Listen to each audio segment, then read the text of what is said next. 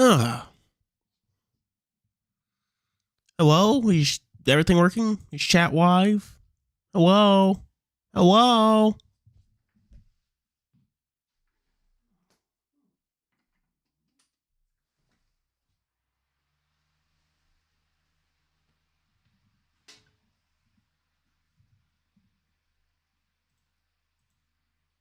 Yeah, I see Law, Jose, and Good Old Days in chat.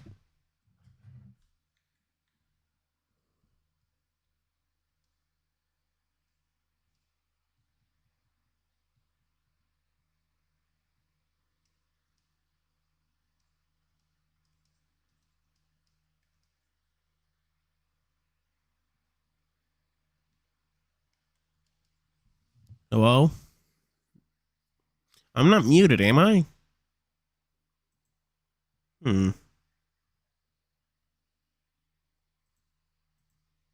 Hello, Charon.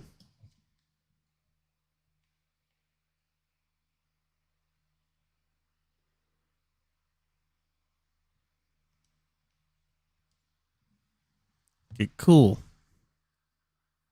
How's it going for all y'all?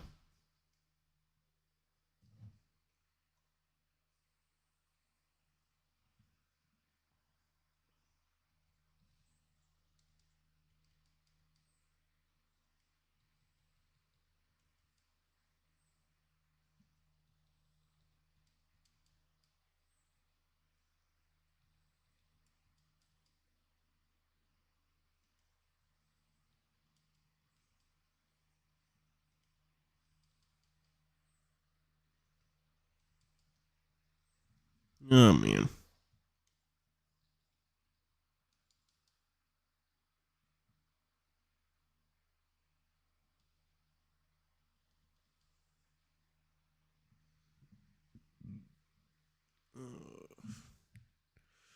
So, I've already got the fucking everything all set up. Even popped out chat. That's just waiting on it to be time. Surprisingly, I'm also playing Metaphor right now on the Steam Deck. It's great. I didn't expect the Steam Deck to actually be able to run it that well, but yeah. I will say the textures do look kind of doo-doo, so I suppose that's on me. God damn it.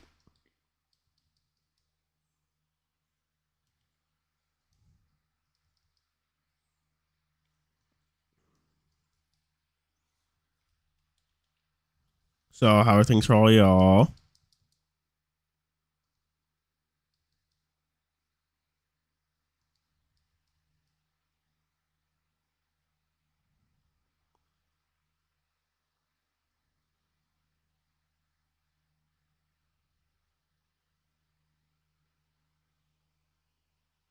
Oh, Fergie, that's nice.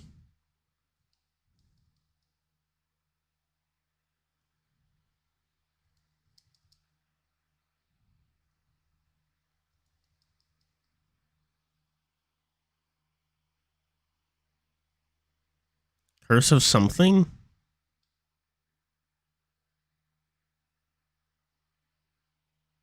Is it like Curse of something its actual name?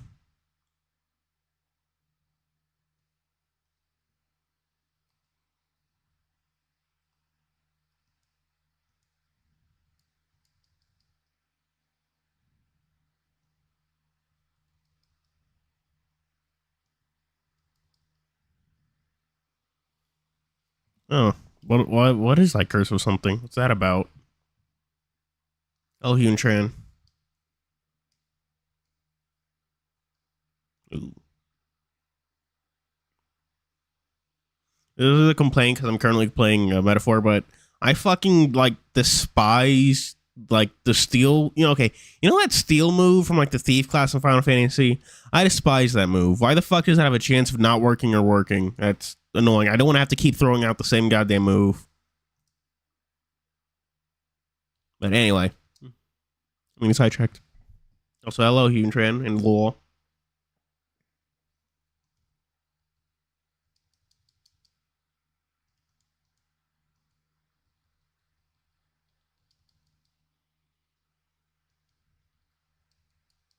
Anyway, I should start the game since it's at this time. And actually put down this fucking game. But yeah, second.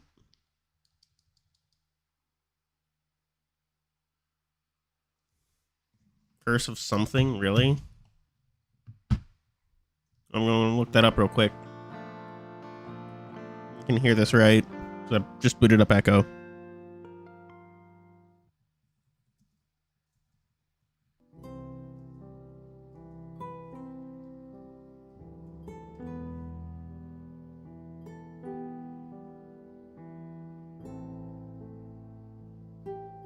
Yeah, it does look in a W. Dorsh.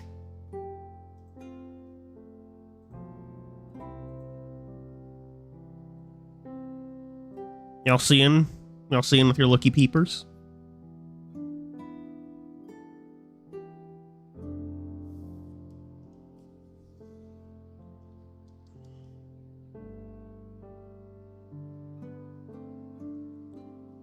It's kind of fucked up that we never get a moment like this in the actual game. Like, this is just title screen art. Oh no, the played so far. I mean, Echo, I get. Oh, shit. Echo, I guess, because Echo's like fucking goated. So you know.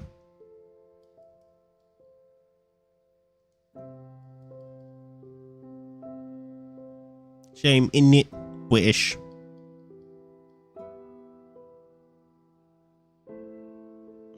Don't Starve Together is fun. Granted, I honestly prefer the original Don't Starve over Don't Starve Together.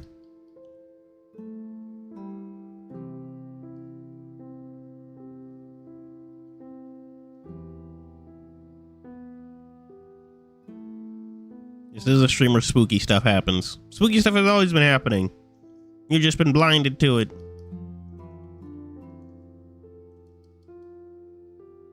Okay. Second mimic chest dead. Chat. There. What was I gonna say? What was I gonna say? There. The next video you should be getting. Next video you're getting should be about that one manga. I think our son is gay, but there's also a very real chance I do not pull myself away from Metaphor enough to like play it. And Ghost, don't forget the Ghost shit and Carl's Haunted House. Like, just to be clear, I bought this like what? Last Friday, right? Yeah, last Friday. And I'm already 22 hours into the game, if that tells you anything. So, yeah.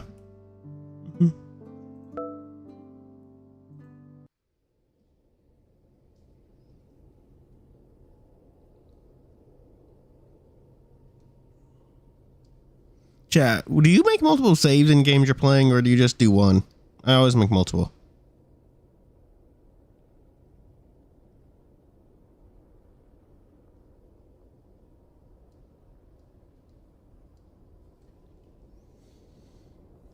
Yeah, I just have a bunch of saves sitting around. It was great.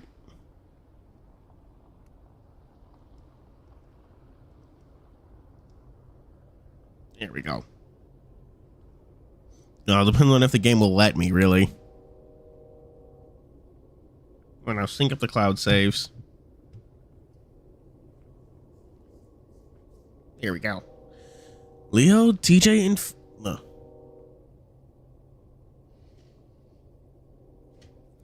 Leo, TJ, Flynn, and Jenna are all gathered around a picnic table, set out neatly on concrete in front of the rocky shore of the lake.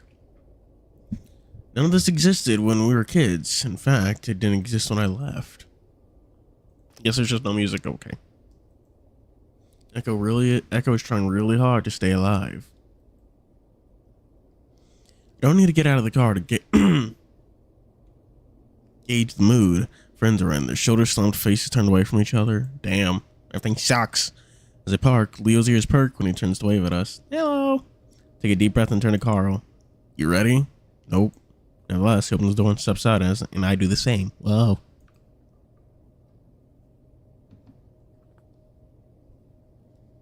Sun beats down on us, but being this close to the lake cools things down a bit. It's like a cold breeze or whatever blowing off the lake shore. As we approach, I see Leo, his butt up against the edge of the table while TJ is sitting next to him. What the fuck does that mean? Jenna sits next to TJ while Flynn sits across from Jenna. When Flynn turns around, When Flynn turns around, he immediately zeroes in on Carl. I'm guessing, Leo, TJ, and Joe are all facing towards the parking lot. What the hell happened to you? Drugs, sex, and rock and roll. Yeah, out of order, bud. No, I just put it in the appropriate descending order. Flynn rolls his eyes, then looks at me. Hey, fuck boy, maybe you can talk some fucking sense into this idiot. Leo's ears are flat, but he doesn't look at Flynn. How'd you guys could make it? I'm not sure. Carl sits down next to Flynn, and I sit on Carl's other side, across from TJ. Silence that follows is possibly the most awkward one of the week. Oof. Flynn snickers. See?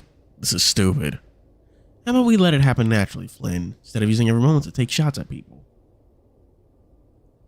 Jenna's tone is icy. She hasn't even acknowledged me or Carl. Probably for the best. TJ, meanwhile, keeps his head down, poking a sharp claw into the soft wood of the table. Flynn shrugs and starts to do a straight arc. I don't give a fuck lean back pose, but gives a start when he realizes there's any back on the bench. Well, I've been sitting here for the past 20 minutes and nothing's happened. Maybe you want to start us off? Flynn sighs. Well, we could talk about how I never agreed to this shit. This is like, is Jolene like a JoJo's reference, or is this like a fucking Dolly Parton reference? I forgot to put my phone on the charger. My bad.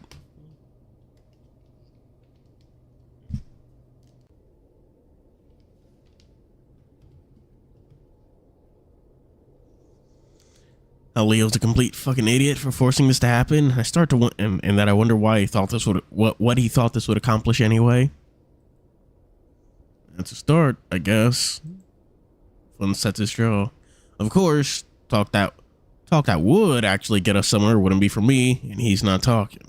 Tim just seems to lower in the impossibly hot air as I don't look at TJ to see how he reacts. It's being mean. For a brief silence, Leo speaks up. How about we start with you, Flynn? Flynn looks at Leo, brows raised. How do you feel about what happened? I see Flynn clench his jaw. What? Stone sends shivers down my spine. I feel Carl tense up next to me. Oh no. Oh no. Spooky shit's going down. Look out across the lake, the shimmering reflections blinding me. You never talked about it. Maybe it'll help. Blood pours down the back of my neck, builds up under my arms. And with the wind coming off the lake, it's way too hot. By telling you how I fucking feel? How the fuck do you think I feel? I don't know, you never told anyone. One screams it, and TJ jumps in front of me. Just gonna keep it buried your whole life, got hobo. I don't think this. Think about the time I used to come down to this spot every day and skip rocks with Jen and TJ. So this is how you plan to fucking get us over this? By fucking making fun of me? I'm making fun of you. I'm trying to help you. Leo's surprisingly put together in this route. It's probably bodes poorly. Can't see anything. Can't see Stream Man or like fucking OBS and the chat pop out is covering everything. Damn it. Telling someone who felt like shit for a decade is a pretty weird way of helping. These guys, don't you even fucking talk right now. I don't know. What kind of voice would Flynn have, chat?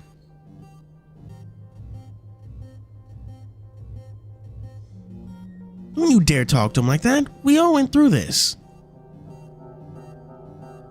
Calm down, Flynn. Table shakes as Flynn slams his fist down in the wood, snarling and standing up. Tell me to calm down one more fucking... Just shut the hell up. Stand up. No one turns back to look at me, including Flynn. Don't say anything. Instead, I just strip off my shirt. How are you doing? I don't answer him. Instead, I take off my belt, side of my pants, on left of my boxers. Without a word, head to the lake. Oh my gosh. Oh my gosh. It's been a while since I last played Arkham Batman. You know what's weird? I've played every like Arkham game except for okay, I have played Knight. I've beaten every Arkham game except for Knight. Like I own it and everything. One of the first games I bought for my PS4. Just never finished it.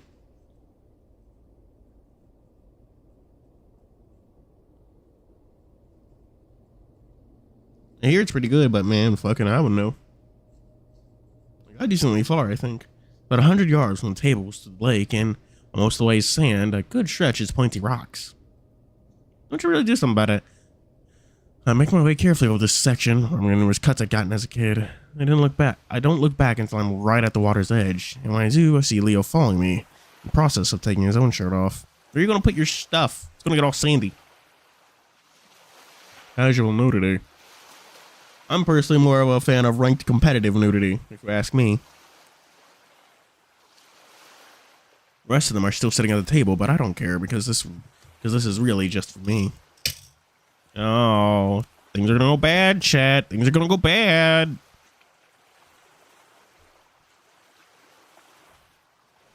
Step into the water and sigh at how cool it is before I wade out further. Whoop, whoop, whoop. Once I'm waist deep, I dive under the water and pop up several feet further away from the shore. Neck deep at this point, and while I look back and see Carl standing at the lake's edge, paws deep in his pockets. Behind him, Jenna is helping TJ across the rocks. Only Flynn remains behind the table, watching us all. Howdy. Meowdy there, partner. Oh, food. Hang on. Shit, I gotta go get dinner. Discuss how you think this will go poorly. Who will fuck this up and how?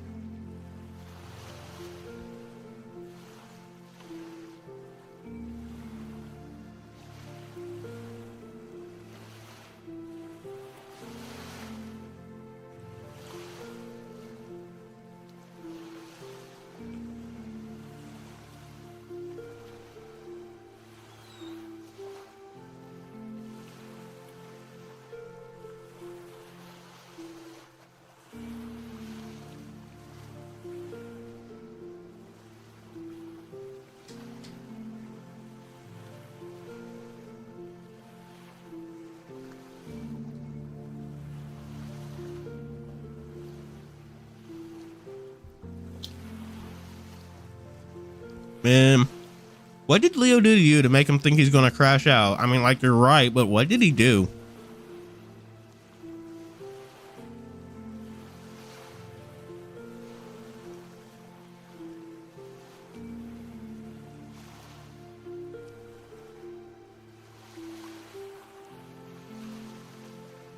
Yeah. After this, we're doing Leo's route, right?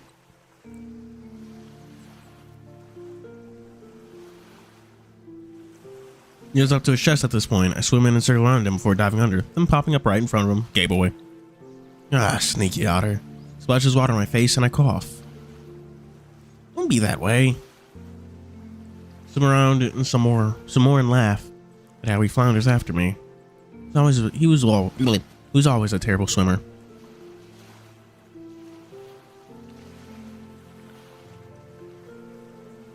TJ should not spill the beans because that's gonna go poorly for a certain someone. I dive in the water again and swim up toward the shore, popping up about 10 feet away from Carl.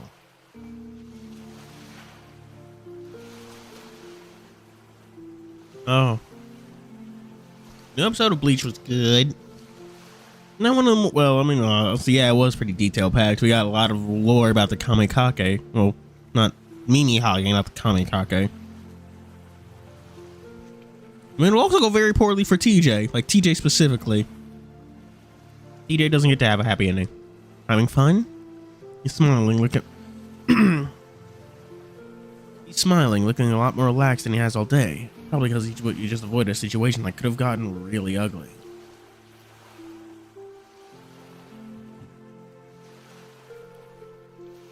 On the left, Jenna and TJ are sitting on a boulder in the shallows. TJ's slacks rolled up to his knees.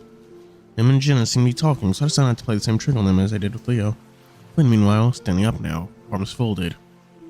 The next little while, I swim around, occasionally popping up in front of Carl or Leo, sometimes splashing them with my tail.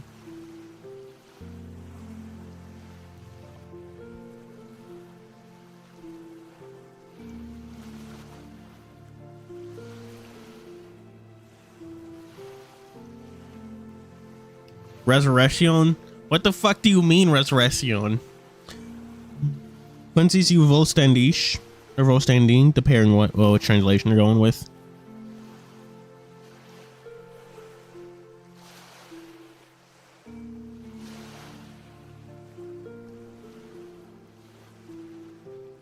There's a freeing feeling about finally swimming in this lake again and having so much space. Flynn, after a good 20 minutes, comes out to shore. He leans against an old familiar boulder, watching us.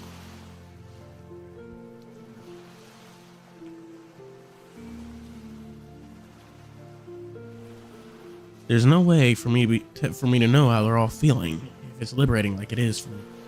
It's liberating like it is for me. That was an undead Bambietta, who's significantly weaker than when she was alive. It's not even like one of those things like Toshiro where you just like hopped up on blood. That was like an actual dead Bambietta. Lynn is right, in a way. You can't just talk about it. You can't just talk about it because there's nothing to really say. Nothing happened, and no amount of talking can fix it.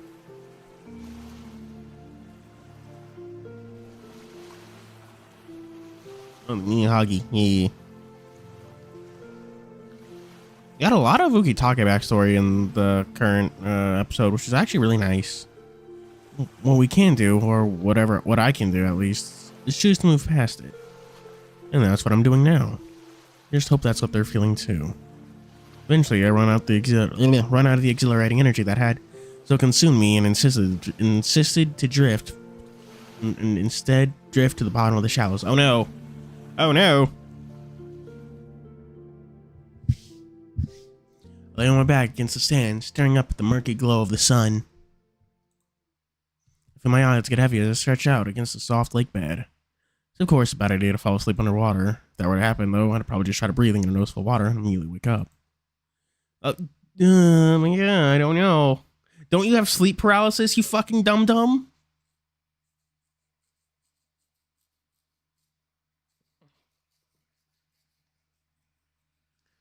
Chase is being stupid.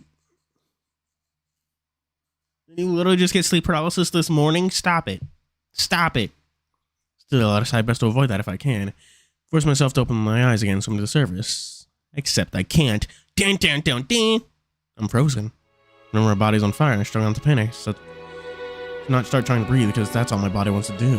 Close my eyes, let myself be calm. This process usually lasts about a minute at most for me. I can hold my breath for 8. I've been under for... God, I have no idea. Bam, bam, bam, bam. See? Hey, Chase, the moment ruiner strikes again. It feels like it's been a while. My chest is already starting to burn, and that usually means it's been at least 6 minutes. It's starting to last a long time. Despite my efforts, panic starts to set in. It sets in quick. I start jerking my body around, trying to get anything to move. I don't understand why I'm not floating to the surface. I'm not trying to stay underwater. Seconds turn to minutes, and my lungs are really burning. Something has to be holding me down. Some kind of vegetation? Oh no! Oh no! Welcome to Mickey Mouse's streams!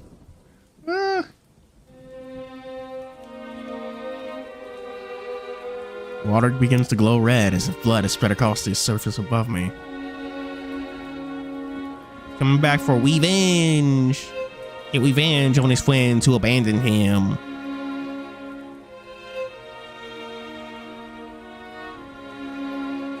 I don't know, man. Evil demon magic, whatever the fuck's going on with Echo.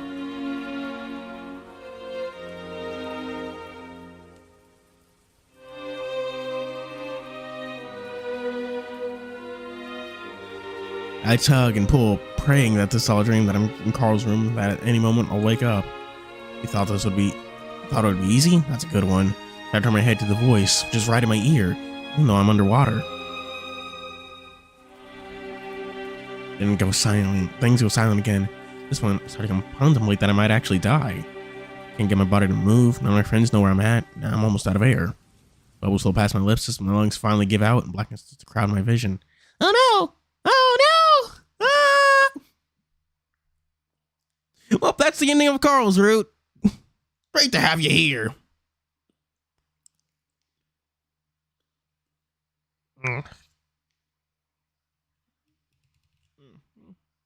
He's waking up. Oh, cool. But auto progresses.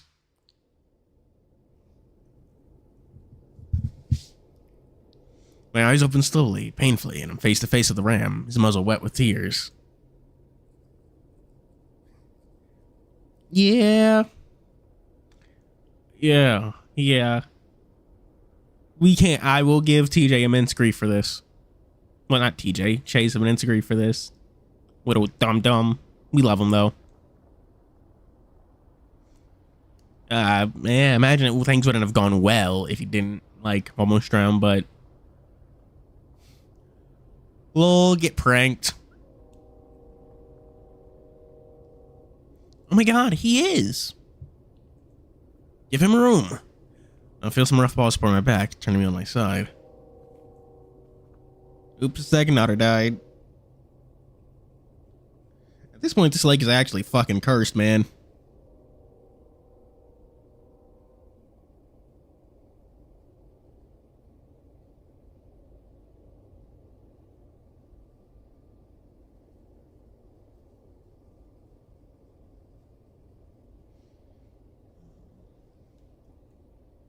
Rose up for no reason. Well, Chase got sleep paralysis because he's a little stupid. Can you breathe, Chase? Leo's voice is ragging next to my ear. The lake has hit the second otter. Yeah, no, I'm fine. Set up quickly in a wave of dizziness turns to top me over again. The movement behind me had my field of vision. No. Can't believe this. I can't fucking believe this. Flynn's voice is torn and ragged. I barely recognize it. Calm down, Flynn. No, we're forced to come here and then this shit happens? Valid. Very... Guys, I need to go. TJ, Flynn, get out. TJ, Flynn, get over here. Feel Leo's support leaving. Carol's still crouched down in front of me, though. Oh my god, dude, what happened? Carl's gasping like he was the one that was just in the water. I got sleep paralysis. Kinda maybe slightly took a nap. And I don't know. Carl's on my back is the rest of my head. Head and my paws. Vaguely, I can hear more yelling behind me, and Carl looks up too. No, don't. Leo, help! Oh, no. Despite my aching head, I turn around to see Flynn chasing TJ. I grab him and throw him down to the rocks. Flynn doesn't get any further, though, because Leo tackles them with such force. Oh, damn. We're smashing down the rocks. Oof. Leo wraps his arm around Flynn's neck and yanks up hard. Jesus. Carl stands up, and so it's gasping again. I try, but I fall back down on my ass. Carl reaches down to help me up. Oh, good. Good boy. Shit, you're not okay. Carl steadies me, but I'm distracted with trying to see what's happening. Leo's laying down his muzzle right up against Flynn's head, yelling at him. Meanwhile, Jenna's crouched over TJ. Carl starts to breathe heavily again, squeezing, picking up speed. Oh no. Look over at him, and his eyes are glazed, if he's watching everything from afar. Oh no. Oh no. Carl, what's wrong? I don't want him having another panic attack. Especially not vomiting on me while I'm all naked. I should probably stay and try to help, but I feel so fucked up right now. Besides, I don't think it'll help if Carl has a breakdown. Grab his arm. Let's get out of here, Carl. He looked at the scene a while longer, then he turns away. Man, fuck them niggas. Not another word, we make our way back to the car. I get in, barely noticing that I'm drenching the seat. Looking through the windshield, I see that my friends are still in the same position as how we left them. Except Jenna. She watches us as we pull out and keeps watching us until we're out of sight. Spoopy!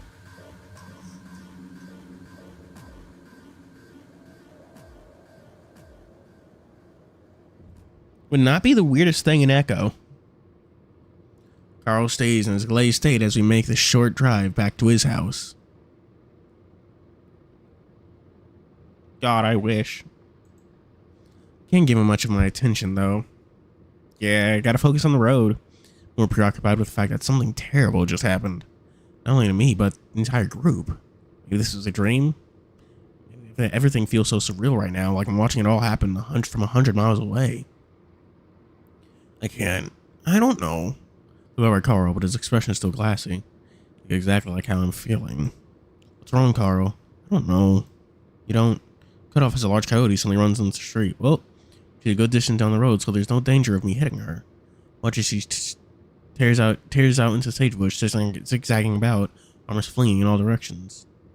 Carl and I both watch her as we pass. Silent. Something's happening in this town. To all of us. Oh no.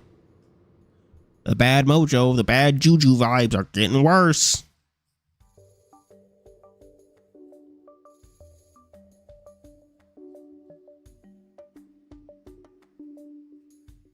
Once we get in the house, Carl heads straight for the stairs. Carl, you guys back? How'd it go? Fucking horribly. Raven's voice calls from upstairs. Ray, something's wrong. Huh? What's wrong? I don't answer as I walk to the stairs. Carl just disappeared down. As I get there, he's already gone. Did you get your... Is Chase dressed? He took off his clothes and then he left. Is he just... Yeah, he's still stopping what? Is he just in his boxers?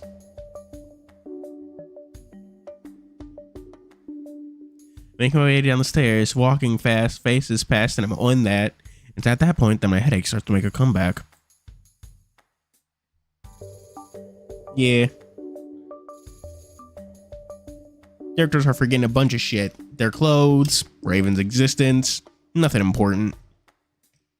Carl.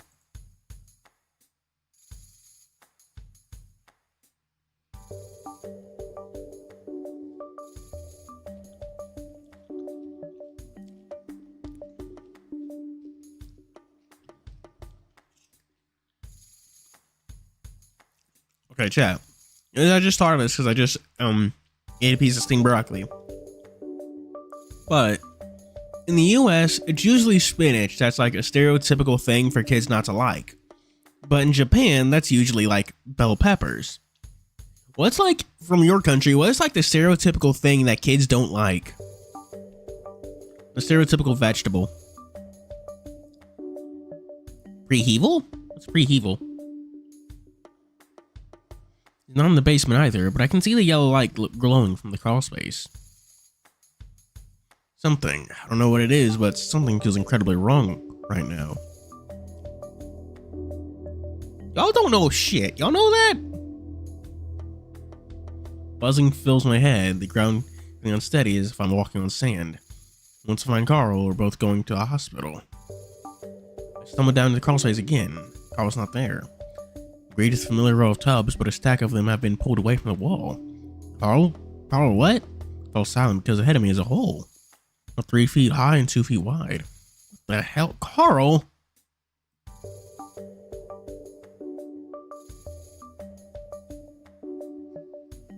Moon presence? What is this, blood porn?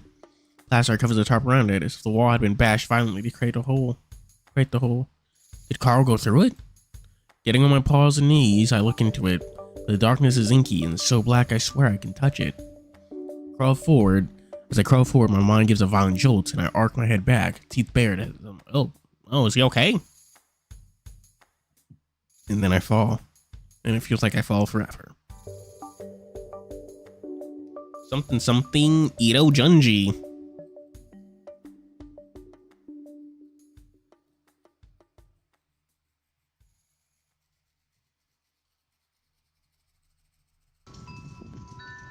Wind blows pleasantly through my fur, sitting underneath and cooling my sweating skin.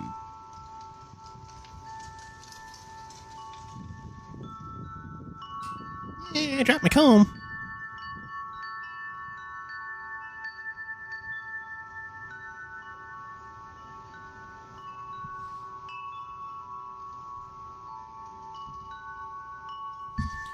The smells of the desert, sagebrush and dirt overwhelm my senses. Hello. We are playing Echo. We're finishing up Carl's route.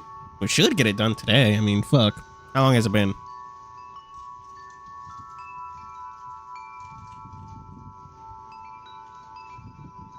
We got like fucking 3.5 hours left in stream, don't we?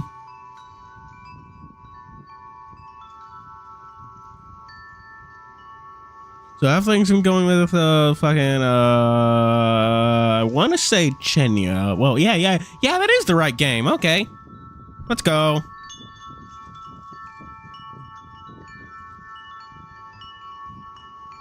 Everything is black around me, but there are a million stars above me. I hear the smattering of small feet running circles around my body, snuffling of noses up against my sides and neck. Gross. Mixing the sounds of the wild are words, languages I don't understand, chanting and singing, the sounds of dancing. Then another language, a word or two that I learned from Leo years ago. Then my own language. Above it all, maniacal cackling, one that builds and fades like choking off into a sob. Mr. Genie? The first feeling I have is one of confusion. Where the heck am I? I feel stiff and cold. I'm lying on my back on something hard. I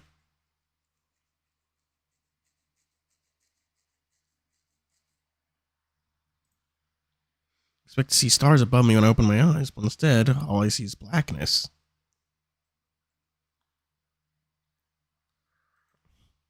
Panic starts to well up again inside me. Oh, that what we're calling it these days, panic. This is stupid, chat, but whenever I see the word panic, I can't help but think of that one motherfucker from Yu-Gi-Oh! The OG Yu-Gi-Oh! Series with the Castle of Dark Illusions. Attack the flotation ring!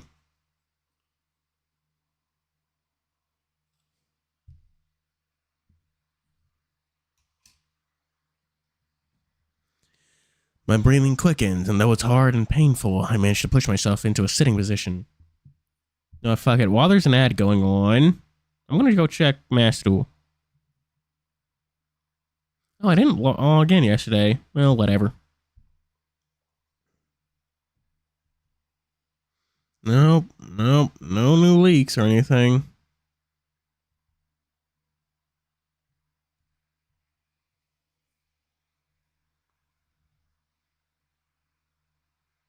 Basically a full fucking week till the new pack, too. Damn it. The word always reminds me of the motherfucker from Yu-Gi-Oh! To attack the flotation ring. Ring quickens, and though it's hard and painful, I manage to push myself up into a sitting position. Then I see a gentle glow coming from an opening about 30 feet away from me. Where am I? Last thing I remember was a lake. Wait, no, Carl's house is the last thing I remember. Went back to his house, then back to his house after the lake. Did I fall asleep in his house somewhere?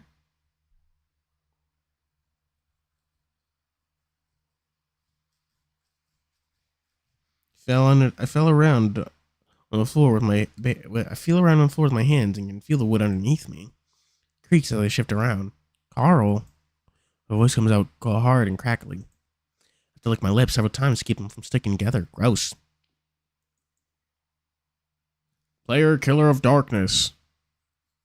What a funny name.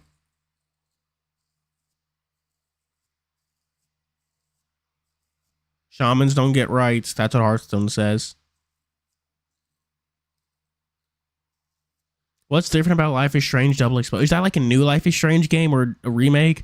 I don't follow Life is Strange.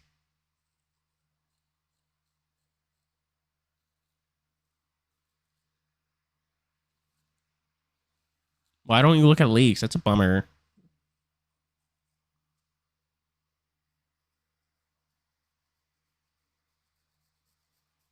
That's good to hear. A new Life is Strange game. Is the PS5 actually getting games, or is that not on the PS5? Lol.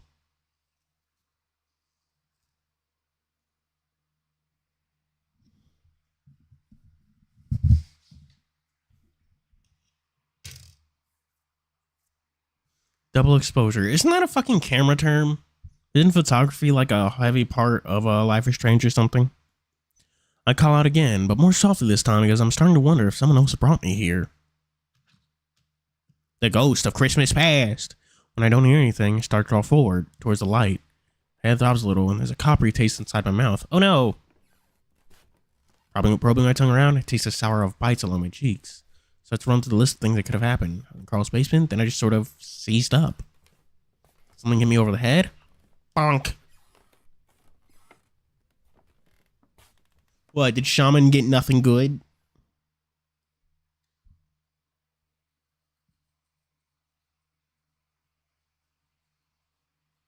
Honestly, we haven't even gotten...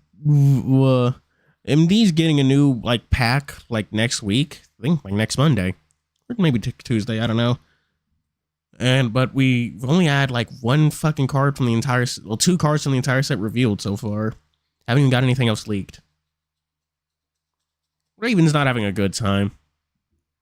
Granted, is anyone here having a good time? Chase is, I don't know, in darkness. Carl went inside a hole. Stopped crawling and started moving my hands around my body and over my head. No signs of any injuries. Some cheek bites. It's really just the inside of my head that hurts. When I do this, lucidity starts to return in waves as I feel as if a dam is broken and all my senses are falling back into place.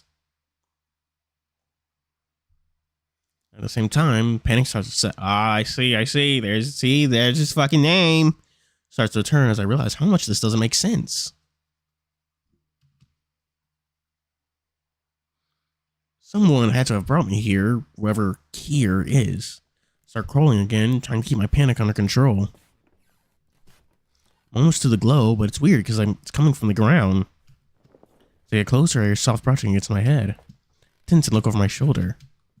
Worried by the sight of inky blackness, so dark that it almost feels alive, and I get the impression a giant mouth is opening in front of my face. Imagery gives me a jolt, and I lunge forward. It's time to get on my feet so I can move fast. And then I'm falling, but not for long. Since they're full of light now, I throw my hands forward to catch myself. But I keep falling. For a split second before I hit the hit, I realize there's a ladder. I instinctively grab it, but my head hits rungs first, and I flip forward before landing on my feet.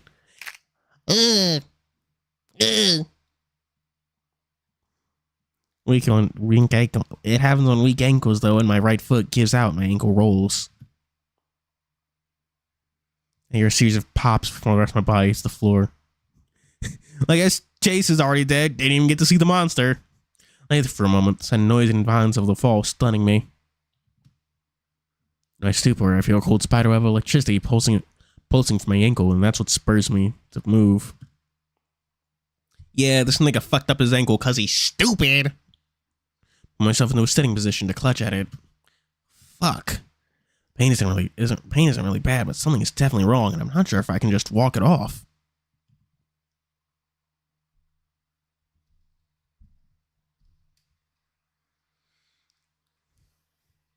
No, Fry's more put together than Chase ever was.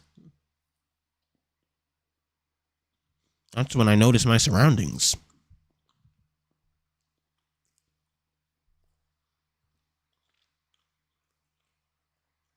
This is some dry-ass chicken, chat.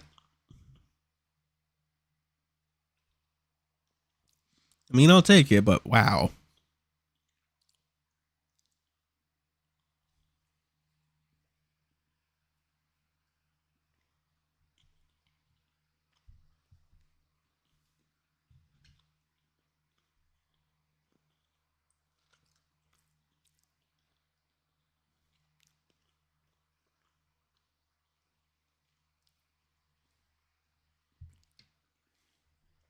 Poached chicken? What, you want me to go, like, fucking steal a chicken from someone? What are you talking about?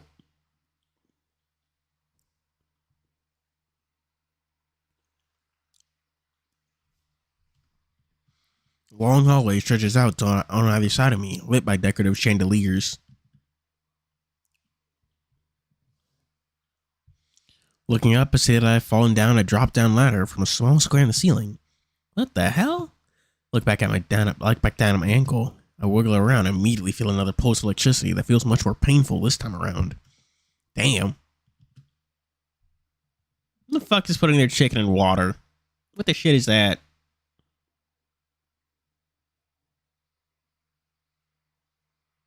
I grit my teeth as I spread my hands out against the wall behind me, pushing myself up slowly, making sure not to put any weight on my injured ankle.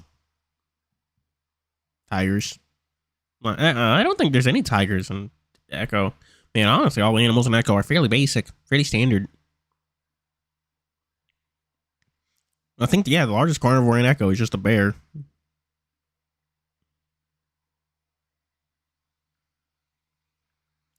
Yeah.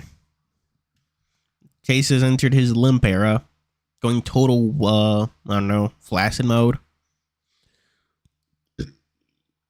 I grit my teeth as I spread my hands out against the wall behind me, pushing myself up slowly, making sure not to put any of my weight on my injured ankle.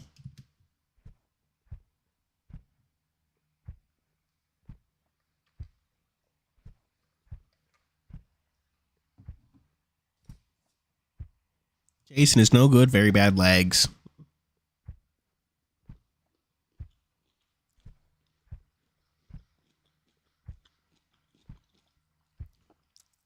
As I'm doing this, I hear a soft clapping sound coming from my right. Ew! Do that in your own privacy. At the end of the hall, it looks like it takes a sharp right.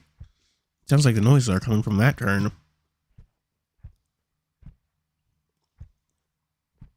My throat tightens and I press myself harder up against the wall. See this shadow slide up the carpet at the end of the hallway, and I hold my breath. Shadow stops too. I get the feeling that whatever it is might be holding its own breath. Finally, the tension gets to me and I clear my throat nervously. Carl? Chase? Carl! Then I got a gasp of relief and almost sagged down the wall. No clopping of footsteps and Carl appears around the corner. It's the boy!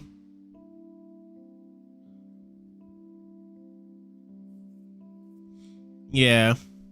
He's like fucking... Isn't that guy's name Harold? SpongeBob Fish? Didn't he get an entire episode about him or something?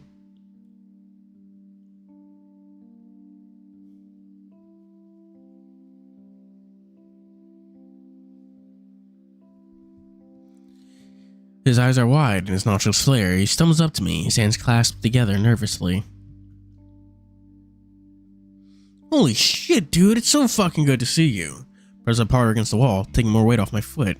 What the hell is going on?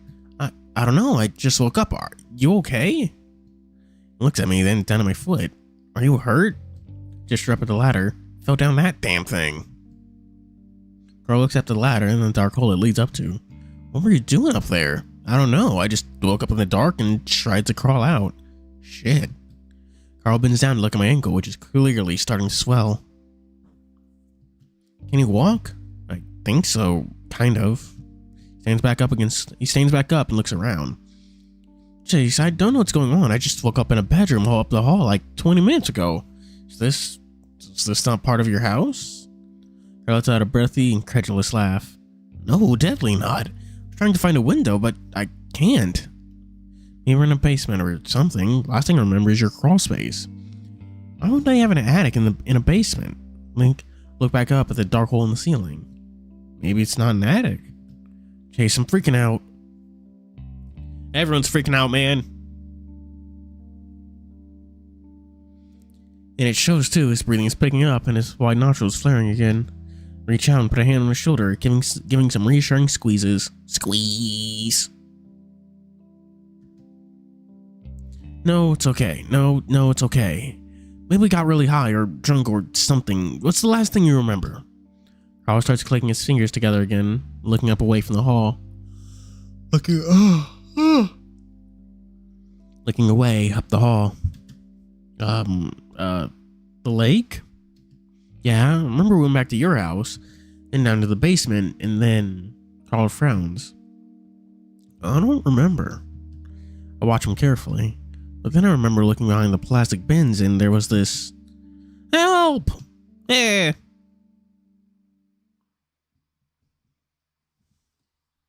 Get fucking genjutsu'd, idiot. We both jump at the scream as a scream comes from right down the hall. I mean, Carl does have cloven fingers. So I guess nay is the answer.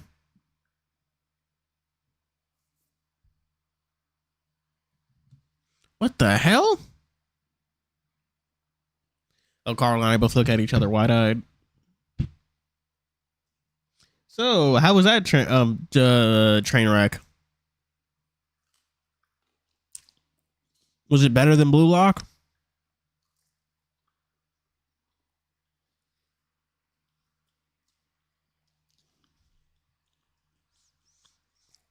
What the hell? Hello, is someone out there? Sounds like Raven.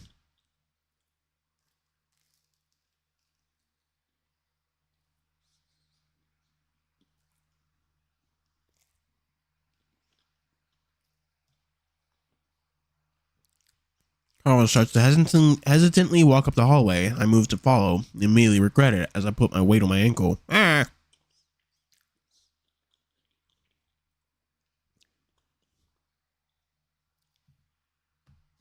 They're trapped in the Digiverse.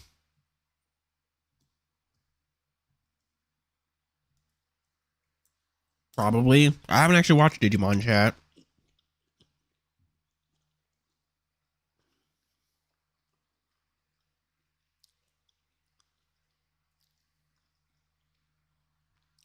Oh, man. Now, my favorite thing about Junji Ito is that, like, that's just the way he draws. Because he also has this, well, I don't want to say lesser known manga, but another manga that's just slice of life with him and his cat. And it's entirely, and it's cute, and it's like entirely wholesome too. It's just that he draws like that. Like everything just feels so weird and off because he just draws like that.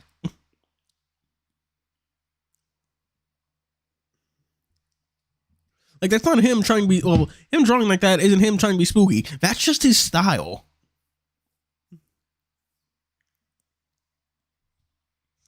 It's completely stiff now, and pain shoots up my shin like lightning. Oh, Shin from Dragon Ball. I see.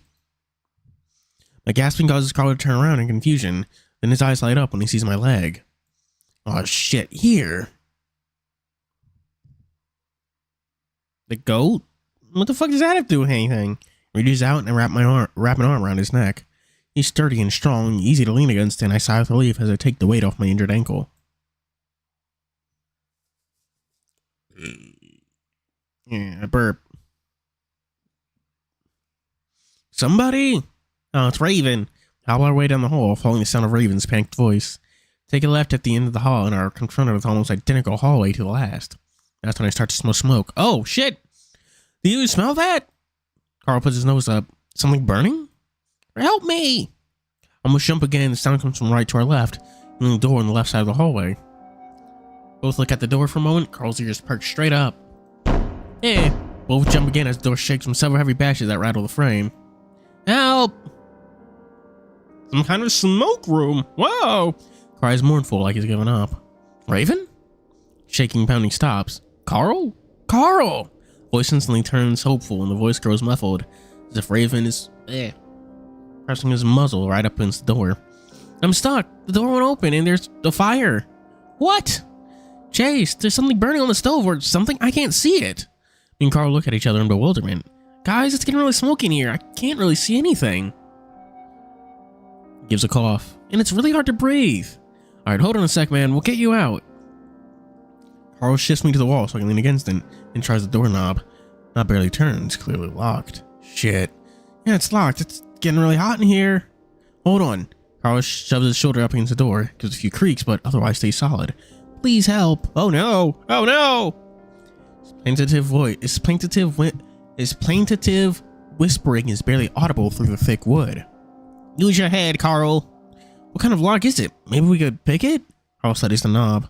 I don't think a paperclip is going to work. I lean in to look and find myself staring at an old-fashioned keyhole. The hell? Raven, can't you unlock it from that side? No, there's nothing there. Guys, I can't breathe. Boy's getting desperate again. There's no other way out. No other door in there? Froome doesn't answer. Carl and I both wait for a good 10 seconds. Raven? Ah! Both jump for the third time as Carl presses his face up against the door. Raven? Raven, what happened? For a few seconds, all we hear is coughs. Raven's voice is lower, up against the bottom of the door, as if he's laying down. Something in the smoke! Help! Whoa! What? What's in the smoke? I'm flashed back to what I heard in the attic. Something can see! Open the door! Fuck. Alright, man, stand back. I don't know if he's talking to me or Raven, but I take a step back anyway. Carl takes a few steps back and throws his body forward, smashing up against the door. Shudders a little bit and a crack or two, but otherwise there's no change. Tries it again with the same result. Carl, I don't think that's gonna work. Carl doesn't say anything, instead backing up until his back touches the opposite wall. Takes a deep breath and charges forward, his head down this time. Instinctively, I close my eyes, and then Carl stomped his neck right in front of me. Good lord! The impact is much louder this time. It's accompanied by a crunch. When I open my eyes, it's not Carl's neck that's broken, but rather the wooden door. Carl's head is completely busted through the door, so his head is poking into the other side. Carl busted down the door with his head. He's using his stinky, thinky, brainy skull. I stare, expecting to see tinges of black smoke sneaking out the door, but there's nothing. Carl sits his hand on the other side of the door, apparently taking a look around. Raven, you okay?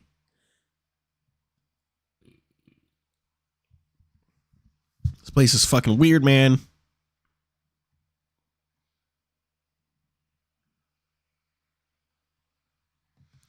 I walk up to Carl's side, put a hand on his back. Wait, when did you leave? Like, Raven was calling for help. He was in a room, still in smoke. Something was burning. Carl saves him.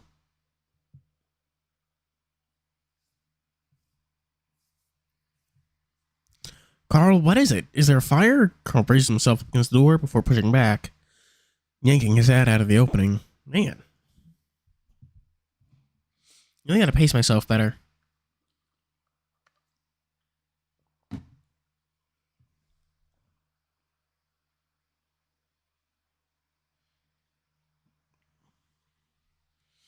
Ran out of oxygen like halfway through. Oh, less than halfway.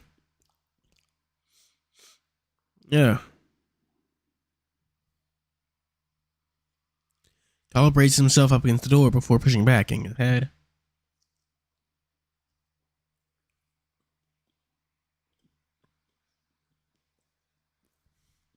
He got smoked like a pack.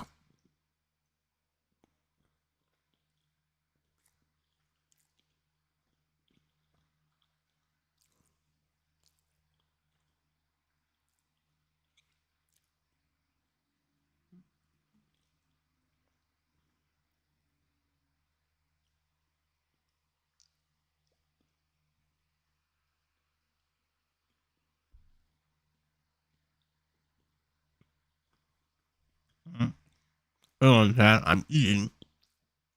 Y'all can understand a word of that, could you? I said, hang on, chat. I'm eating.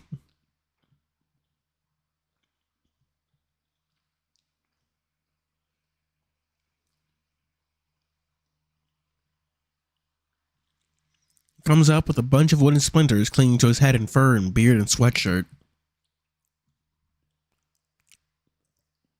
That's not a sweatshirt, though.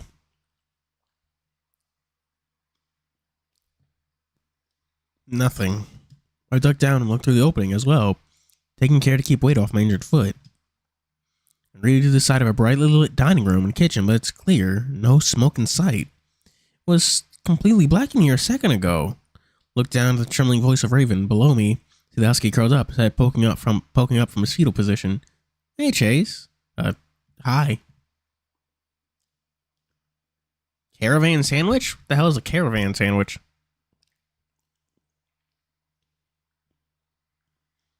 I don't know what happened. There was smoke everywhere. It's like when you opened the door, it all got sucked out. Spooky things.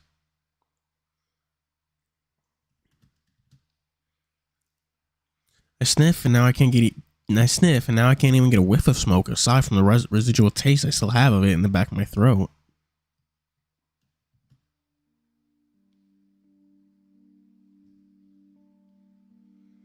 I hear a click next to my head and look over to see the doorknob twist. Pull my head out the hole. Carl pulls the door open. Are you kidding me? It was locked, right?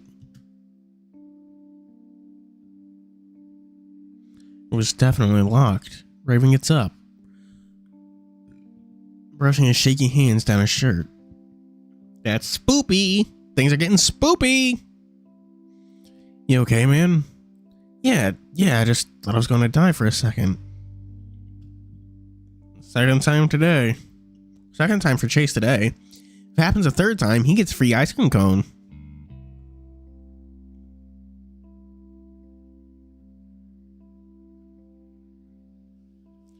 I watch as Raven struggles to keep his ears perked. What happened?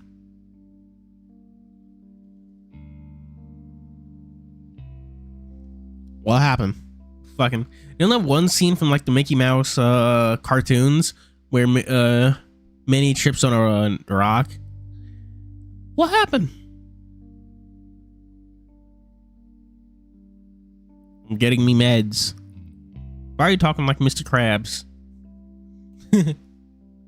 Fucking, oh man, I forget what show it is, but it generally has a character named Boyo, and I always think of Mr. Krabs on that when I see it.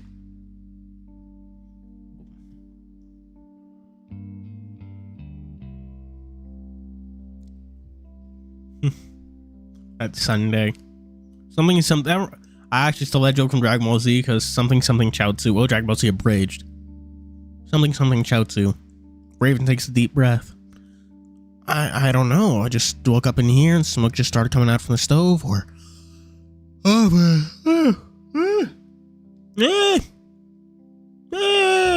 chat, I'm tired. Or something. Oh, by the way, chat, this week's video not doing too hot. Y'all did not like the Kiss Marry Kill video. It's doing even worse than Me and My Beast Boss, which is really sad.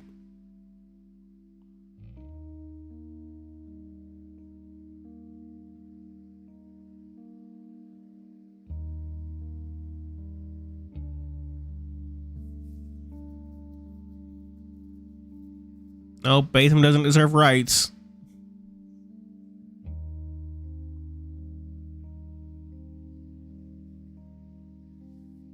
Sandwich. They did use the Batham thumbnail. The Ashigara one's doing best. If I recall, it's at like 35% click rate.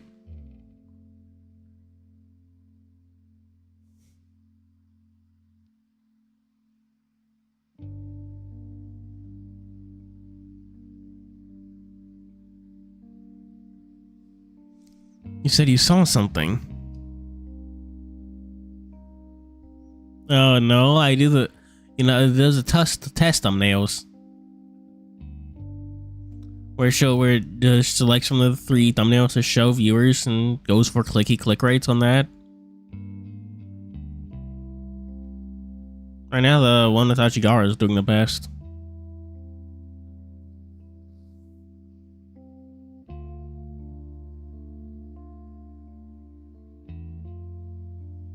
Looks like a failed Nintendo game. Yeah, you do look like a failed Nintendo game. Fucking Lamau. Got him. Yeah, something in the smoke. It looked like arms or something. Carl and I look at each other. But it might have just been the smoke. Look around the room, scanning it for any signs of black smoke. Any signs of the black smoke that Raven was so damn adamant about having seen. Don't think he was just seeing things. I'm pretty sure I had to imagine the smell. Promise I'm not lying. It's just what I saw. I think the bigger issue here is that we're here at all. I mean, where the hell is here?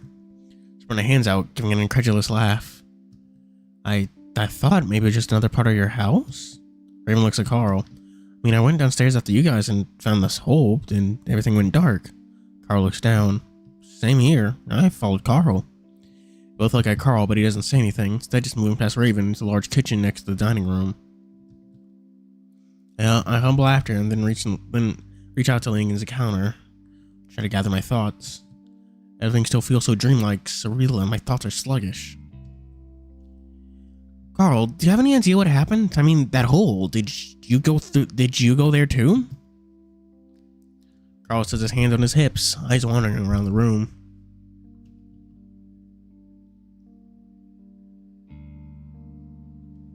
Honestly, I can't remember anything that happened after the lake, man. Raven casts a sidelong look at me before moving next to Carl. Well, maybe it just takes a second before you can remember. Isn't fucking some like your mention of like fucking no, I'm thinking of something else, but like, isn't Persona 5X that mobile game coming like going like international soon?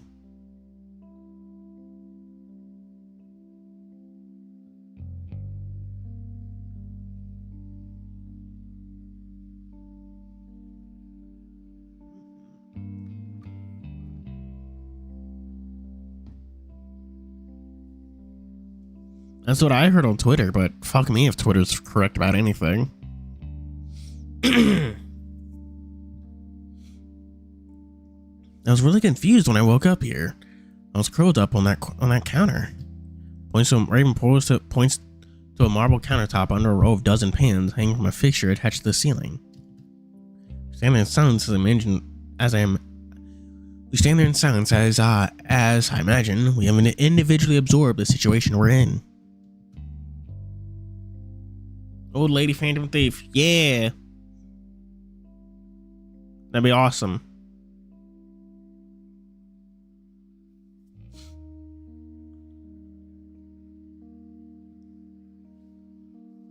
Old lady phantom thief, something.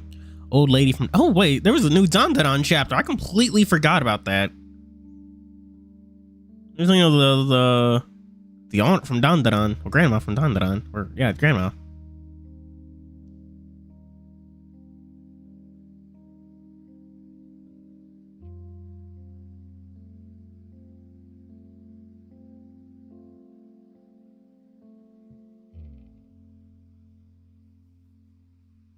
The game does have one. A ladder? Carl, are you sure this isn't some extension of your house? Maybe something that leads out of the crawl space? What, does he have some sort of turbo basement?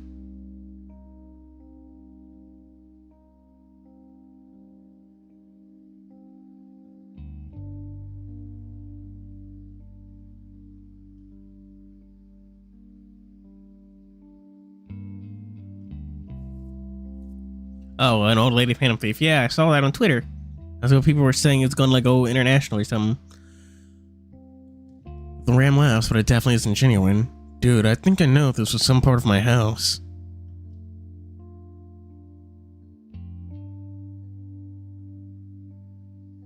Unless my parents have just been building this secret kitchen underground for who knows how long. Glance at the lighting, which is definitely electric. Then over at what looks like an electric stove. Well, everything sort of looked old-fashioned. There was a mixture of modernity to it as well. Where else could we be? Raven and I remember going to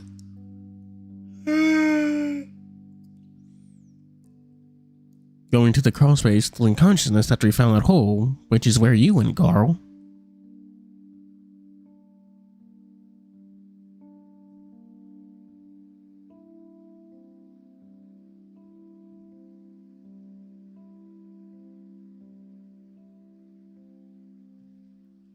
Haagen-Dazs? What is Haagen-Dazs? I don't know.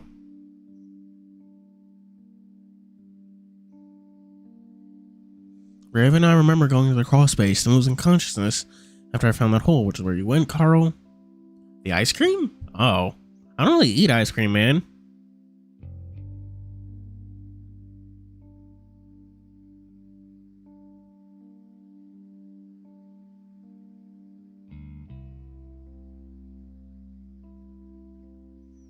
Oh, jeez.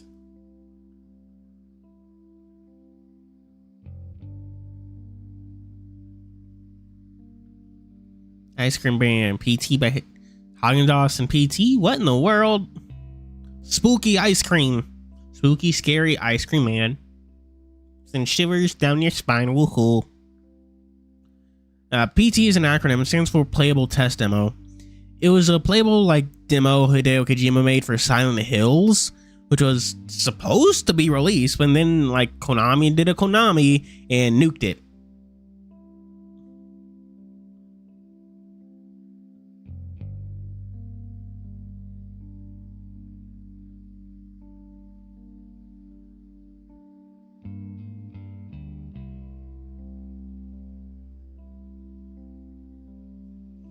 Carl finally does turn into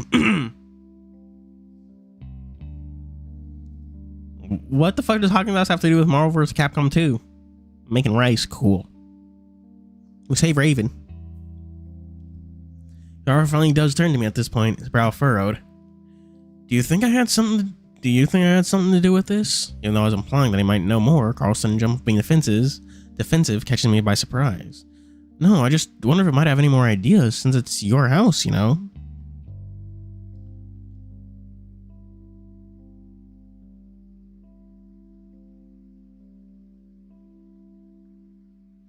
Carl laughs again. I'm struck by the fullness of it. Usually when Carl laughed, it was crackly and half-hearted. Now it's loud and a little abrasive. Think I just waited in the shadows and drugged you all up with acid or some shit? I respond, just talking to Carl, who stares back at me, breathing hard. Grim coughs loudly. Hey guys, let's come down. You know, I'm kinda hungry. Why don't we make some food?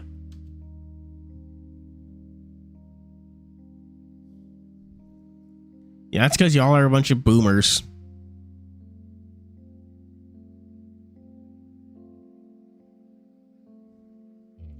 Y'all were actually there back in the day.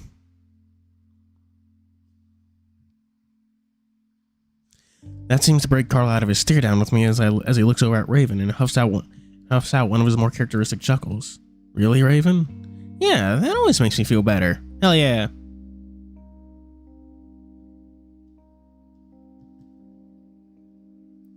Raven starts opening cupboards, but each one was empty. Aww.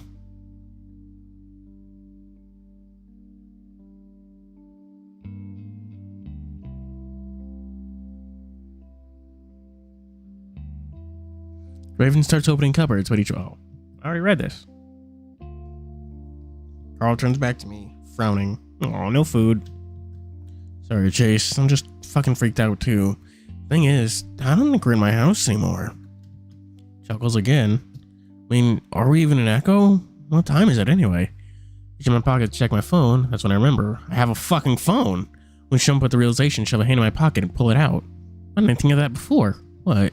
Phone! Oh. Ew, gross. I don't want to see his face. Blow excitedly into the button to turn the screen on, and I'm met with a black screen. My phone's dead. Are you kidding me? Hold the power button down, but nothing happens.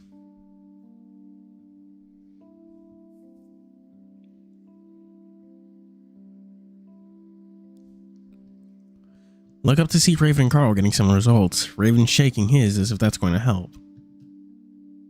Carl shakes his head. Hey, Law. They remember they have phones and shit.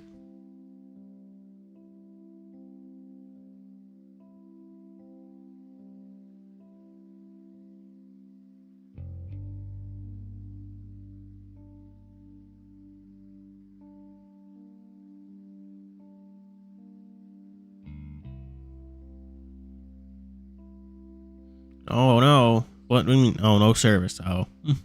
I just said like the service. It's gonna be just like, what service? What are you talking about?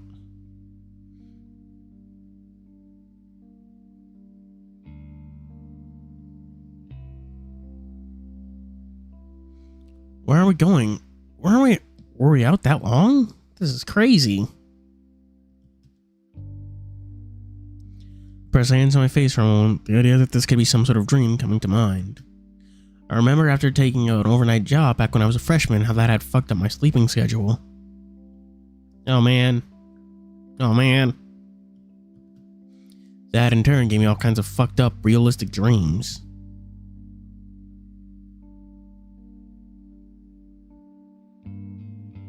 Sleep paralysis plagued me to the ends of my wits, and I remember the one time I thought I'd never be able to get up.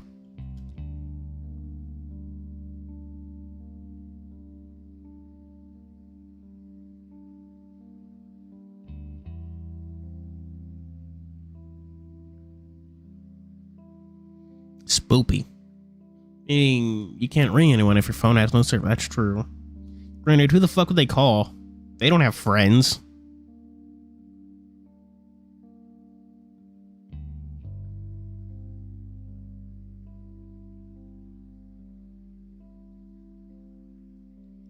I was stuck in bed, but each time I sat up and thought it was over, I'd end up sort of waking up again and still lying down, stuck in my paralysis. Paralysis-ception? Whatever. Words are hard, and when I'm president of the world, I'm going to ban all words.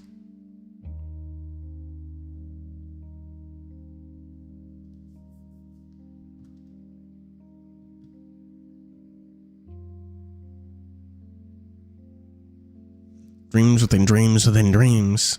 No food either. My scattered thoughts collect together long enough for me to decide on the next course of action we should take. Alright, this is stupid. We should go out and look around. We'll find the way out eventually. Yeah, we need to do that. I looked around a little but didn't find anything. I grip the counter a little more tightly as I feel a slight wave of dizziness come over me, making everything feel even less real.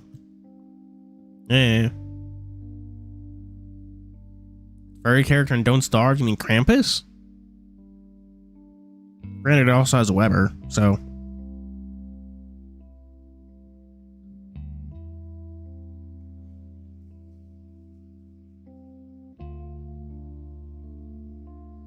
But the pain that's shooting up from my ankle is very real, and I just glanced down at the ever-growing swelling, confirms it. Yeah, Ward talks, or I forget his fucking name. The suspicion that we'd somehow been drugged grows, but I don't want to upset Carl again, so I don't mention it. Okay, yeah, let's just stick together and go. We'll find a way out. Aw, I am hungry. We can eat when we get out. There's no food here anyway. I turn, even though I do it as lightly as possible. When I set my right foot down, it feels like 100 needles press up into my ankle. Oh, fuck! Carl's on my side instantly, reaching out a hand to steady me. Thought he'd fall down. Dude, you alright? What happened? I fell down a fucking ladder.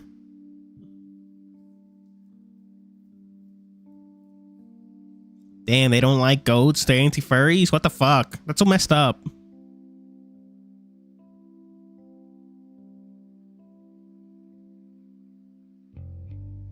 I lean on my way into the counter at that point, just letting my foot dangle as I hold it off the ground. As I hold it off the ground, it's painful. He fell down a ladder and landed on his foot wrong. Oh no!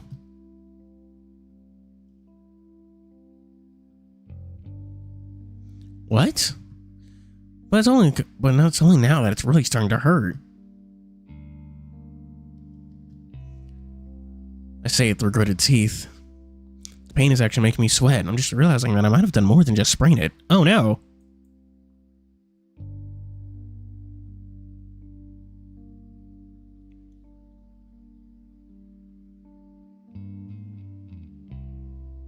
You can just go back out the... I mean, it's not like you could see anything up there. Gonna use your phones for light.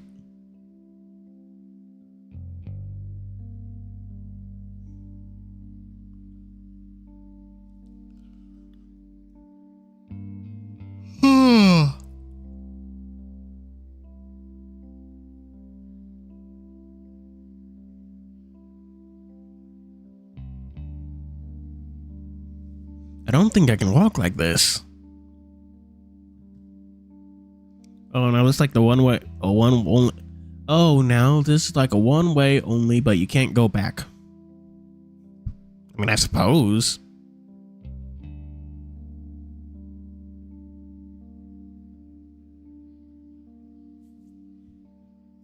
How did you fall down a ladder?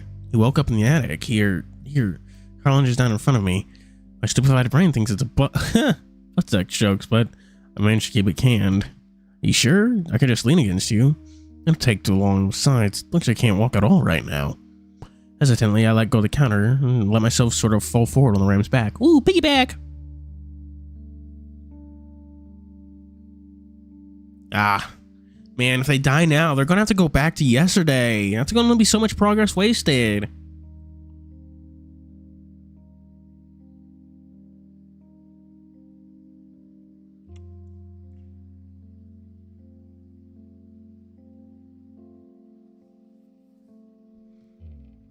Hesitantly, I let go of the counter and let myself sort of fall forward onto the ram's back. He's sturdy and barely budges as I lean all my weight onto him. Carl reaches back with both hands and hitches my leg and hitches my legs off the ground as he stands, and I feel all the muscles in his back flex as he does. Chase, quit popping a boner. Be normal.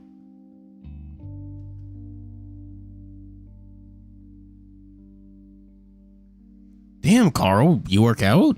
Carl grunts. A little bit. Move my head onto the side to keep from knocking my nose against his horns. It's a smart move because just then Carl nods his head in Raven's direction. Yeah, I know that's kind of fucked up, but maybe grab a kitchen knife? Raven raises an eyebrow at Carl. Why? Immediately see what Carl's getting at. We have no idea where we are or who put us here. Might be safe to be ready to defend ourselves, you know?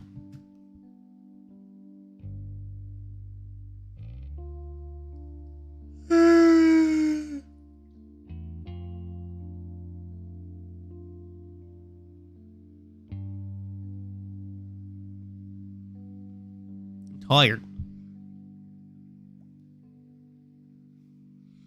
And you said he saw something in the smoke. Raven's eyes widen, but he reaches to slowly pull a knife from the silver-looking knife block.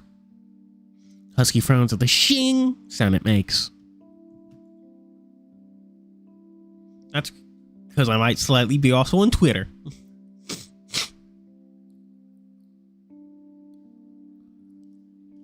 His ears are down and elbows in. It's clear he's never used anything as a weapon before. We'll figure it out. So the usual. Yes, it is the usual. Chat. Oh, well, you know what's unusual? I actually woke up like an hour before stream this time. So that's nice.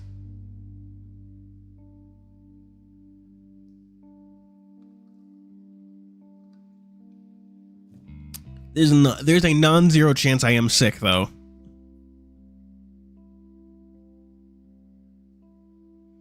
His ears are down and elbows in. It's clear he's never used anything as a weapon before.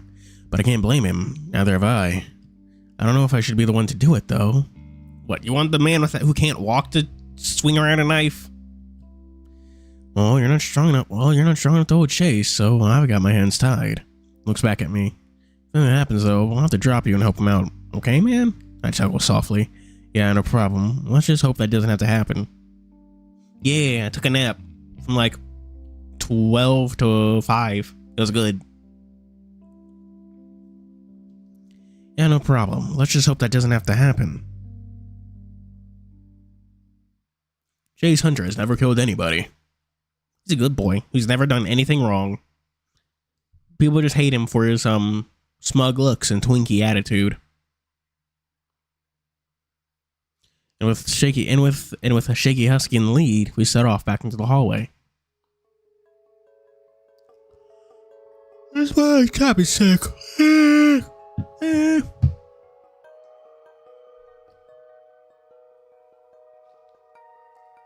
Isn't he supposed to be an Asian river otter, so not really a white boy, but point taken.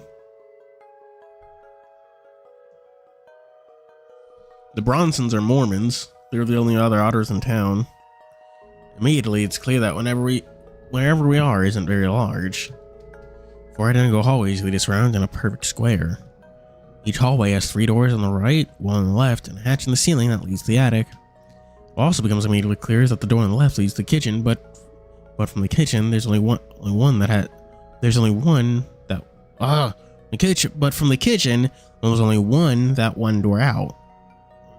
There's only that one door out. I can read. God. You know, Chase Hunter is the Asian river otter. Sydney and his family were Mormons, so presumably white. Each time we open the door to the kitchen, we come to realize that the angle in which we enter it is the same. First time this happens, I'm mostly just confused, wondering if maybe we backtrack somehow. After the second time, though, Raven laughs. This isn't real. We're on drugs or something. We're all seeing the same thing. Dude from the Cult of the Lamb.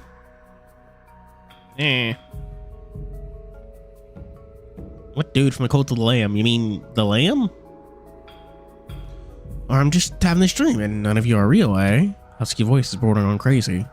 Paired with his grin, paired with him holding a knife, is slightly disconcerting. Carl huffs, hitching me up higher on his shoulder. Alright, calm down, just don't think about it. Let's try the other doors. I'm a little surprised at how well Carl is taking all of this. I wonder if any part of this has to do with any of the weed that might still be in his system. We start trying the doors on the right, and this time things are different.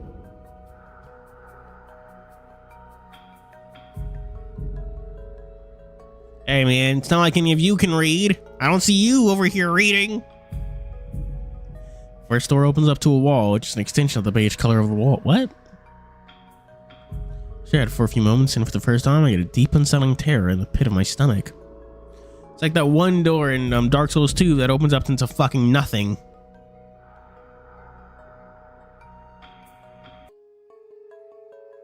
Oh well, actually, since I just mentioned Dark Souls 2, nothing is funnier than that one door that leads straight to a fucking pit.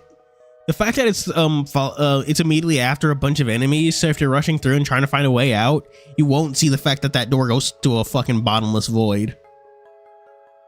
Like, that's just a total dick move. Like, it won't hell, it can even catch you if you aren't getting chased by enemies, because you have to actually like look down to see the pit. And when's the last time you opened a door to fucking nothing? Yeah, the Bastille trap door. Like, that's just the biggest dick move. We stare at it for a few moments and with blah blah blah. I managed to keep it from rising to the surface, but all this bizarre imagery combined with this real haze to make me feel sick and claustrophobic. Bummer. That's definitely not a way out. On to the next door. Howard chuckles again. I feel myself clinging to his attempted humor just to keep myself sane. Next door opens up to what looks like a bathroom.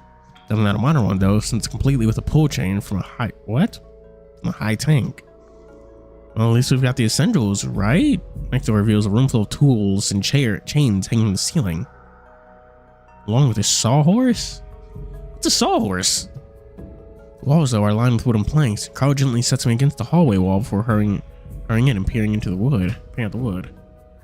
Fuck, it's just concrete behind it. I'm about to ask what the hell is going on again. It's time to accept that where we are can't be explained.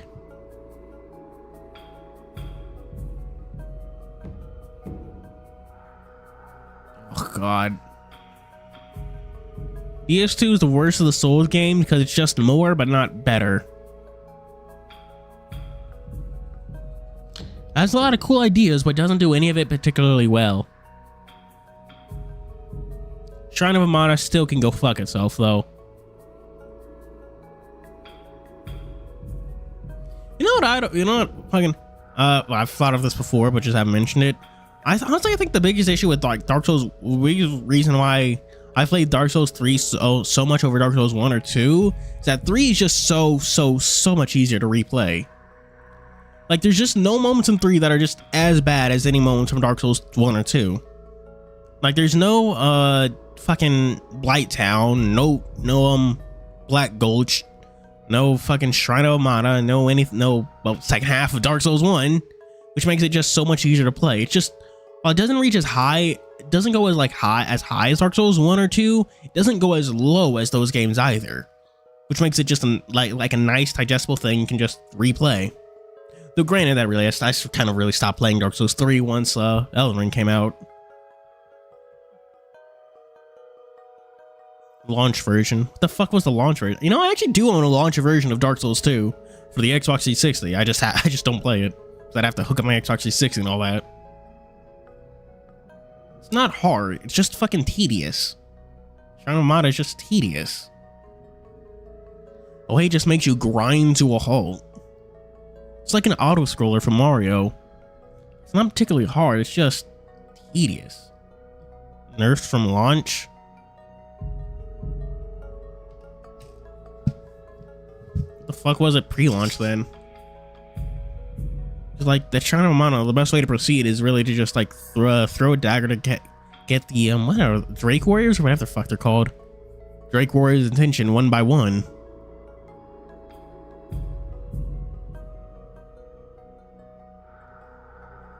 Just starting to accept that where I can't be explained. And then there's also like Black Gulch, fucking not Black Gulch. What's the area below the rat place where you have to do the drop downs and shit? The place that's like Blight Town, but worse. It's also combined with Dark Souls 2's annoying fucking darkness. Kinda wish I leaned more into the darkness mechanic, requiring more torches and shit, but at the same time, I'm fucking glad they didn't. More doors are open, 12 in all. One's completely white and empty, another contains a frilly bedroom, which is where Carl says he woke up. For the long we come across what looks like an office, along with a room decorated with sofas and a chandelier. When we reach one of those doors in the last hall, though, something is different. First thing I notice is a smell. Though it's faint, I can tell it's sweet in the most disgusting way possible. Ugh, what is that? Ryan holds a hand up to his nose as I approach the second to last door in the last hall.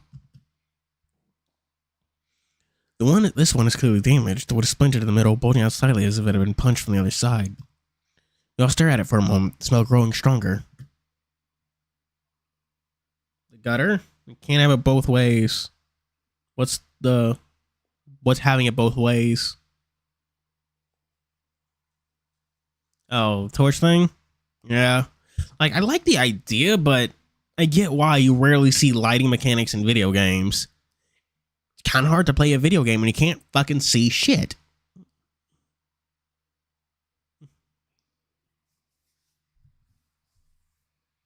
Then it hits me. Donk. Oh god, do you think? Can't finish, covering a muzzle with both hands. Raven, who's been right up next to the door, steps back, something on his face, looking like he's about to throw up. Imagine it smells a lot worse for him. Maybe we should... What's wrong with the sweetness? What are they implying?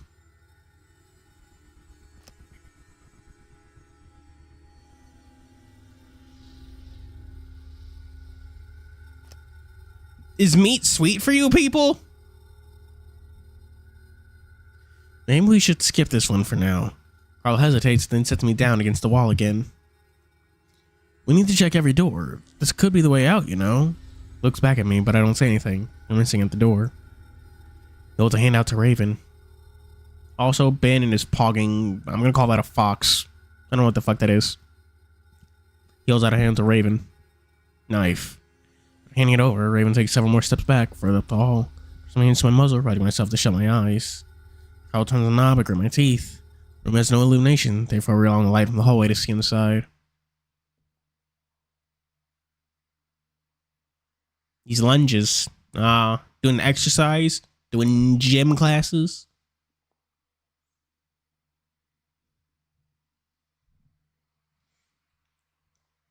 The room has no illumination, therefore we have to rely on the light from the hallway to see inside.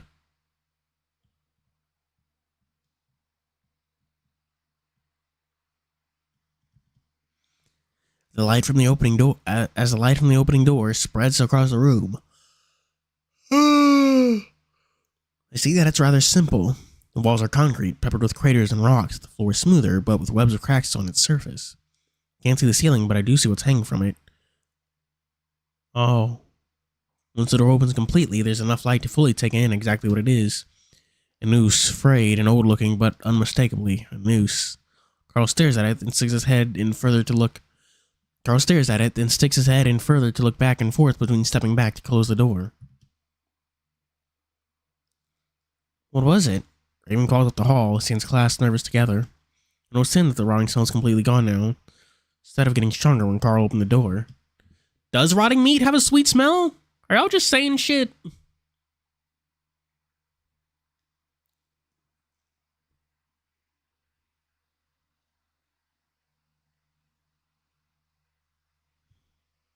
Nothing. Empty room. I see Carl visibly trying to keep his breathing under control as he holds the knife out to Raven before bending down in front of me again.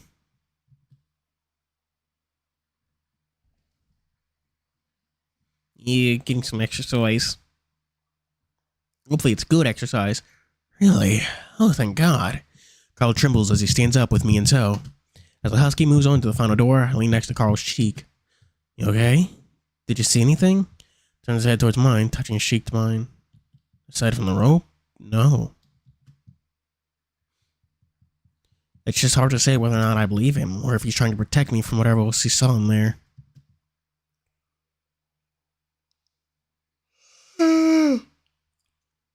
Either way, I don't press for it.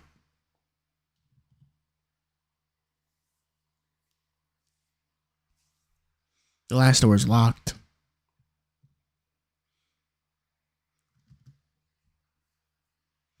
It's big and made of small logs. It's deep brown in color and contrasts with all the others. Raven jiggles the handle a few times, and Carl tries to look through the cracks between the logs, but it's all complete black. So that's it. That's all the doors. Now I'm craving something sweet.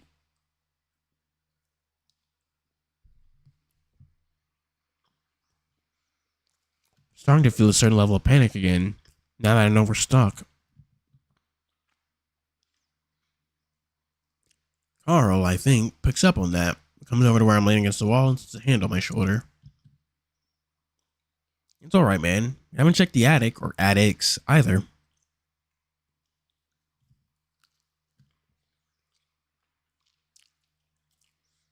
I mean, there aren't any windows, so like you said, we're probably in a basement or something, right? They are in the back rooms. Weird architecture, paradoxical, goes on infinitely. They're in the back rooms. Oh, that's why. They went to that hole in the wall and went out of bounds. No? Like flipping through a level.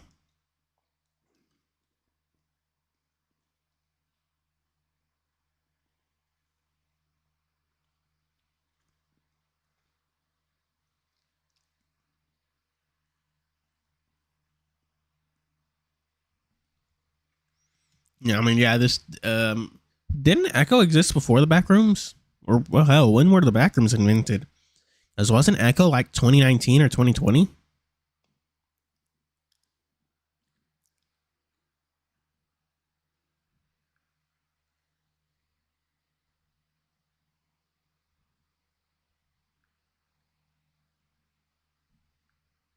The reassuring hand feels good, but it's not exact.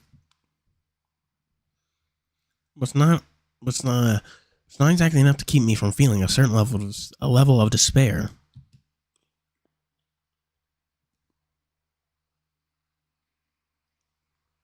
Honestly, I think I'm still dreaming right now.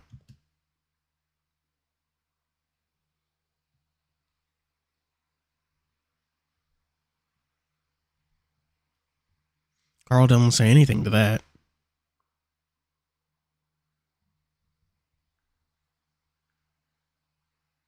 Carl doesn't say any. Oh. Boop boop boop boop danganronpa. I only watched the Danganronpa anime despite owning the games, which is a little weird.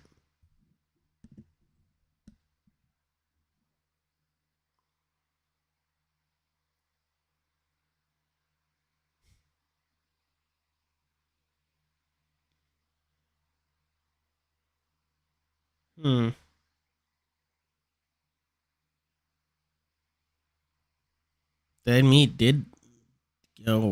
Who's dead meat? Raven said was up next to us.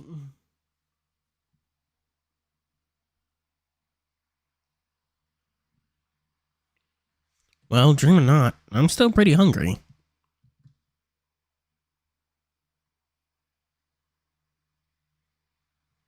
We both glance at Raven, and I can't help but give out a little laugh at the grin on his face. Yes, at least for now. It's best to just not think about it.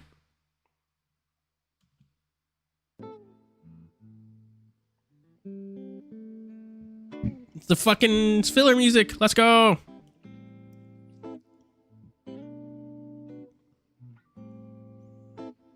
We head back into the kitchen, which doesn't last very long because every door that on the left leads to it. We all split up to search the many cupboards and drawers in the kitchen for food. We come up mostly empty, only finding silverware and cooking utensils here and there. Nice.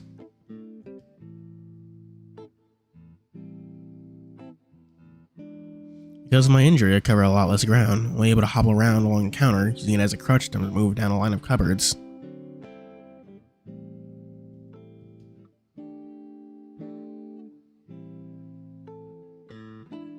How will the ultimate retail worker, ultimate pot smoker, and ultimate submarine find their way out of this? Oh, okay. Submarine. I was like, what the fuck, submarine? I didn't realize you were making a joke about all the characters in Echo. I was like, what the fuck do you mean, ultimate submarine? Like, is that just a person? Just a like, just imagine an entire submarine in like Danganronpa game. It's like, yeah, that's like the ultimate high schooler, the ultimate detective, the ultimate cook, and that's the ultimate submarine. That's not even a fucking person. That's just a submarine.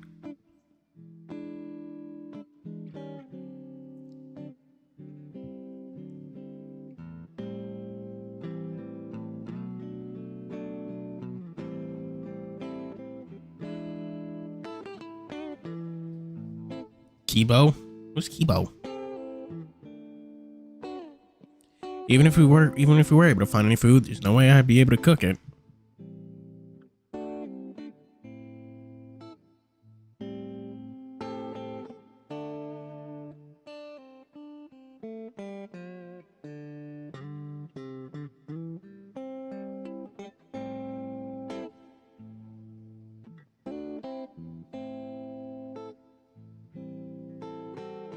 Ooh, I got fish. Fish.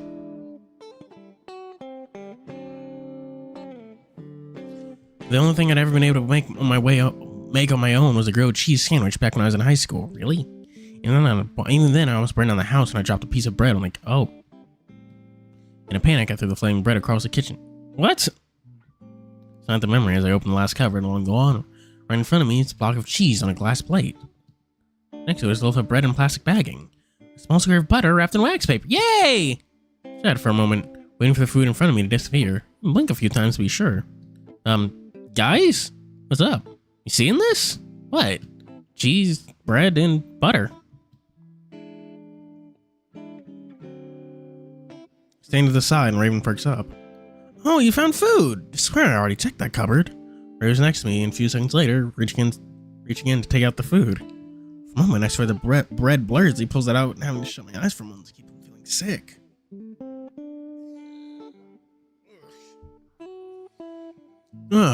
Oof. They should have the tropical DLC to Don't Starve Together.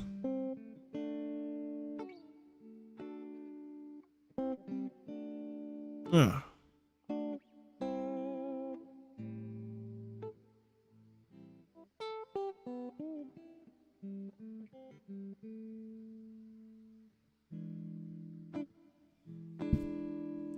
For a moment, I swear the bread blurs to people. Seaside one, but I don't have that. I have it on Dark Souls, not Dark Souls, Don't Starve 1. It's great.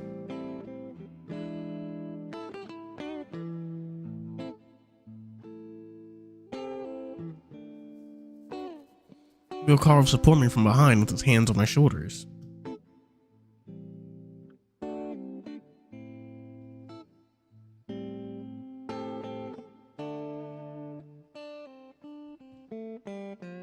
Whoa, dude. You alright, Chase?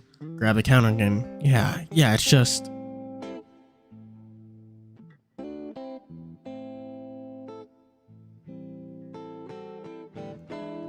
Carl waits for a moment. What? I just thinking about grilled cheese before I open the cupboard. Like, you want a grilled cheese sandwich that really badly and it popped up? Sort of. Huh. Carl walks to the bread and bends over, observing it closely. Looks real. It is real. Carl walks up to the cupboard where he had pulled the food and closes it. Alright, I'm wishing for a steak. Close eyes for a moment and reaches out of the cupboard, back open, smiling expectantly. It's empty. Well, grilled cheese isn't bad.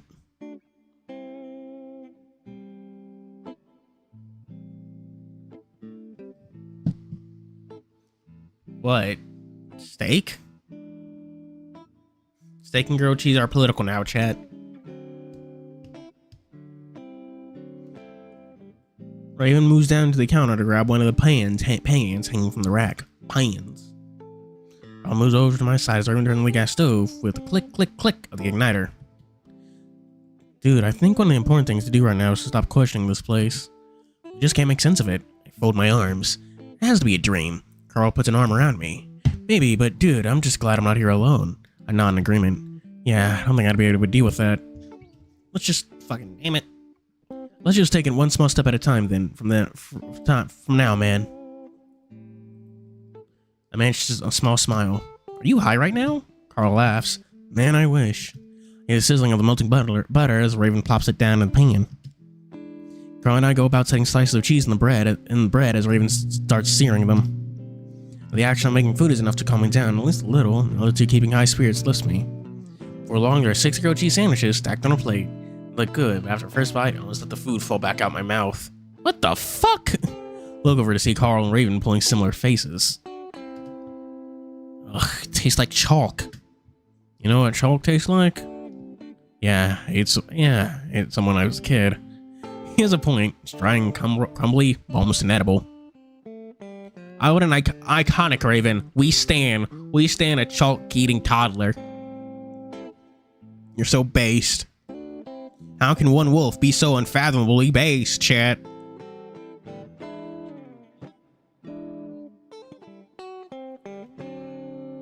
Yeah, I got an eye bone. I get Chester. Yeah, Chester's honestly very useful.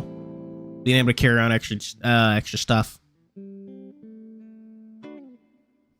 He has a point. It's dry and crumbly, almost inedible. Well, it sort of tastes like a grilled cheese. Sort of. No, it doesn't. I don't think this is food. It's not that bad. Besides, it's all we've got. Raven forced another bite. So does Carl. I can't bring myself to... This is going to be very funny later on. The ankle, the smoke, the dead body, the smell. Dead body smell. Okay, so that's what the smell was. Corpy corpse.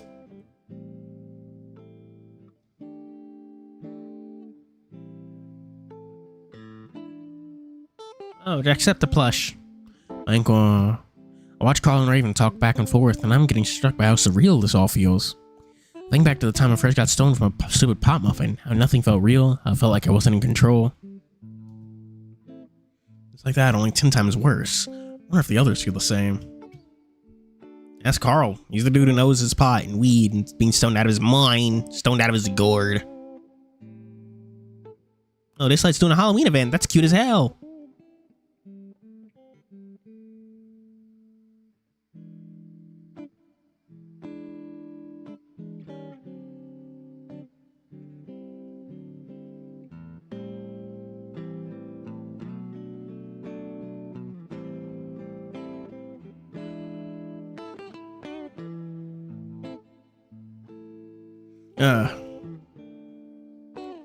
Isn't the next the new guy getting added to Dislike a Furry?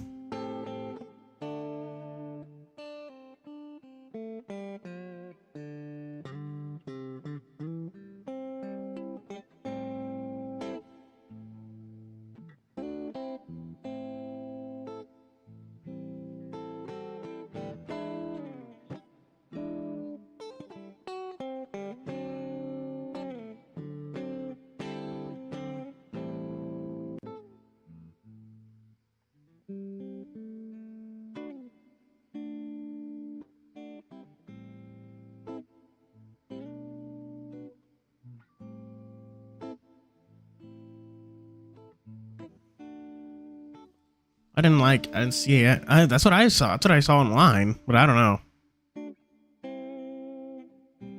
Apparently it's like rotting meat, which apparently smells sweet, according to chat. The fuck if I know, they're not just gaslighting me again. I love gaslighting, Strimmer. What did I ever do to deserve that? Y'all are so mean to me. Why is everybody so mean to me? You know that one meme with the dude with the fat ass saying, why is everybody so mean to me? That's me right now. Y'all jealous of my ass or something, I bet.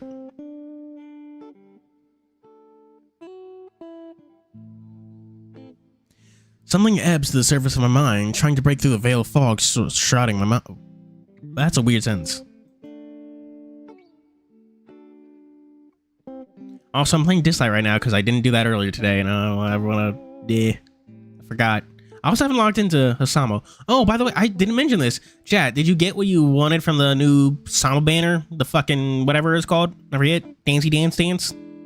DDR. Asamo DDR. DDR with furries. What are we doing? Why are we sitting here eating when we should be trying to figure a way to get the fuck out?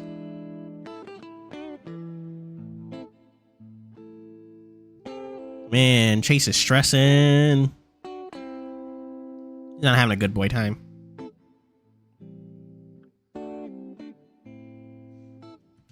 Open my mouth. Everything's fine. Everything's fine. Everything's fine. Dash spooky. Dash spooky. Struggle to keep my food down and instead choose to look hard at the tablecloth.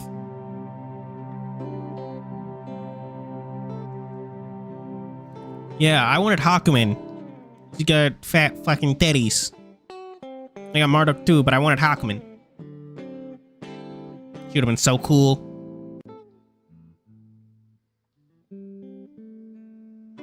Dad of boy?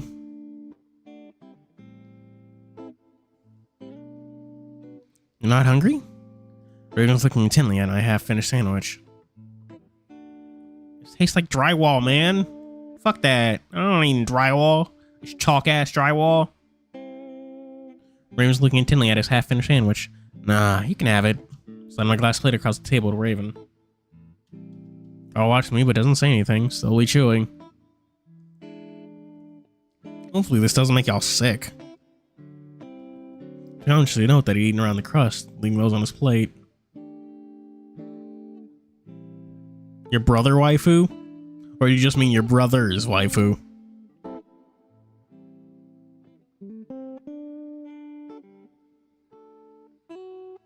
Second variant? Batham has a second. This is Batham's second variant? I thought this was his first.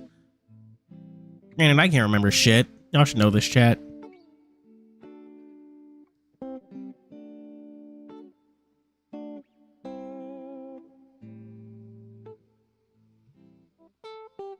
Twin brother love. Man, that's a weird name for your twin brother, but I'm not going to judge. Start discussing what else might be here. What we might be able to do here. Other possibilities on how we could get out. Why don't we just bust down the walls and shit? The attic is really the only place I haven't seen yet, but that's because it's so dark. We're not sure about going. Not like Chase would be able to get up there with his fucked up leg. Shaking his fucked up ankles. Chase, a no good, very bad leg day. The attic is really on. Well, why don't we sleep on it and figure out what to do when we all wake up? Raven yawns widely. That sounds good to me. Feels like it's been hours. It does feel that way, but without our phones, it's really impossible to tell.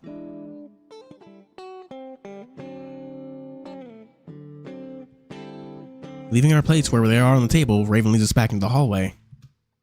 It takes us a few minutes to find the right door, considering everything looks identical, though we take special care to avoid the damaged door. Valid.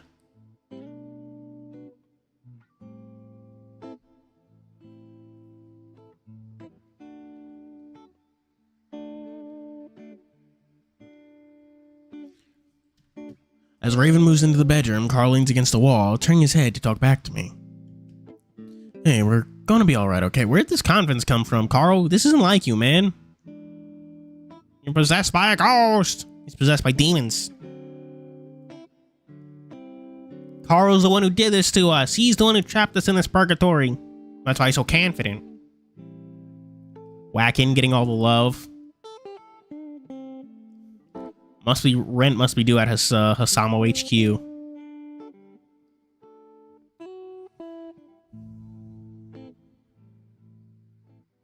Hey, we're gonna be alright, man. I look back at the one green eye I can see and will myself to squash the boiling dread in my stomach.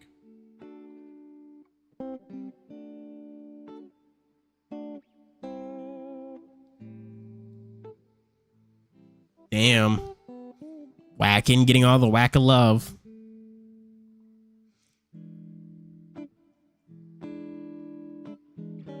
We're not even counting Mugen Waka, are we?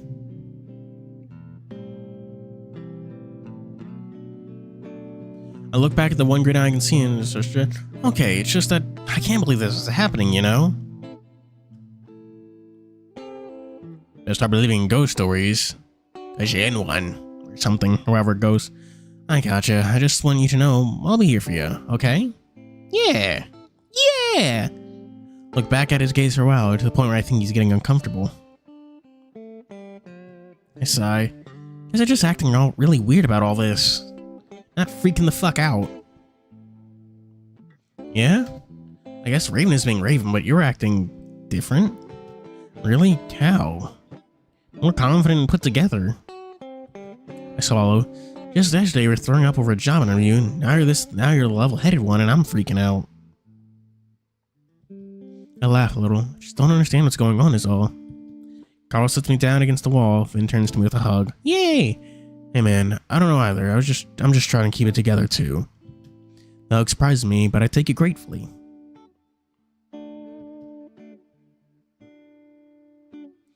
Stare over his shoulder at the uniform hallway. Despite Carl's efforts, the worrying feeling returns.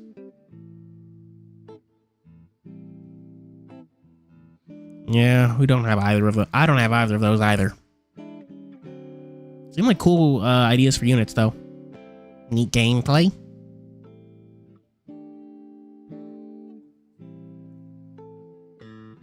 It's my fucking sippy juice. Despite Carl's efforts, the worrying feeling returns.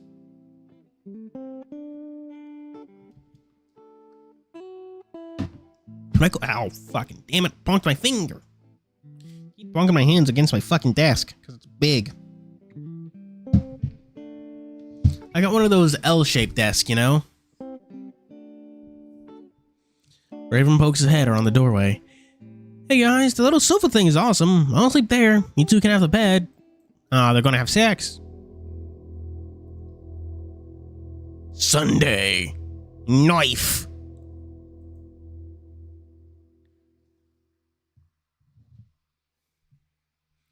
Of course, it was all just a dream. Of course, I dream. Running through endless hallways. That's not a dream, that's just reality.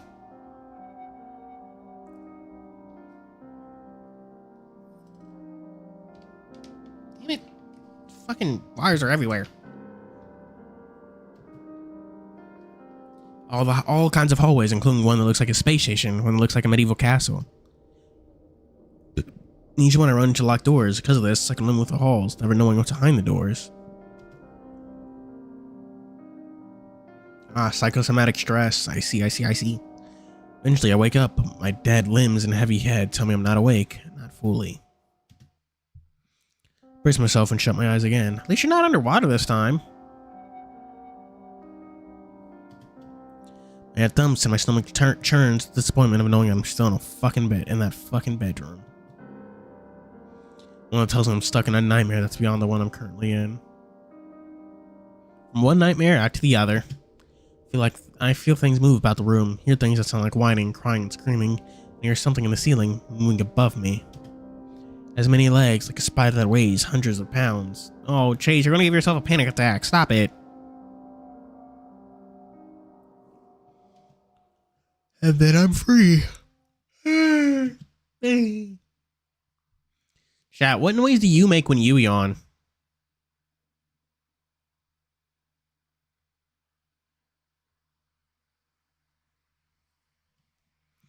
I hold still as a gradual release of the paralysis seeps through my muscles and joints.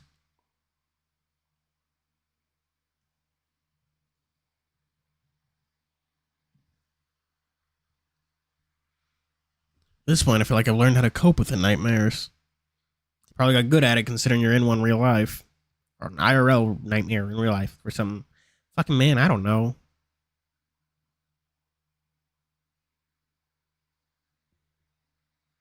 What are you, sleeping? That's not real. No one actually sleeps. That's just a myth made up by Big Mattress to sell more mattresses.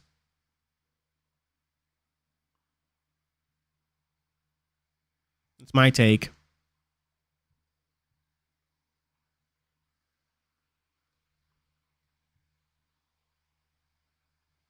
At this point, I feel like, open nightmares.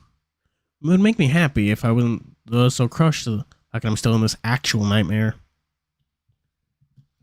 Immediately, anxiety rises up back in my chest as I realize how fucked up this actually is, and how much sense this doesn't actually make. As far as I can tell, we've been drugged somehow and moved to this underground hellhole as an experiment of some kind. What? Are you a victim of aperture science? Portal reference.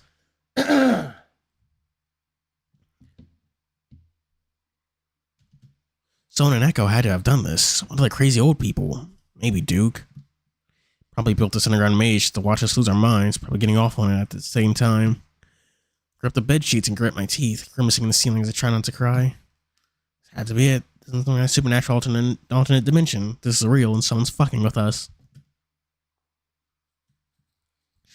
Probably being watched by cameras that are set up in the corners of peepholes right now.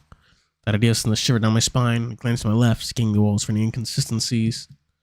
To get out of here as soon as we can. Soon we start moving, the better. There's a small whining grunt to my left at that moment, and I look over. Like Carl is in bed next to me. I stare for a moment at the tangled mess of sheets on the side of the bed, trailing off the side. Carl? I grunt, then hear Carl. I think it's Carl. Voice is deep, raspy. It sounds like he's trying some sort of weird accent that I've never heard him use.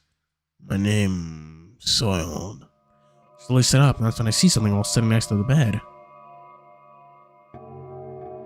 It's the thumbnail! Jesus! I jump and slide back down on my ass away from it, almost falling off the other side of the bed. Staring at it for a few seconds allows me to make out the clear shape of horns under a bed sheet. I was sitting next to the bed with a white sheet over his head, swaying back and forth gently. What the fuck, Carl? I whispered to him, my earlier exclamation was sounding way too loud in this quiet room. You are Raven, but somehow he's still curled up on the sofa, fast asleep. Raven, wake up! Carl is acting all fucky wucky. Turning my attention to Carl, I jump again as I see him staring straight at me. Would he be staring straight at me if it wasn't for the sheet in the way? Oh, what are you doing? This isn't fucking funny at all. I push myself off the bed, leaning against it to take the weight off my swollen ankle. That's why I threw it in size. Ooh, fuck, you good? As I stand in front of Carl. Reach out to take the sheet off his head, but I hesitate. Horns look bigger than they should be, and his voice is so different. Dining love. Carl, you're scaring the shit out of me. My voice is weak, and it cracked at the end as I lose my nerves. Has this place been getting to Carl more than he'd been letting on? Maybe he was just sleepwalking? I remember doing that when he slept over at my house years ago. Reach out again, slowly this time, but again, I hesitate. Carl, Klainsman outfit isn't cool, bro. Wait, this isn't... Whoa, what the fuck? Is that blackface? Wait, no, this isn't blackface. I'm an actual demon. Get the fuck out, man! I can't shake the feeling that if I pull it off, it won't be Carl. Suddenly, the horned figure's head shakes back and forth violently, grunting, reaching fever pitch. Shocked, I fell back a rear, heel against my ankle is jolted. I'm back on my hands, watching with wide eyes. Shaking is so wild that the sheet starts to slip out his head. I was under the sheet is trying to shake it off. Brace myself, watching the sheet slowly slides from the horns to reveal Carl. Of course it's Carl. He stares back at me with bleary eyes, like he's just woken up.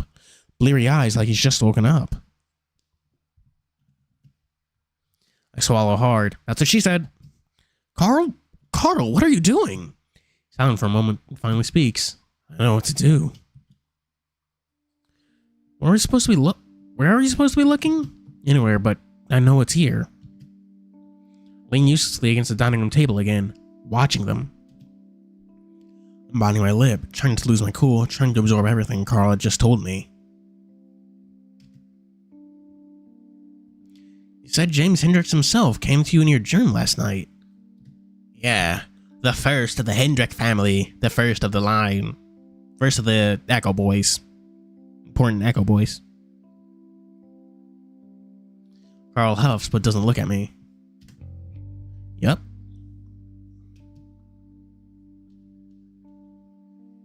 He told you that you had to find something. Carl gets down on his hands and knees and looks under the stove. Oh, cool. What helpful little demon. Yay! Why can't all demons be this helpful?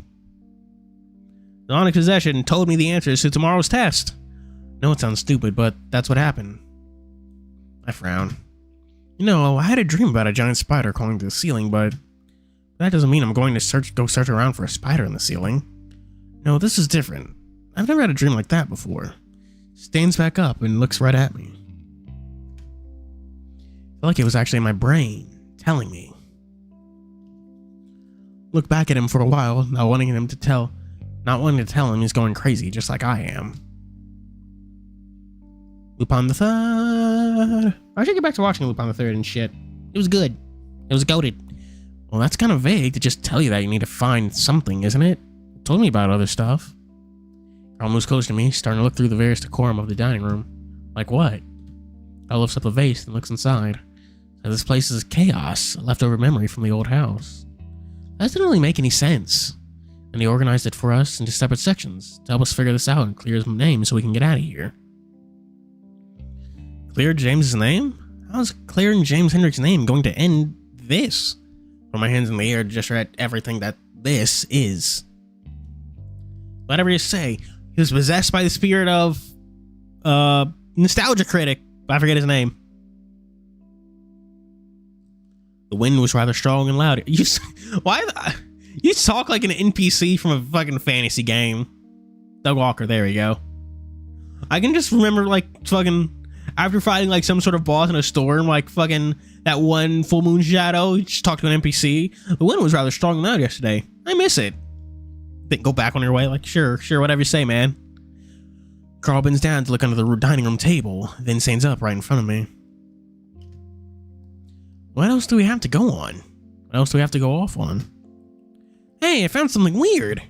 We both look over Raven, who's up a corkscrew. Carl turns back to me, ignoring the husky. Hey, be nice to him. He's a good boy. He's a good boy. He deserves all the pets and head scratches. If we find it, that locked door will open and we'll be able to get out. If he's here, why didn't he just show up himself and do this for us? Because he's a fucking ghost.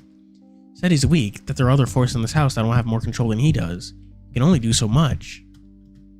I gape at him. Damn. Put it back in your pants, Chase, or put your pants back on, Chase. Do you hear yourself right now? Carl frowns, then moves past me. What does his name even need to be cleared of? I feel tears starting to sting my eyes again, because now I think I'm the only one who realizes how crazy this all is. Chase, more like Chabased.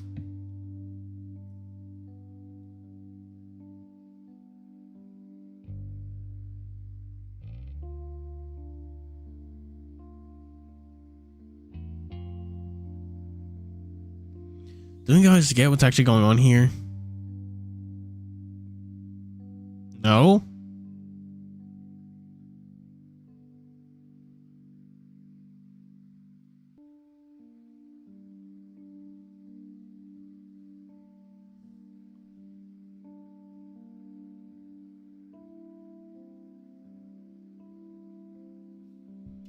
Raven stops rustling through the drawers and looks up at me. What's up, Flower? How's it going? You okay, Chase? No, because someone fucking kidnapped us and put us in a crazy maze dungeon. Should all be trying to figure out how we can get out. Getting out of the crazy maze dungeon does sound like a good idea.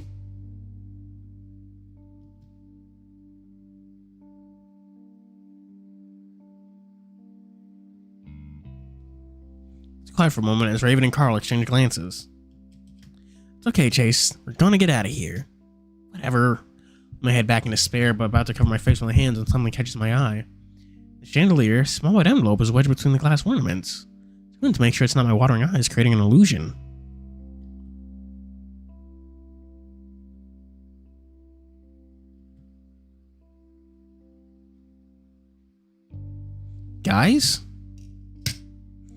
Guys, gals, and everything else in between. What's up with that?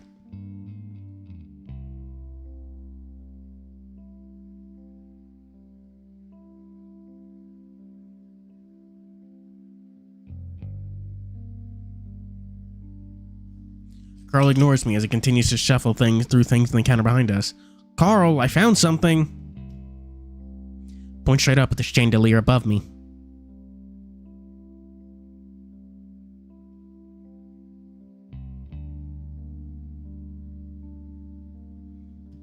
Carl stops then and finally moves next to me, looking up.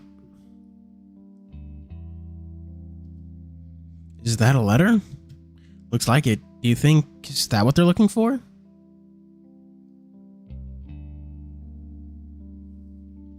Carl gets up on the table, wobbling slightly as he reaches up and pull the envelope from the crystals. With a heavy thump, he drops back down to the floor.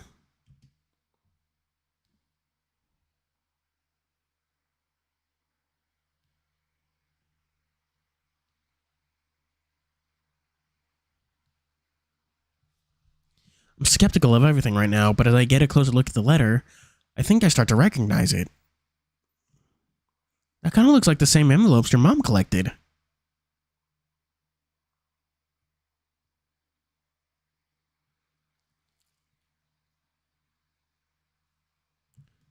Carl picks up the envelope, turning it over.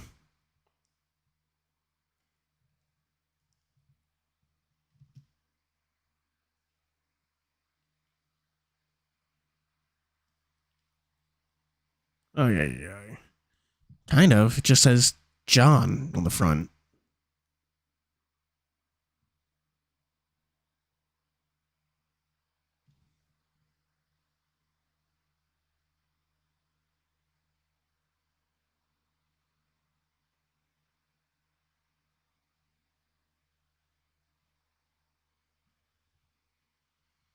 Fuuri, shut up. Shut your face. Don't rush me. Don't rush perfection.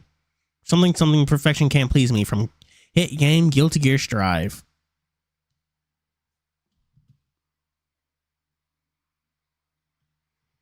Carl opens the flap to empty out the contents. That's what she said. No, isn't that guy? Whoa!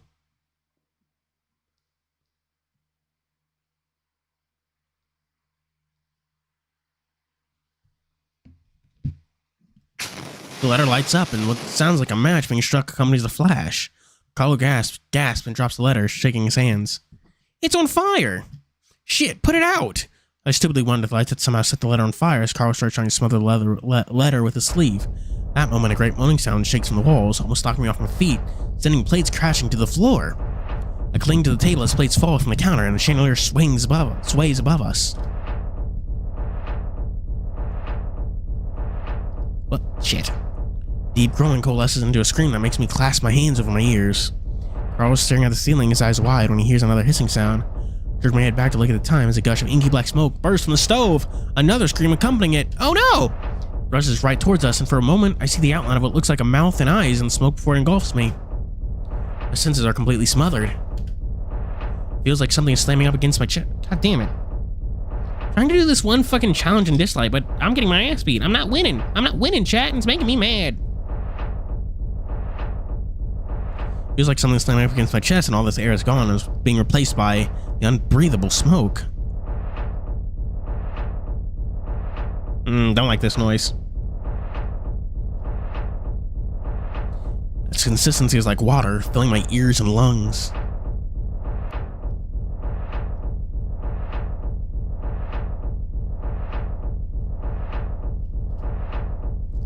I scream into the emptiness, but I can't hear myself. With a cacophony that sounds like rushing water mixed with muffled screams and explosions.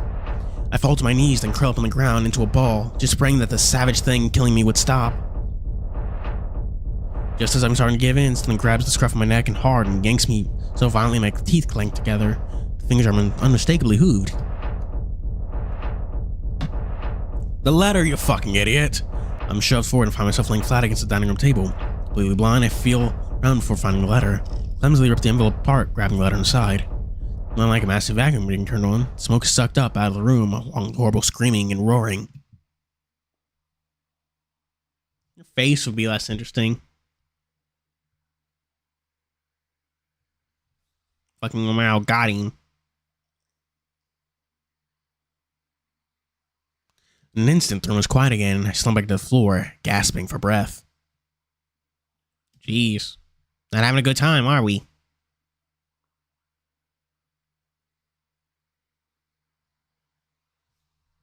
Carl was right next to me, curled up in the same position that I was.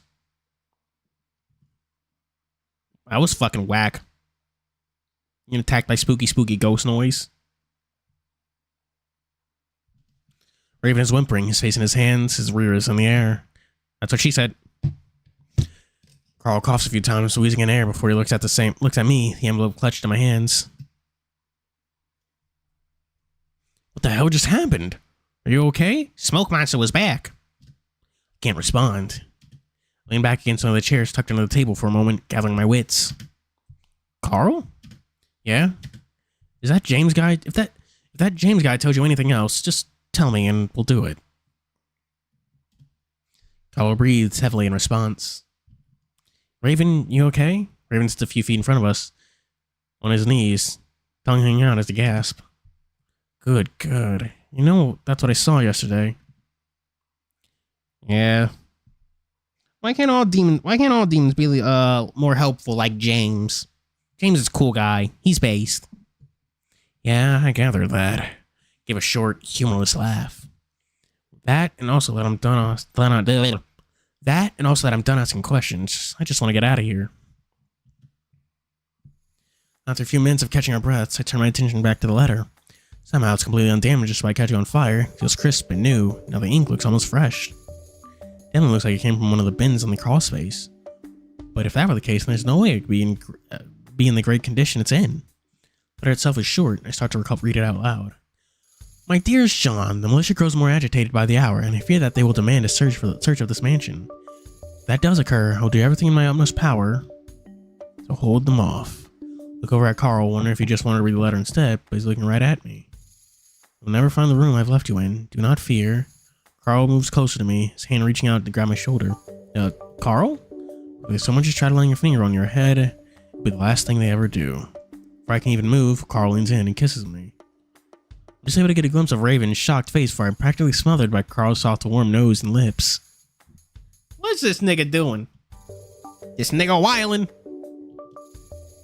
I freeze, my shoulders tensing. It's not that I'm not enjoying it, it's just that the kiss was so unwarranted. Not sure how long it'll last, but I never make a move to stop it. When Carl does finally pull back, it's awkward and looks just as confused as I am. Raven sits there, openly staring at us. Carl lowers his ears, his nose growing pink. Sorry, I don't know. I just did that. Clear my throat. Don't worry about it. This place is doing weird things to me, too. It's making you gay. Oh, that was cute. Cool. Raven's not homophobic. Raven, could you help me up? I mostly ask him so I don't have to dwell on what just happened. Carl clears his throat. Oh, well, I think the door's open now. Let's go check.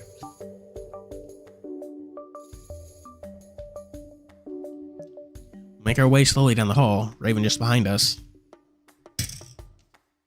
Chad, I've been reading too much. I'm getting lightheaded.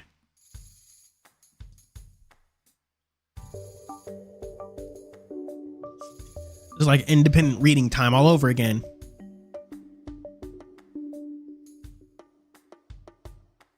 The giggles. We make our way back slowly down the hall, Raven just behind us. I lean in closer to Carl's ear so the husky can't hear. So, was that really you, or did your great whatever take control again? Oh yeah. Did the letter say John or James? Because wasn't James Hendricks the ram that was gay for John Begay, the fox, right? I don't know. I think I was still in control. Just felt like the right thing to do, you know? Yeah, so this was sent to... So that's a letter to John, the gay fox. I'm guessing this has to do with the militia and stuff. Looks like you already knew what the letter said. Yeah. I'll wait for him to go on, but he doesn't. Well, what does he need his name cleared of for anyway? Being gay? I don't think people care about that stuff anymore. No, we already sort of knew that. Besides, that was basically a love letter. So, what is it that he thinks ruined his legacy? Carl thinks. Guess the idea that he just allowed his lover to die. I think people believe that he sort of just left John to die. John to die. Didn't really try to save him.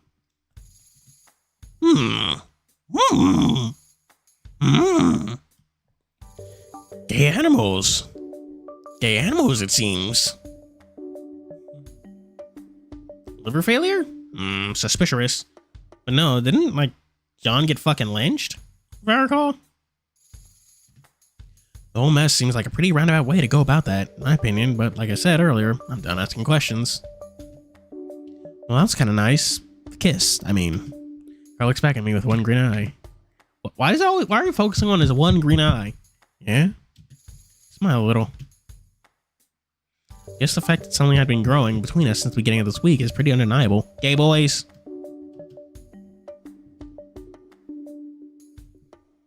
Now we're here in this crazy alternate dimension with smoke monsters.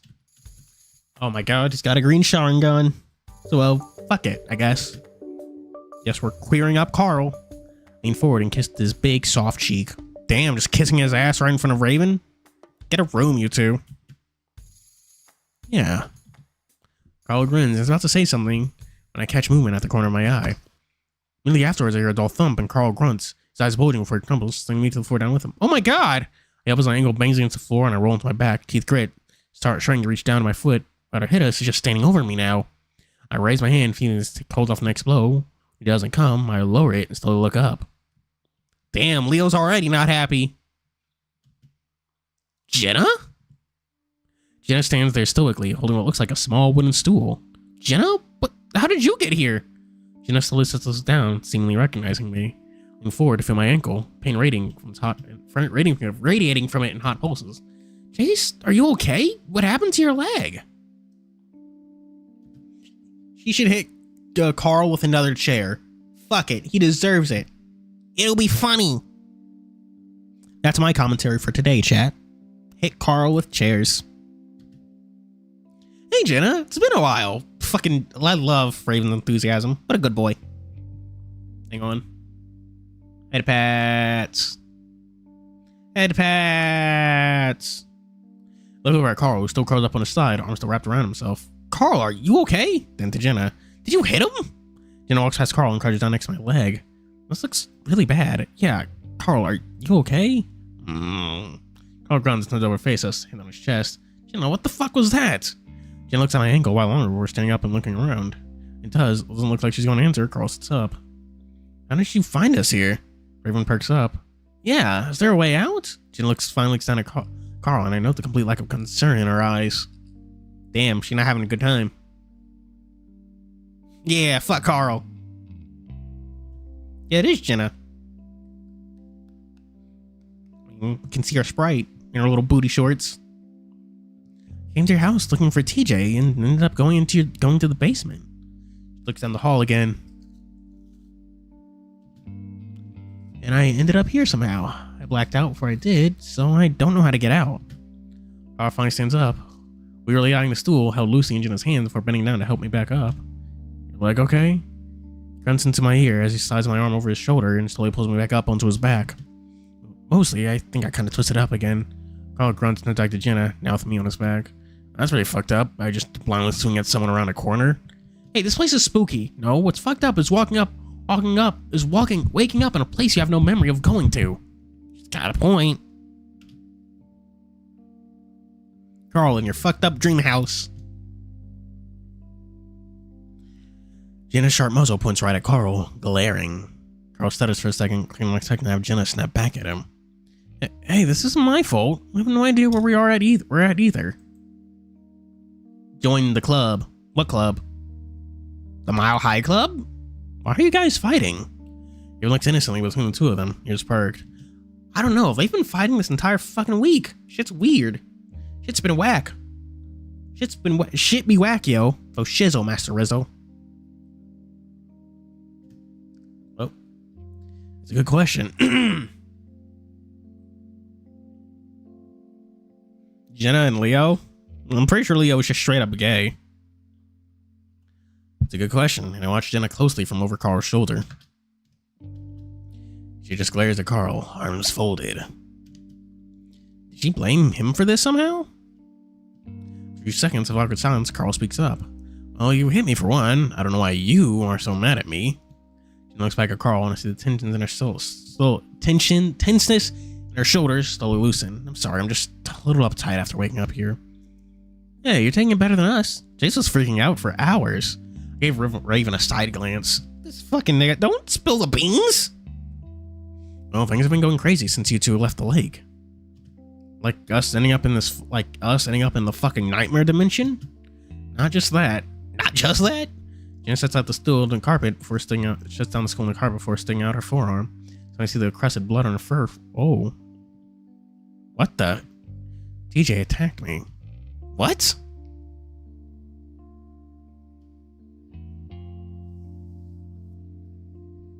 That sentence doesn't seem to fit together.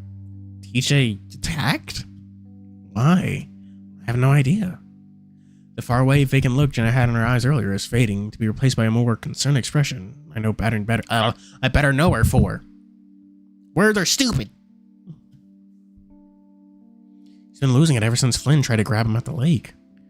I'm starting to feel sick to my stomach. Why? He wouldn't tell me. He was just acting anxious. Kept looking over his shoulder. He's looking for the shadow man. But didn't he sort of just like that most of the time? That's mean. Jenna folds her arm and shakes her head. No, he kept looking around and kept saying he was seeing things. She stops short. Like what? Jenna looks up. Sydney. Quiet for a while. Seems all the rumors about this town are true. Everyone is crazy. This isn't normal at all. Even in Echo. Shit's getting all fucky-wucky, yo. Jenna looks at Raven. I'm sorry. Who are you? Raven grins. No, I'm sorry. I'm Raven. He sticks out a hand. Oh. I noticed that they call him hands instead of paws in Echo. Just a detail. Jenna looks at him. Jenna looks at it before turning to me. Chase, something was going on with Leo too. Kept asking around for you, then he ran off saying he had to take care of some things. Oh, I don't know why. Trying to think what Leo might have wanted from me, but I draw a blank. Could be anything. Anyway.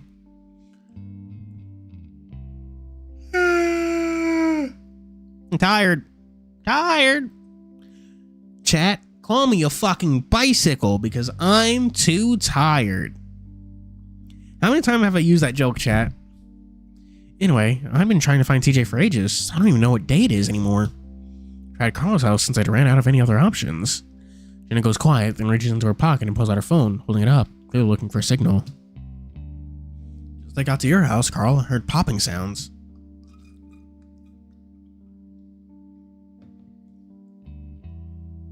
Jenna sighs and puts her phone away again. Gunshots, I'm pretty sure. Coming from Main Street. Something's been happening to everyone. Jenna slides her hands into her back pockets, looking around. And now this. Wow.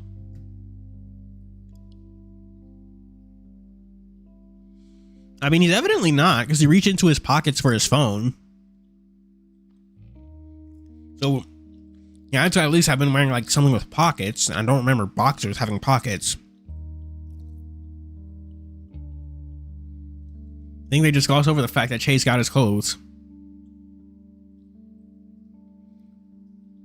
So something fucked up is happening all over town. Think about Leo and TJ, my stomach twist at the thought of them being out there. Fuck Flynn though, he can go to hell.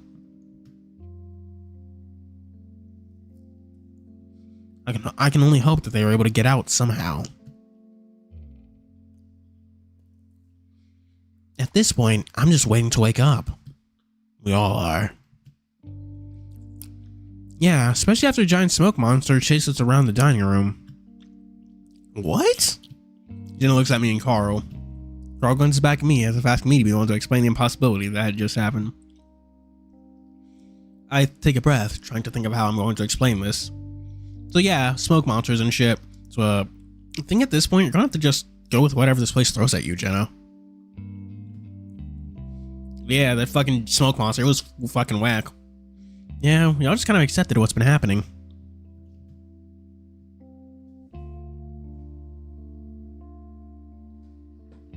Ugh, gotta get a drink. Oh, shit. Well, we have to, otherwise it'd just be us sitting around freaking out about how crazy this all is and not doing anything about it. And so far, it seems we've at least moving things forward. Jenna stares at us. What happened? Explanation time! We all stand in front of the wooden door in a half circle, none of us wanting to open it. So, this is all to clear James's name? Seems that way. But why go through all this trouble? He's a fucking ghost, man. He can't exactly just tell us stuff. I rest my good foot on the carpeted floor while I lean on Carl's back, wanting to give him some relief from carrying me all the time. Probably because of the smoke monster thing. Just trying to stop him. Maybe it's making all of these obstacles? Shouldn't I have taken our description of what had happened in the dining room pretty well? She listened silently while I explained what had happened so far. So I guess if we can get a story straight, maybe we can get out to the town what really happened, we might be able to get out of here. You think there's maybe a reason why this monster doesn't want James to get this information out? We're quiet for a moment. Well, we don't have much else to go on. Again, there's a long pause as we all contemplate what the hell happened behind the door. A pause is broken by a certain husky, though, as he sits white-handed. His white hand suddenly reaches out to grasp the handle. Maybe we've already done what needs to be done. I'll bet this gets us home. Raven! Heavy door pulls open slowly with an unearthly squeal. Spooky! For a brief moment that I'm conscious, I see a black square in front of me that grows in size until it takes up my entire vision. Muscles on my back and neck seize and my teeth clench together as my head jerks back. Damn. Get fucking socked? And I'm falling. Whoa! There's a rhythmic throbbing in my head. It's hard to decide if it's coming from inside my head or outside. Nice sense to come back is touch. I feel a cold, hard surface under my back. Probably would, just by the way my claws sink into it. Shift around a little, but I don't feel like getting up just yet. Smell is musty and old. Oh no! No, I'm not gonna make that joke. I'm not gonna make that joke.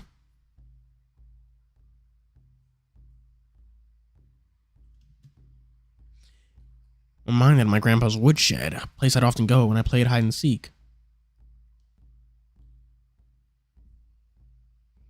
You can do it.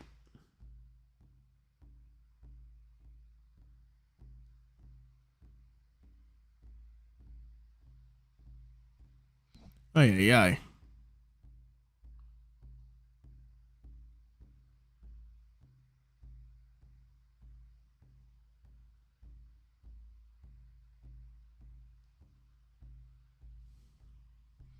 Mind my grandpa. Oh.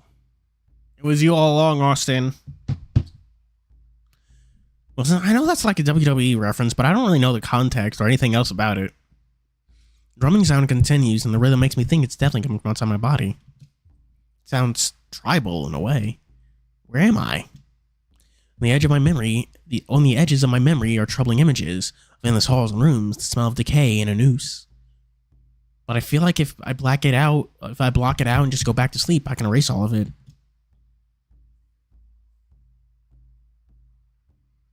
I almost succeed, but then something brings me right out of my reverie.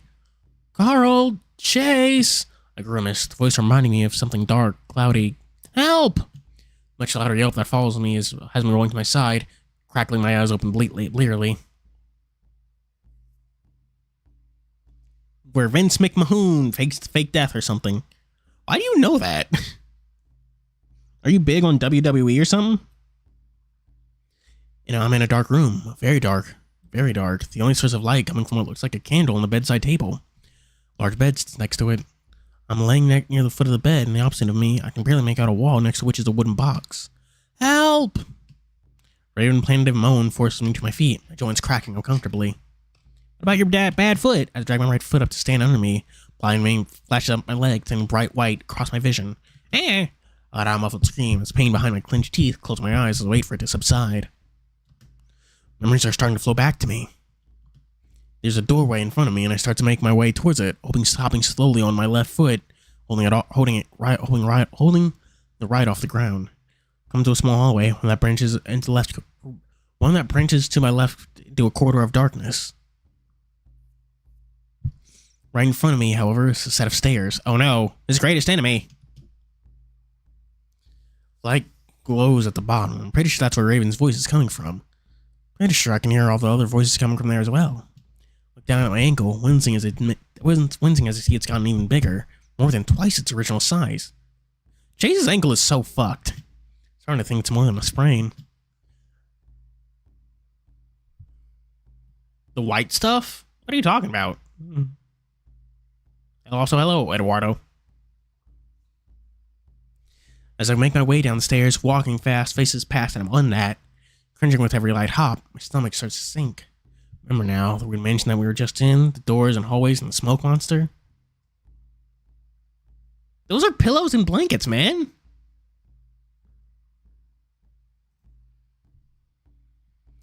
And the door we just went through, whatever's happening to us isn't over yet.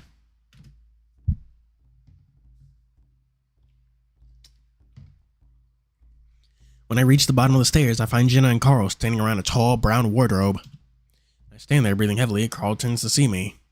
Chase! Immediately rushes to my side, who's clopping loudly against the wooden floor. Clop, clop, clop, clop, clop. I think he's simply coming over to support me, but he wraps me up in a hug. God, I keep worrying about one of us is going to disappear. Glad you're here. Yeah, I'm fine. I was upstairs in a bedroom, I think. Anxiety I'm feeling over this whole situation goes away just a little, absorbed in the soft warmth of Carl's body.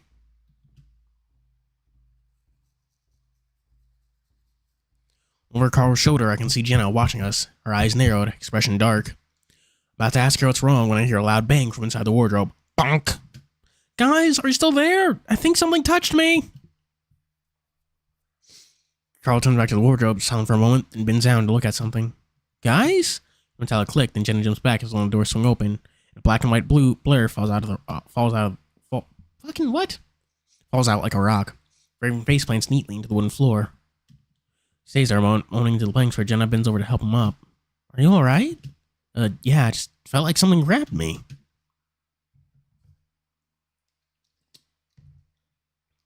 Look back up in the wardrobe and find a very bare and empty wooden compartment. I'm inclined to believe him, though, after everything that's happened.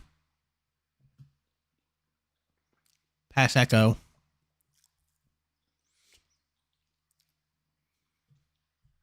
Little Pondy Gator, we're playing Echo. What was it? I feel like the people from Password would, who would handle the situation better? Would the Password people handle this situation better than the ones from Echo?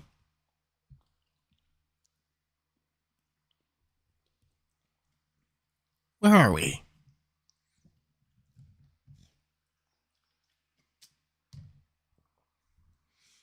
It's a good question, and now with the excitement over, I take the opportunity to look around as well.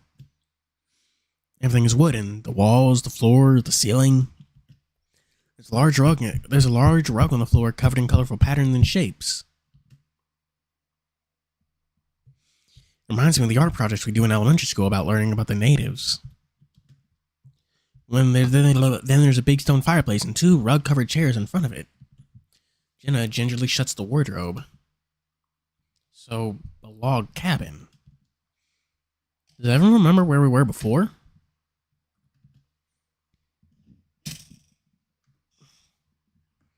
I don't know, man. Chase is pretty incompetent, too. Now, Dave does have 0 survival instinct. He probably swan dive out of that little fucking attic area, just whoop. Yeah, that mansion place.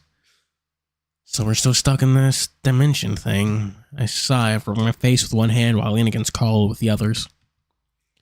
I'd long ago given up on trying to figure out exactly what the hell is going on. Yeah, the hair is a little weird.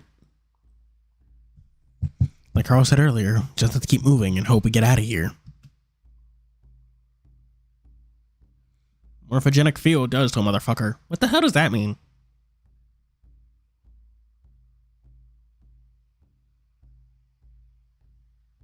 The bear with the gun got shot. What's that sound? No, I don't remember that, though. It's been a while. The drumming that I had thought was coming from within my head I started up again. Drums? As he moves towards the wall, which consists of several logs stacked horizontally on top of each other. Can't see anything. The cracks are filled with stuff. Look around again, this time more carefully. One in front of me is a large log door, not unlike the one we initially came through. On the left side, separated by the stairs, is what looks like a kitchen. Looks like the kitchen side of the room. A small table with 2 chairs on either side. Also a big black wood-burning stove next to a few shelves that are full of pots and pans. Various tools and furniture clutter up the rooms. And then there's a window. I pointed out to Carl. Look, let's try to see out through there.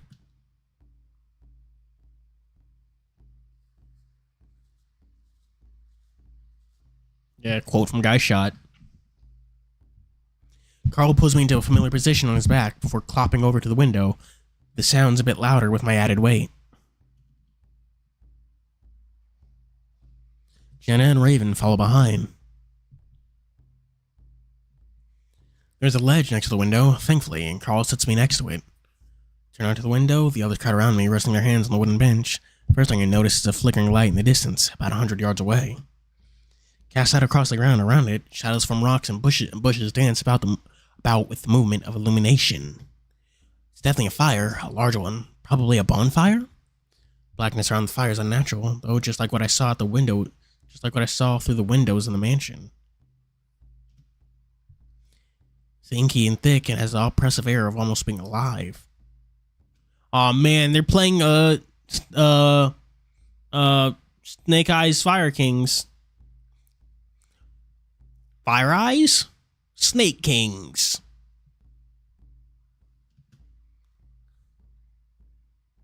Gotta hit their ass, then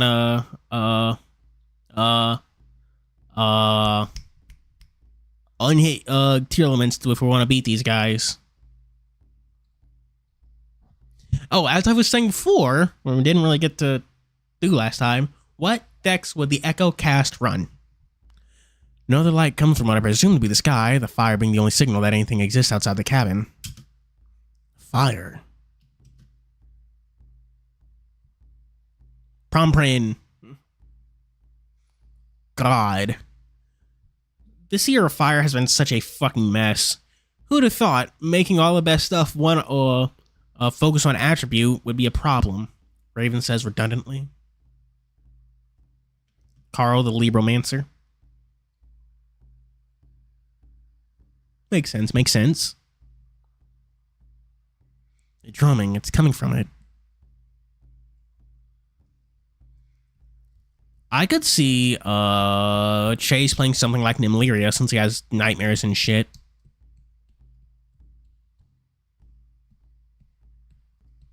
Yeah. What's the current meta deck? Well, Yubel.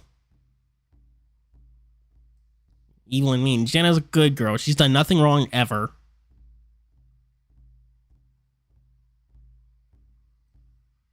Char reaches out, but his hand looks to immediately press against something.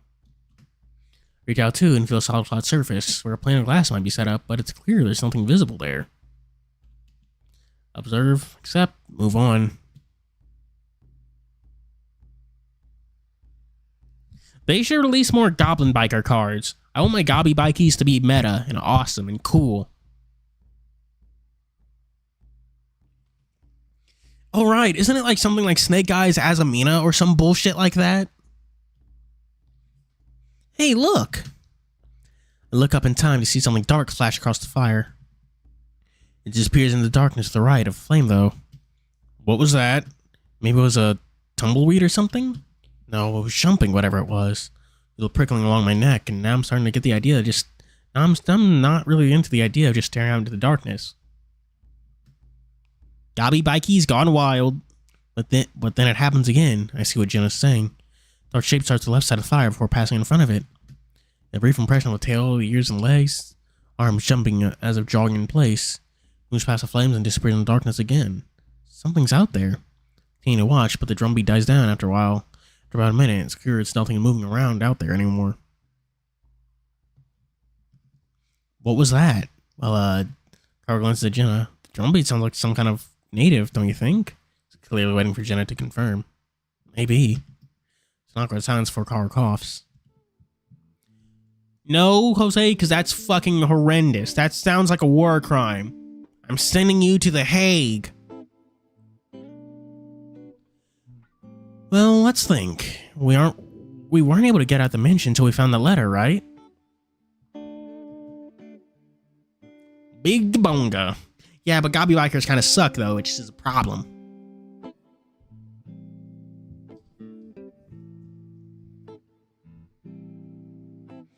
He looks at me. Yeah. Respond automatically.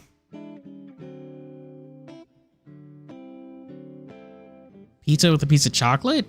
So you just ate chocolate in a pizza?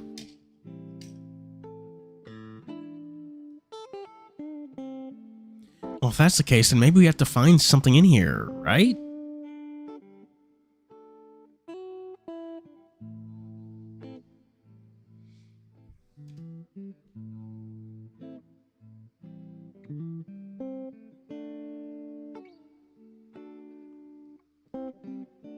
I guess that would make sense, but what are we supposed to find? Another letter?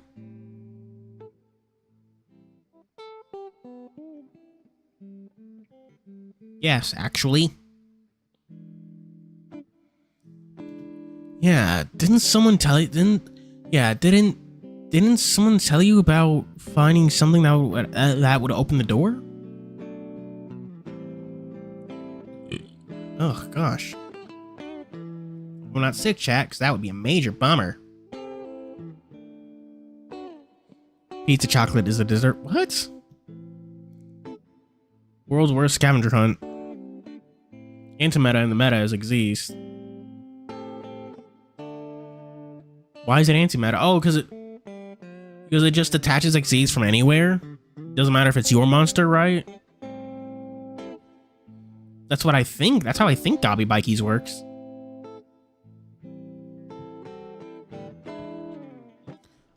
Actually sleep. Chat, I slept for like 5 hours today. Be nice to me.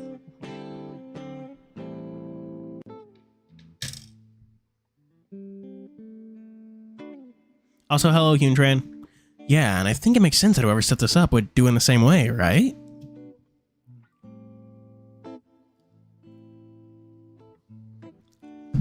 Hey, just because I own all the Goblin Biker cards and built a Goblin Biker deck does not mean I know I've actually played with them, damn it. Shut up.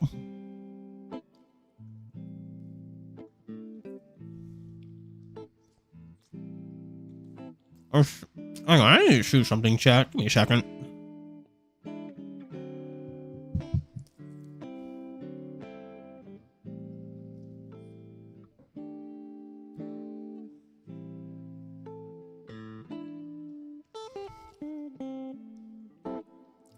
The best counter to Goblin Bikers would probably be something like that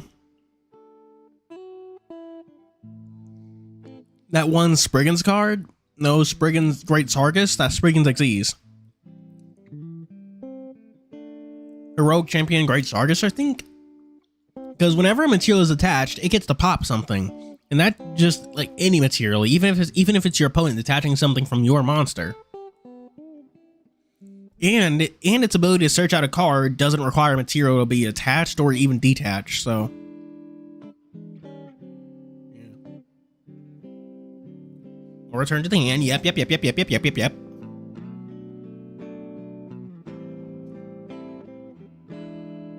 God, Spriggan. What would it take for Spriggans to be meta? What one little boost push would they need? I sigh and stop staring out the window, my back sore from the twisting motion. Sit straight up on the bench and look back into the cabin. Well, if we're supposed to find another letter, there's a bunch of places to hide it.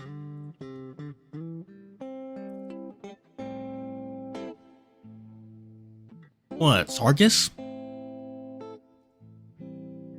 Maybe.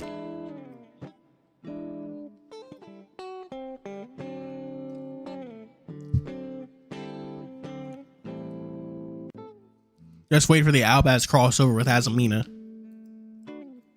Going to get branded Azamina Synchron Fusion Polymerization with Eyes of Blue Dark Magician. It's going to be great.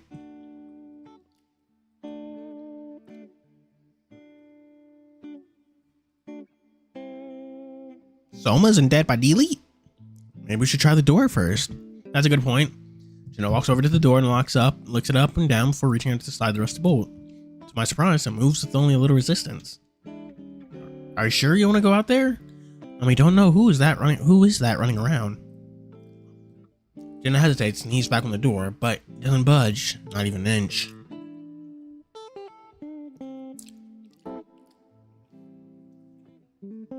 On Eyes Performer Pal Synchron. What a fucked up name. I know we mention this all the time, but that is a fucked up name. That is a fucked up name and I hate it. Jenna sighs. Raven rounds up next to Jenna before enthusiastically yanking back on the handle as well. The door holds fast. Of course. Gonna stay at the door a moment before turning to us. Let's take a look around upstairs. If we're supposed to find something, then we should start from top to bottom. Agreed. Carl bends down to pick me up, but I rest upon his shoulder. Wait, I don't want to have to drag me everywhere, let alone up and down the stairs. Stops mid-stoop before his face level with mine as he looks at me. Sure, I don't really want to leave you alone down here. As I look back at him, I can't help but note the differences that I noticed earlier. His face has harder lines, fur duller, eyes somehow deeper. Wiser? You alright? You alright? You alright? I blink out my trance and blink. Yeah, I'll just stay down here and look around where I can. Jen and Raven are already making their way upstairs, Raven going about how his family used to have their own log cabin. Alright, but shout if you need anything. Echo, but with Simlish. Yeah. Granted, it sounds like there's voice acting in Echo currently.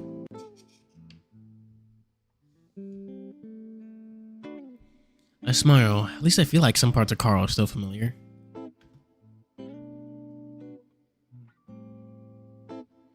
Oh my gosh, Carl is TN. After the ram heads up the stairs, I lean back on my little bench, letting my head tilt back as I close my eyes. Everything in this new environment, even in this new environment, everything is still feeling surreal. Demon possession transformation hitting. Yeah. Carl's looking a little weird. I've come to welcome the feeling, though. It's a nice little barrier to everything that's been happening to us right now. In some ways, I can still pretend this is a dream. Hell, even now I'm thinking it's a dream. I'm somehow stuck in one of my paralyses. Maybe I'm just in a hospital right now and they're trying to figure out how to pull me out of it. Yeah, you went into a coma when you almost drowned at the lake, man. Damn. That has me feeling like I'm being watched in my fur pickles around my neck.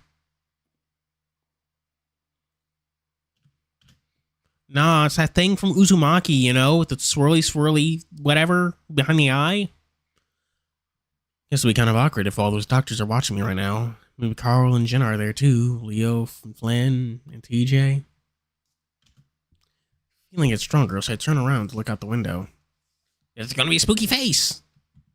It's still silent, and a lone little flame in the distance continues to flicker on the rocks and sagebrush. Makes me wonder how endless this world is.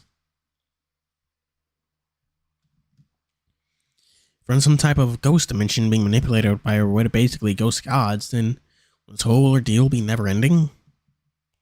The thought twisted my stomach, so I stopped thinking about it. Turned back around and forced my eyes to start scanning the kitchen from top to bottom, looking for something, anything that might stand out. I assume I'm looking for a letter. But again...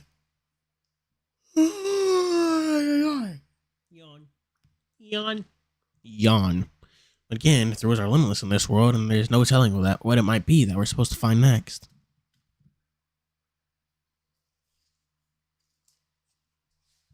Sleep is for the weak. Plays my little funky little accordion. Think about vocally asking James, wherever the hell it is, for some help. Maybe some kind of hint at least. There's no way he's going to do this. I'm going to do that without the others with me. Thinking about pushing off the bench to start limping around the kitchen when a small scratching sound catches my attention.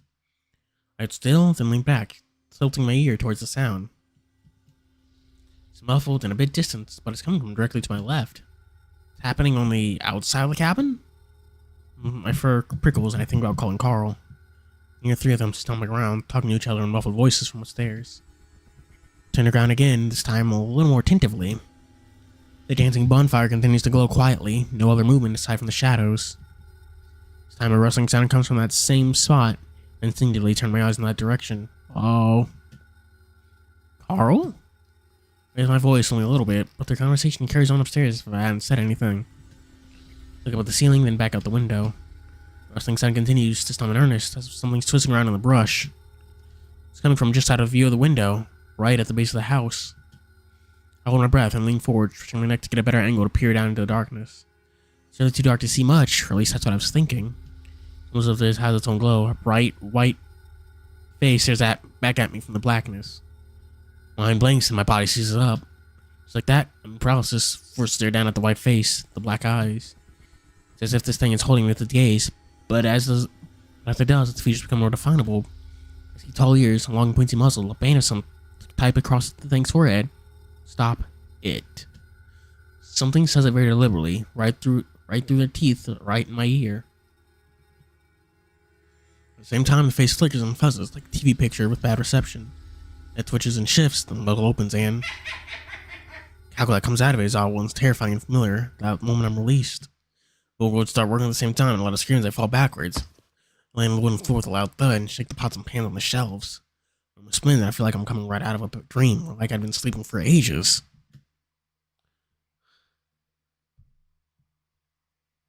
Spooky! Spooky! Spooky!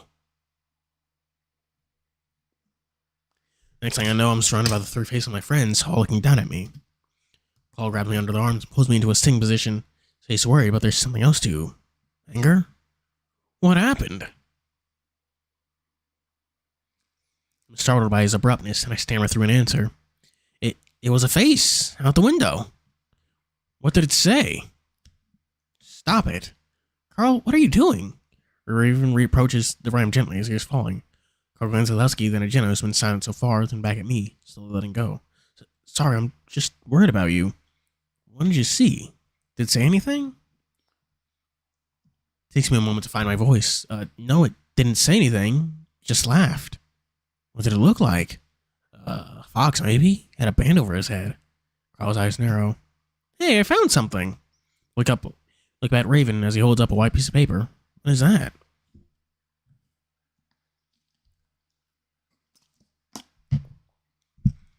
Carl stands up, staring hard at the paper in Raven's hand. I don't know. Looks like a photocopy of a newspaper. Let's see. Raven turns toward the candle sitting on the desk. Jenna stands behind him. Missetta boy missing after... Whoa! Raven flinches back as the paper catches fire, illuminating the entire cabin room. Our shadows dance across the long walls. The paper, which Raven had already dropped, flutters to the floor, thundering in flame, eating it up complete before it hits the floor. I stare at the smoldering flake of ash on the ground. Raven, are you kidding me? What? I wasn't even that close to the candle. It might have been what we needed, but Raven stares at his hands, looking forlornly between them and the candle, which seems to flicker innocently on the table. I press my face in my hands. Well, what do we do now?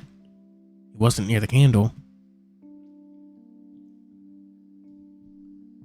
I pull my head out of my hands, not because of what Jenna said, because of the way she said it. Huh? I've got a side angle here. We're at least 2 feet away. It's a brief silence. Jenna, what are you talking about?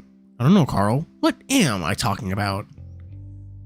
Jenna's fucking losing it.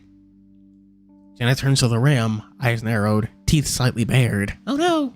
I look at Carl. He's frowning, concerned look on his face. Jenna, I don't know what you're talking about. Saying there's no way the candle burned that paper. Jenna's concerned expression deepens, but there's also a hint of condescension there. What else could have done it, Jenna? Nigga, there's fucking ghost here. You saw shit catch on fire, but not really before. It's fine. It's normal. Don't worry about it. This time, the silence is heavy. I'm baffled by the interactions they've been having so far, and judging by the look on Raven's face, so is he. Hey guys, I'm sorry I burned it, but maybe we can figure something out from the title. Missetta boy missing? Look at Jenna.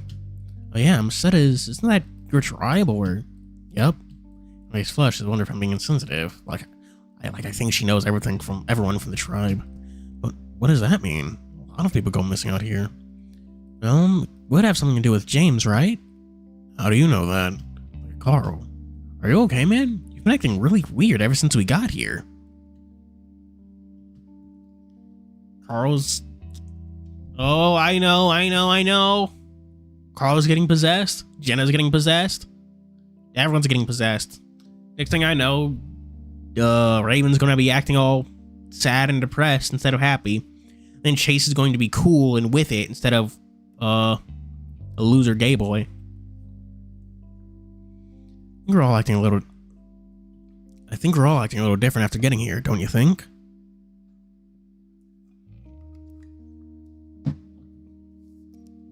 I'm out of sippy juice, chat. Carl glances at Jenna. Are we fighting again? Oh, Mom and Dad are fighting. Staring at the ash on the ground, something I should have realized suddenly hits me. Wait a minute, that newspaper kind of looked like something that came out of the crawl-space tubs. What do you mean? I was looking through some artifact that Carl's family saved from way back when, for that project I was doing. It seemed like years ago at this point. It's only an hour left. We can totally finish it in an hour. Snap my fingers. Some of that stuff was missing from it, like pages ripped out from Carl's mom's notes that had photocopies of old newspapers. So that was a clipping from the notes? Maybe, I don't know, but John was native, so maybe it has to do with him? Looking back at the small fox I saw through the window, the band across his forehead. Was that John?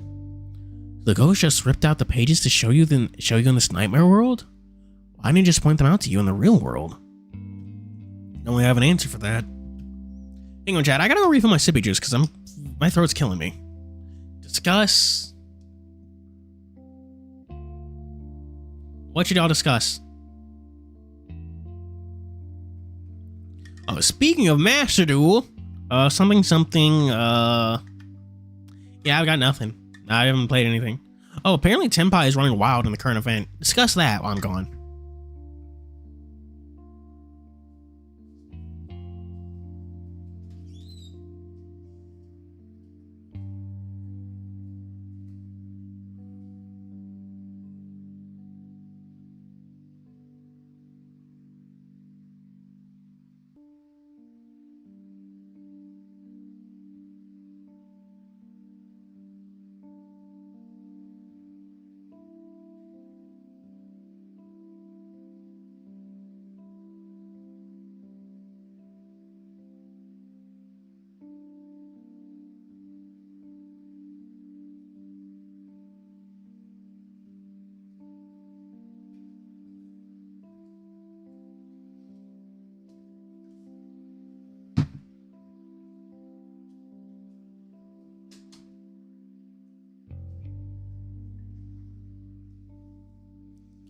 Then we would have to be going through this shit right now.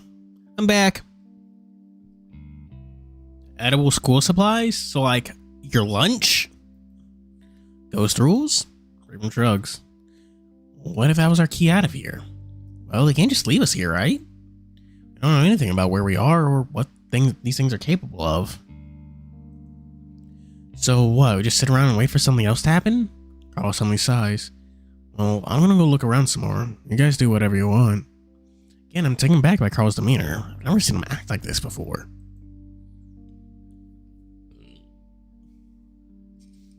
Hell yeah, glue eating.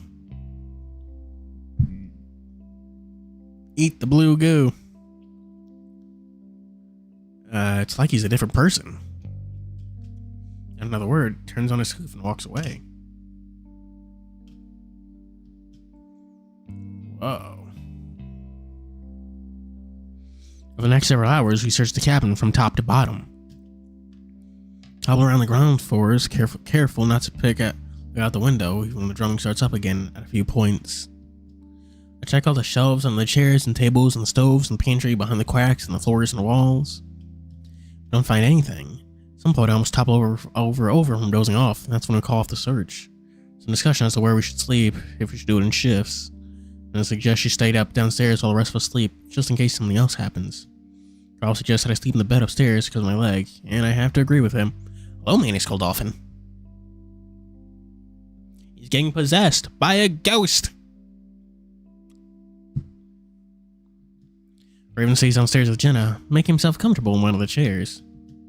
Carl hobbles up the stairs with me on his back. Jenna watches us the whole way.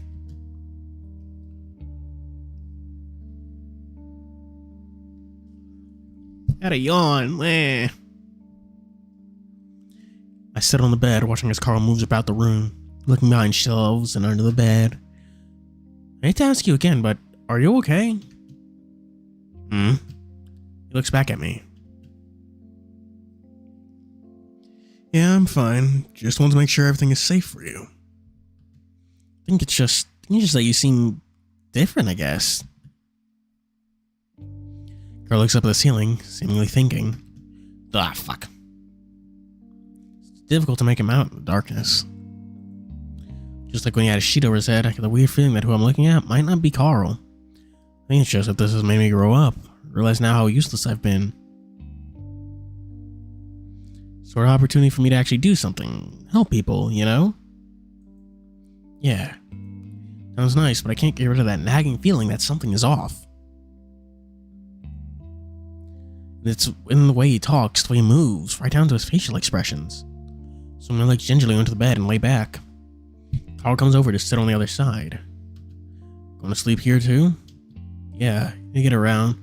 You need me to get around, so I'm gonna be by your side as much as possible. Alright? Thanks. As we lay awkwardly on our backs for a moment, Carl suddenly turns on his side and pulls me into his chest. God. I'm surprised to turn instinctively so that he's spooning me. It almost makes sense after our sim confession back in the mansion. He nuzzles my neck, but at the end, his actions are weirdly unnatural. With his big, warm body next to mine, it takes me a long time to actually fall asleep.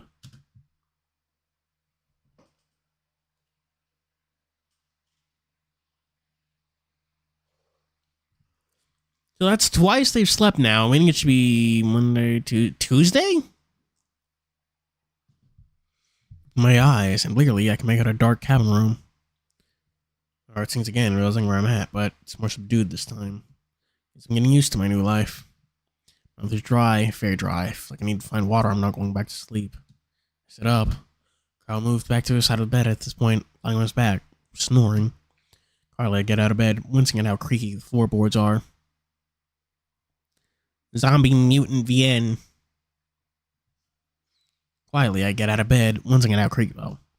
I make my way downstairs, walking fast, making faces pass, and I'm on that. Yeah, so they've been hit with Tsukuyomi. Tachi's put them all in a genjutsu. Eyes are just at the point where I can barely make out the ledges. When I reach the ground level, I see that Raven is splayed out on the carpet, snoring as well. Good for him. Shake my head before moving to the kitchen. She isn't there, and I wonder where she might be at. Was she in that other room upstairs? Maybe I just missed her when I was distracted by Raven. Looking around, I see a small cup sitting on the table. I was positive this hadn't been there before, but maybe Raven or Jenna had set it there. Walking over to it, I'm pleased to see it's filled with what looks like water. Pick it up and sniff at it, not really getting a hint of anything. Tentatively, I take a sip. I almost immediately spit it out. Salty and pure. Did he just... What did Chase just drink, chat? I jump and the liquid splashes to the floor. Quietly, you look out down at the cup and look into the opposite room. Nothing's still there in the other room. Okay, when you hear Raven snoring, well, gross! Get out of here, good old days. Keep that out away from me.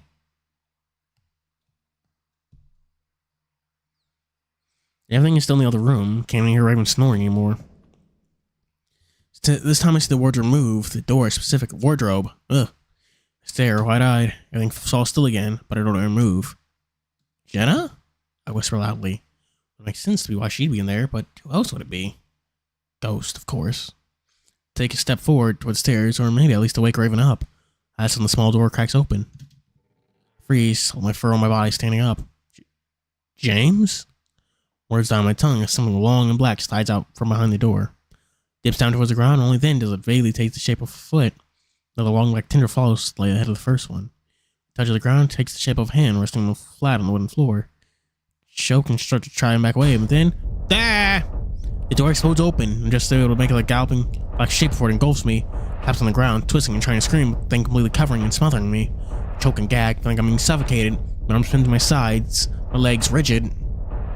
As I try to yank it away from the thing, it feels like something is free from my mouth and I'm able to scream. Help! Get it off me! Help! Chase! Chase! Or fucking whatever Carl's voice is supposed to be. Surface underneath me becomes soft, the thing popping me warm. The blear eyes look at Carl, just able to make out the curve of his horns. Carl? You're moving from the doorway and I glance in the direction to find Jenna standing there, hackles raised, teeth bared. Jenna?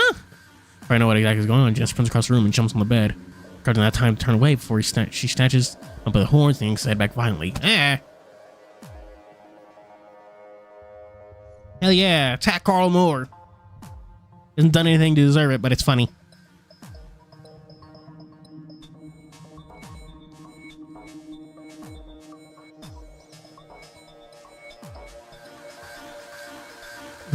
Ram lets out a choking sound as he dragged back and thrown across the floor. Jenna jumps off the bed after him. The sounds of it, she lands on him. Hot. Follows a series of thuds and smacks. Weakly, I pull myself off the foot of the bed, still completely disoriented. I knew it, you motherfucking piece of shit! What I see is Jenna sitting on Carl's back, swinging her fist into his head while Ram tries to cover up. You haven't changed at all! Jenna, stop! I roll off the bed, confused as to why I'm so weak. What do you mean what, Carlos? Pain shoots on my leg again, but this time I barely notice it. Don't do that, you're gonna make your injury worse, Chase. Something around Jenna, something big and black like a shadow, making her look much bigger than she actually is. All 3 feet of her. Fist swing and hit Carl with a force I didn't know she was capable of. Oh, are you jumping onto him?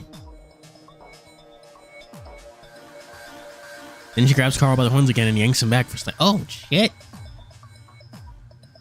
Jenna! I lunge forward, trying to put myself between the two of them. Underneath me, Carl has gone limp. Just like Jenna, there's something black and shadowy around him as well, but it's fading, moving away. Jenna's still trying to get at Carl, looking around me, snarling into my ear, sounding like my first hand on end. Shit's getting spoopy! Spoopy! Then she's gone. Look up on the left and see Jenna being drawn back to Raven. Drawn back by Raven, his eyes wide with shock. What are you doing? Jenna struggles and the hug goes through his grasp. I saw him. He's trying to fuck the otter. The otter? Jenna, stop. He was helping me. Raven continues to try and pull Jenna towards the door, but she continues to struggle. I was having a nightmare. She's struggling with some of its vigor, but she continues to snarl in Carl's direction. Raven, please get her out of here. Shadow around Jenna seems to shrink and her face shows more doubt as she stares at the crumbled form of Carl.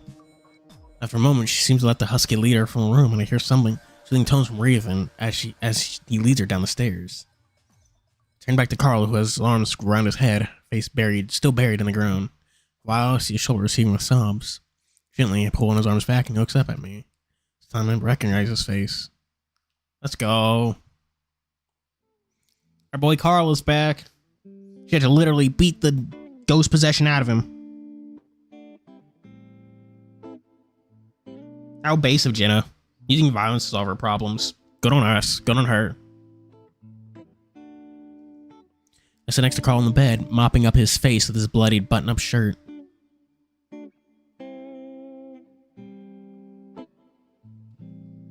He sits there silently, looking at his hands while I work. At least nothing's broken. Damn.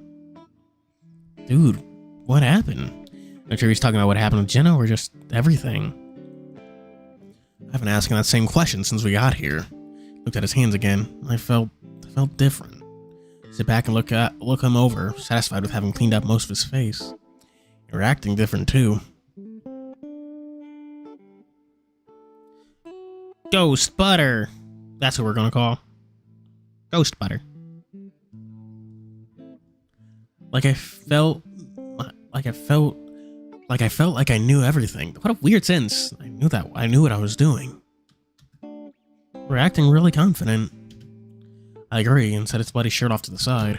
And look back at him, he seems so sad and beaten down that I had to hug him. Dude, you're gonna make me start crying again. His voice cracks, but he hugs back anyway. I'm just glad you're back. Felt like I was talking to a stranger. So, from the stranger. Carl leans against me and sighs. I don't know if I'm glad though. It's like I just came down from a huge high. Rubbed his shoulder for a while before I ventured forward with my guesses. My guess.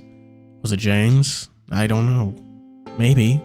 Carl looks at his hands again like he's questioning if they're even his. Just felt like I knew what I wanted, and when things didn't go the way I thought they would, I'd get really pissed. He silent for a while, imagine contemplating what he'd just gone through. Jen isn't really acting like herself either. Carl looks up at that. Yeah, felt like whatever was in me, whatever it is, really hates what Jenna is doing for some reason. Carl looks around the room, scanning with his dark green eyes. Feeling like all this is some kind of mental fight between James and whatever else is fighting against him. Looks back down at his hands. That's why I have to do all this. Falls back into silence, and I don't ask him any more questions, wanting to let him rest a bit. There's one more nagging thought that comes to my mind, though. This is kind of stupid, but what happened back in the mansion, you know? That thing between us? Looks up at me, and I feel my face flush, looking away. BRB gonna get water. Good idea.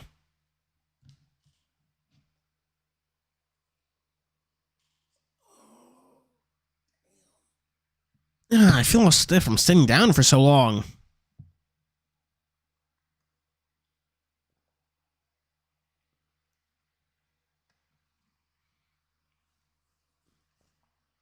But yeah, what's your whole take on this whole ghost possession thingy, bopper?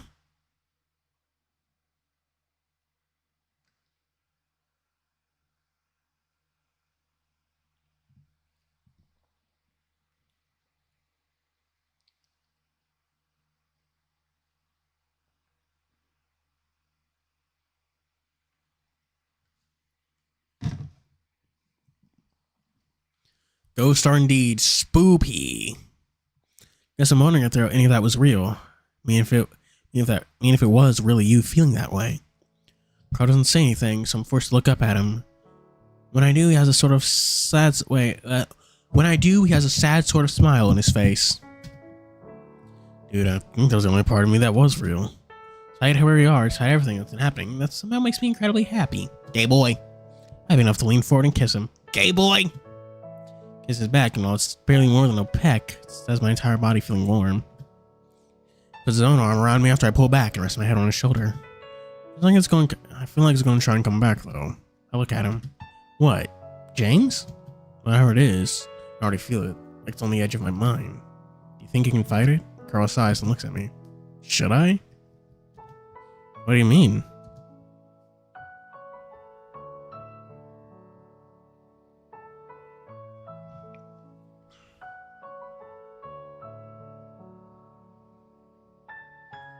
I mean, obviously you should fight it. When's the last time anyone was happy to be possessed by a fucking ghost?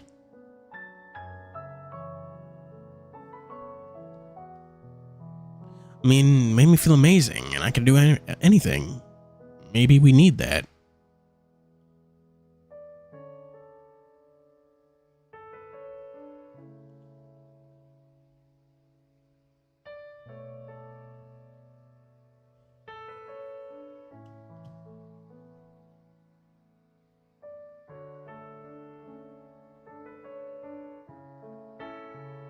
Gosh, it's getting spoopy, and I don't like it.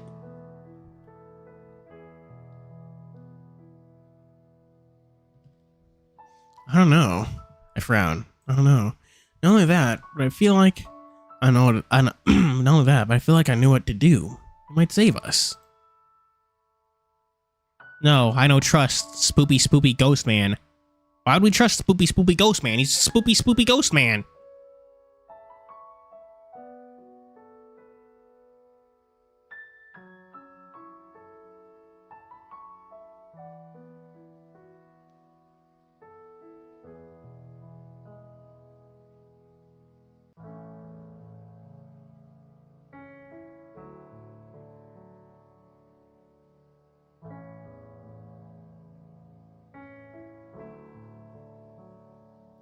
Don't be ghostist. I will be as ghostist as I need to.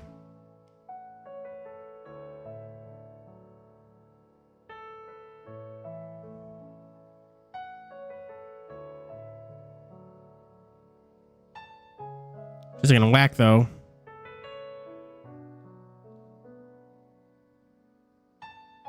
He stares back into my eyes. I know it's not really me, but it'd probably be the only for the time that we're here.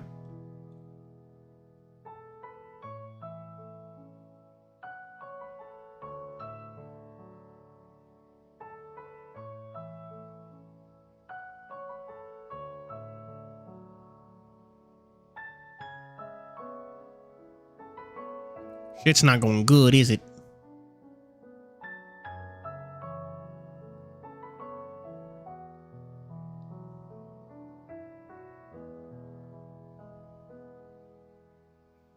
Okay, I look away thinking. Yeah, you know, fuck it, I'll just put down this light for now. I was done. Oh my god. Squeezes my shoulder. But it's important to me what you think. We're in this together. Fight it. When's the last time possession has helped anyone?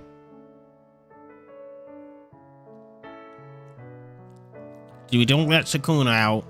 Something more anime.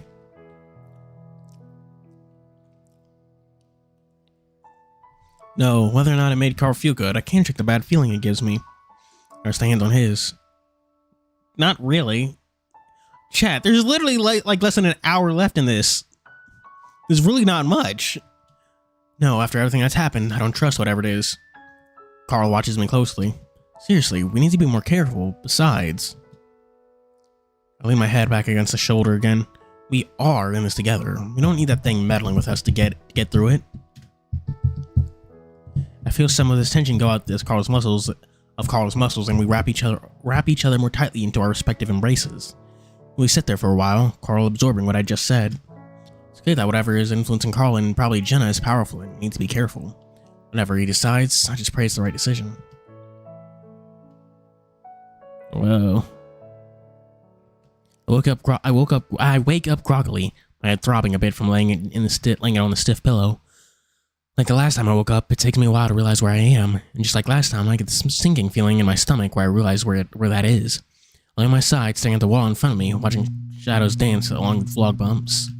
It's depressing though, not as much as last time. At some point, I guess I realized there wasn't as much I could do. Just go with it, and so I hope something comes of it. At least there had been some goal in mind if whatever had control of this. Whatever it was. Suddenly I feel an arm slide over my hip as it's stiffened. Carl breathes into the back of my neck. Ugh. You okay? Feel the soft warmth of Carl's body press up against my back. It's been a long time since I felt someone spoon me. Thinking about Leo, though, it makes my stomach knot up even more. Yeah. Carl picks up opponent right away. His broad muzzle sneaks over my neck, and soon he's pressing his cheeks against mine. I feel him hesitating as he does it, and when it's kind of jerky and awkward. I almost laugh, but I have to remind myself that Carl probably hasn't done this before, at least not since high school. Definitely not with a guy, at least. Hand sides on my chest, close to my crotch. Doesn't go lower, though, and keeps it pressed against my body. Feels nice, having someone close to me like this.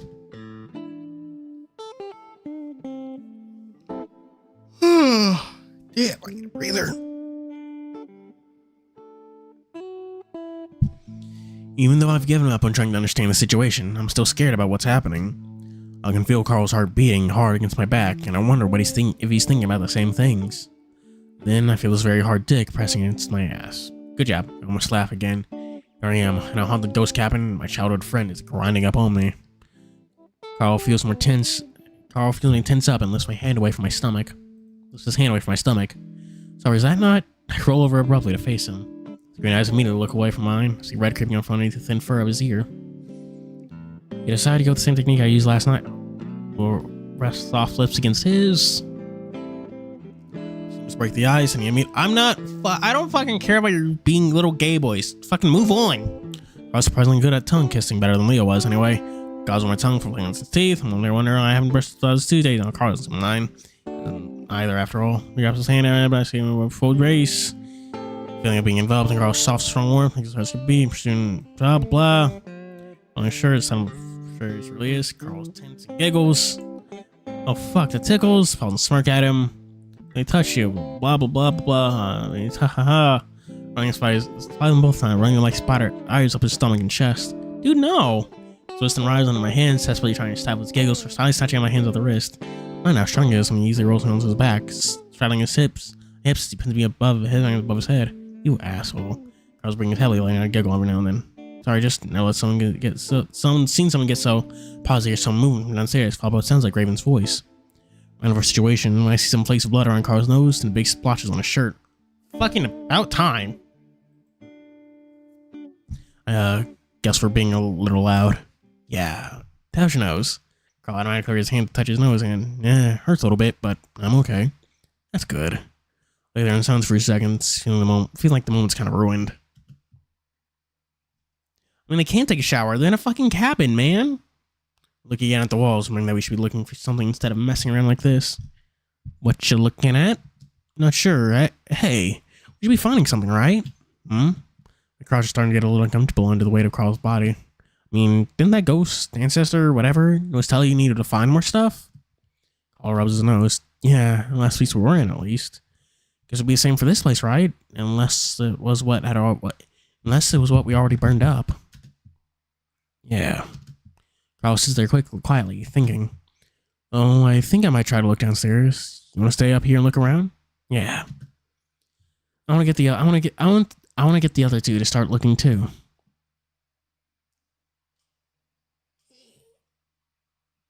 Yeah, I did a stretch. The threat of Jenna hangs heavy in the air, and the way we're both obviously avoiding it makes it all the heavier. What about your ankle? I flex it around, the twinge a lot less sharp now, though the stiffness feels even worse. I think I'm okay. Let me try it out. Okay. Carl sits up there for a while longer, then seems to suddenly realize I need to get off so I can get up. He scrambles off awkwardly as I sit up and swing my legs over the side of the bed. Pressing my foot to the floor, the twinge that runs through my ankle is minuscule. Sitting up, I'm going to put some pressure on it before it hurts too much. Problem is that I can't bend the joint at all, leaving with an obvious and lumbering limp. I think you're not okay.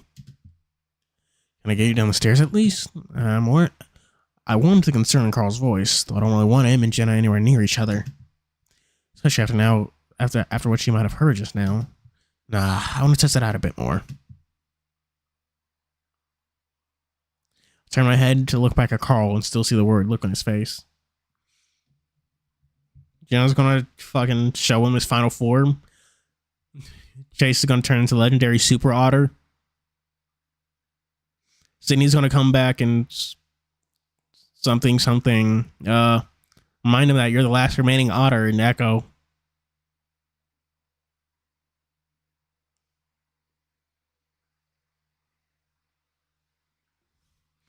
Turn my head to look back at Carl and still see a worried look on his face. I'll call you if I need help, okay? Carl purses his lips. Alright. The trip downstairs is ponderous and awkward. Probably loud too, because when I reached the bottom I found both Raven and Jenna already staring at me. Hey.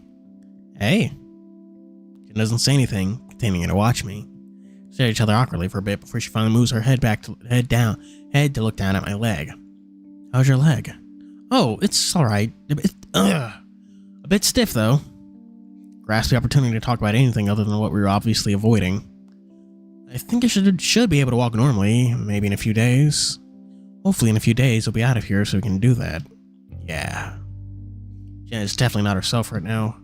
Her eyes are vacant, dull, and hard to explain with the lack of mischievous compassion that I'm used to seeing.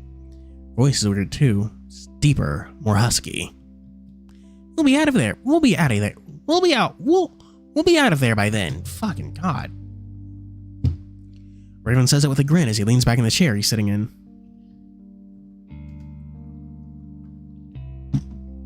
Yeah, actually, I wanted to talk to you guys about that. About what? About how to get out of here. And how do we do that? Well, I was thinking about the last time we were able to unlock the door, all we had to do was find that letter. Raven blinks at me. So we find a letter? Or something like that. We just need to find something, I think. We did find something. Look over at Jenna. Huh? Said we did find something. Carl burned it.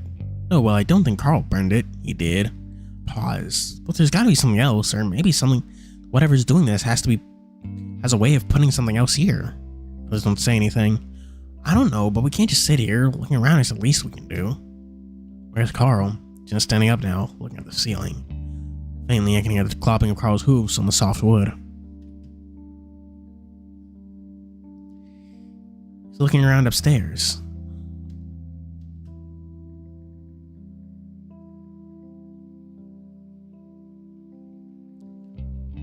Jenna continues to look up at the ceiling, her face stony.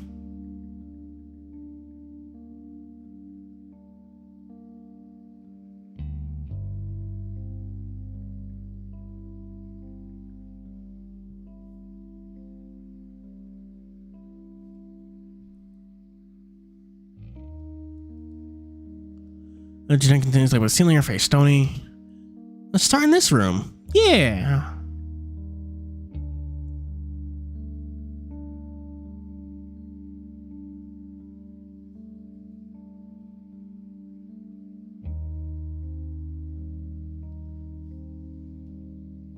Ugh. Honestly, I'm not even looking at dyslite right now. I was looking up dysliptic, trying to figure out what that means. Let's start in this room. Where's my chapstick? I'm thinking of a word with an S, but eh. Oh, hello again, Law. My head's pretty light. Oh, do you mean dyslexic? That was a portmanteau between dyslexic and dislike. Raven stands up and starts walking along the wall, walking up, looking up and down the logs, prodding out the spaces between them.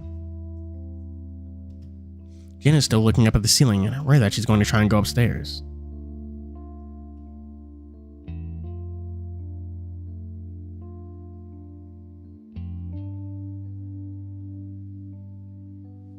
Hey Jenna, can you help me look around the kitchen?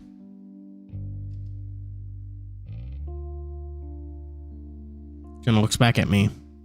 Huh? My ankle still kind of hurts. It'd be nice to be able to lean on someone if I need to walk far, to the kitchen. Jenna pauses before moving to my side. Yay, she's helpful.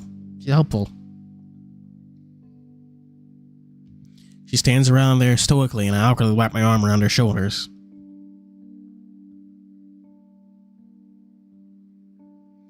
Thanks.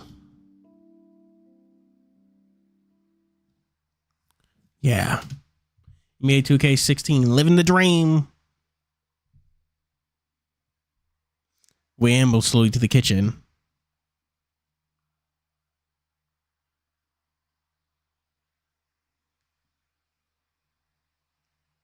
Jenna stops in the middle of the room and waits for us. I guess I'll start with the cabinets. My voice goes up at the end, like I'm asking the question. Jenna doesn't say anything, so I stumble away from her awkwardly, before finding support on the wooden pantry. I accidentally start opening some of the cupboards, feeling a lot less into my idea than I was just a few minutes earlier. Jenna stares out the window. So, are you okay? She finally looks back at me, frowning. I'm fine. Why? You're being really distant. Do you need me to stand next to you? No, I mean, you seem like you're not really there. Mentally. Bless the wolf. I'm sorry. When I opened your door, set of glass mugs. Is it something to do with Carl? No, Jenna's going through something similar to what Carl is. I have no idea what's doing it or why. Something wants this to go as unsmoothly as possible, clearly. I don't have a problem with Carl. I mean, what he did yesterday, I just have a problem with the way he acts. He could do a lot if he puts his mind to it. It takes a moment to realize that she's talking about what happened before all of this. So, you attacked him. What? No, that was something else. Turn around, find something familiar about Jenna. Some life in her eyes. All I have to do is talk about stuff before this whole warp the ghost dimension. I mean, he tries, he just has problems. Shouldn't a psychology major know that? Jenna looks away from me. Oh, eyes do look a bit more lively. I guess, but I'm not a therapist. So what? So I don't know. I mean, shouldn't anyone have sympathy? I have a little more sympathy if you'd actually try and get help. He has, but it's not that easy. Again, I don't feel like I should be explaining this to someone who has 4 years of psychology under her belt. Tried to get help, but I didn't feel better for years. Jenna doesn't say anything. Carl's problems didn't really start until his first year of college. Keep pulling open cupboards, my heart's sinking a little more with each time there's nothing inside. I mean, yeah, he had problems before, but it's only gotten worse for him. Well, it doesn't matter what I think about Carl right now. I'm trying to find a way out of here, and screwing around isn't going to help. Jenna says it in such a way that I feel like it's supposed to be pointed.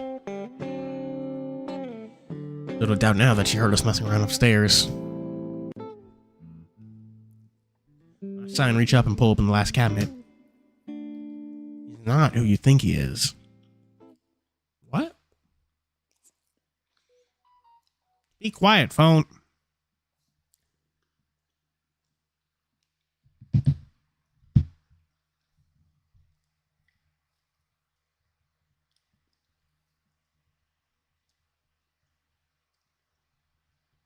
Yeah, nothing. I don't know what the fuck that was up. I don't know, my phone made noise.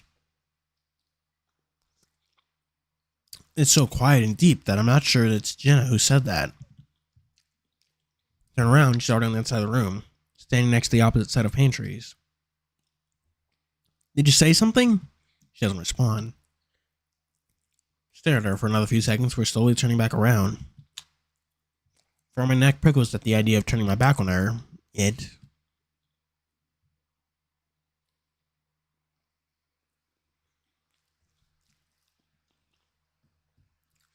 No, I should have been reminded of this when he said Haagen-Dazs. But doesn't Carl's family own an ice cream shop or something? Why did these damn ghosts have to be so subtle and cryptic? If that's what it is, of course. Seems like James had no trouble telling Carl about the whole clue finding crap. Why couldn't they just tell him, or even Jenna, right now instead of creeping me out? Kitchen isn't very big, so I run out of things to search through pretty quickly. Skip the error on the window, though, not having forgotten what happened yesterday. Yesterday? I don't know how to keep track of time in this place. Look back at Jenna, who's still in the same place, staring at the pantry. I thought that maybe I myself could be possessed momentarily passes through my mind. Yeah, no, you're fine. You're getting possessed by something else. For some reason, I doubt it, even though I'm not sure why. I really feel like I'm of interest to whatever it is that's doing this. At least not directly. As I continue to stare, I see something past Jenna at the base of the stairs. Ram's horn curling around the corner. A ram's horn curling out from around the corner at the entrance of the stairs.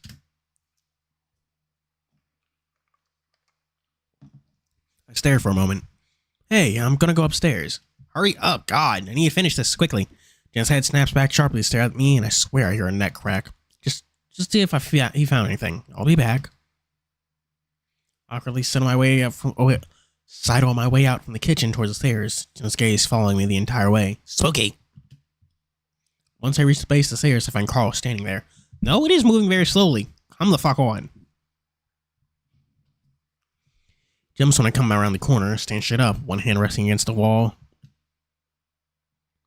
His eyes are red, and the short fur on his face is all messed up.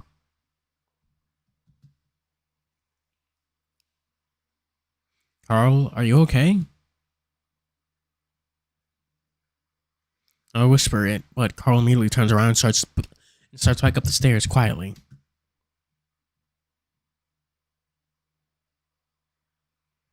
I follow him, wondering what it could be.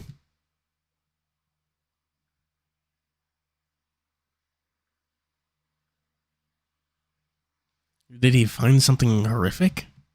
Wouldn't be surprised at all if that were the case. Once we reach the top of the stairs, Carl heads straight for the bedroom. Oh, we're not doing more of this fucking cuddling shit. I'm sick of it. Carl, what happened? Did you find something? At that moment, he turns around and tugs me. So enveloping and firm that the air is almost crushed out of me. I grunt and freeze for a moment, listening to Carl huff into my chest. He's holding me like I'm something precious, like if he lets go, I'll be swept away somehow. Oh, yeah.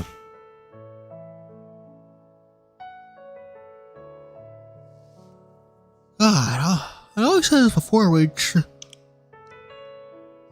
streaming visual novels, but my God, does it make my me lightheaded? I was reading. I'm quiet for a few seconds, letting Carl get whatever this is out of his system.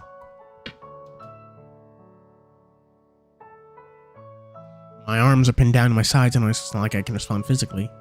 Hey, are you okay? Dumb question, because none of us are okay. Carl, fine, let's go. Turns away from me right away to sit on the bed and put his face in his hands. My shirt is damp, and I look down to see what two wet spots where his eyes had been. He's crying.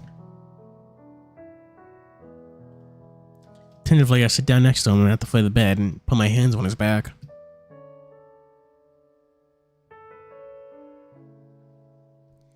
Hey, what happened? Carl sniffs loudly, wiping his eyes before putting his face back down in his hands. Em sighs loudly before finally shooting up to lean back on his hands, looking away from me. I just feel like shit is all.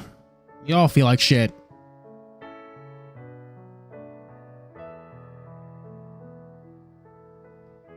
Can I help? Just at a moment, I couldn't breathe. I keep rubbing his back, knowing that there really isn't anything I can do.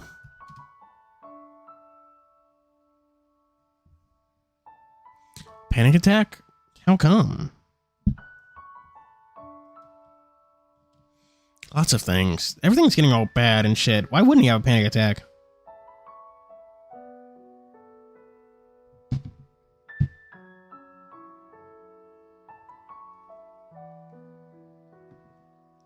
Lots of things.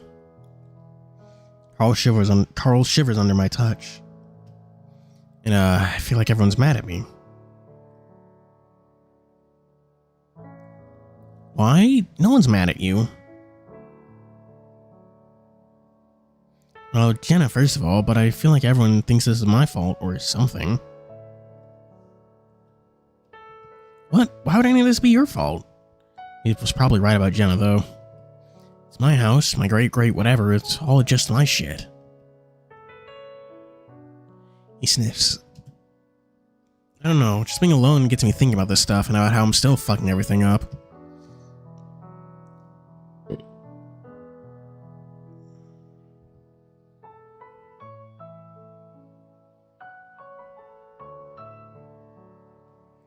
Dude, Jenna told us fucked up things are happening everywhere, not just your house.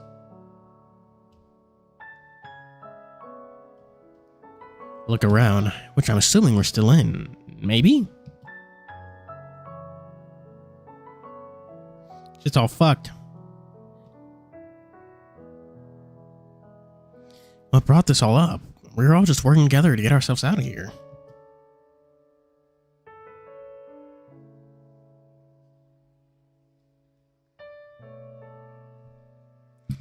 Carl wipes his face and sniffs noisily before sitting up straight. Why are you sniffing? I wasn't finding anything, and I started thinking about what would happen if we never do find anything. It's not gonna happen. These things that are doing this are trying to tell us something, right? I don't know about that, man. They just seem as confused and angry as we are. Carl looks up at me with his reddened eyes. It's like they're fighting too. Yeah, I guess they're having some issues. Relationship quarrels. Carl reaches out and I let him pull me into his side. I don't resist, and Carl chuckles. It's creepy being up here alone. I fit against him almost perfectly, and I lay my head down against his shoulder. Sorry. For what? I feel like I should be the strong one. Huh? You've already seen me cry like twice. Hey, I don't believe in the strong one type of crap. What do you mean Japanese arcades? I rest a hand on Carl's thigh, squeezing it. You're strong for the other person when they need it, and both people need it eventually. Carl shifts against me and he laughs nervously. You're talking about us like we're a thing. Aren't we a thing? Look at what we're doing right now. Yeah, and it's dumb. Hurry it up. I don't know, man. It's hard to say when we're stuck in a haunted cabin. Then presses his nose against my head, inhaling. His face is doing weird things to me.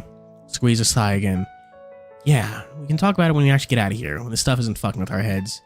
So are we a thing, but just in this ghost dimension? Yeah, sure. For now. I'm fine with that, for now. He breathes in deeply. You smell good. Stop doing that, I snort. What do I smell like? Like the ocean. Dude, I'm a river otter. Besides, the river and ocean smell bad. Oh my god, stop this. So you're showing it. No. Come back here earlier. Matt, quiet. Okay, night. But just crazy some minutes earlier has me feeling hesitant. Starts to move lower, but that moment here. Whoa, metal clang from up the stairs. Metal clang echo up the stairs. Both paws and Carl's large ears are perked up under his beanie. I prop myself up to my elbows and look towards the doorway. Guess we go back to searching. Yeah. The moment clearly over, Carl sits back up on the side of bed while I straighten out my shirt. You find something? Green's voice shows faintly up from the stairs. Carl and I look at each other. Hey, maybe we won't need to. You want to go check? Yeah, wait here a sec. It's nothing, I'll come back and help you look around, alright? Okay.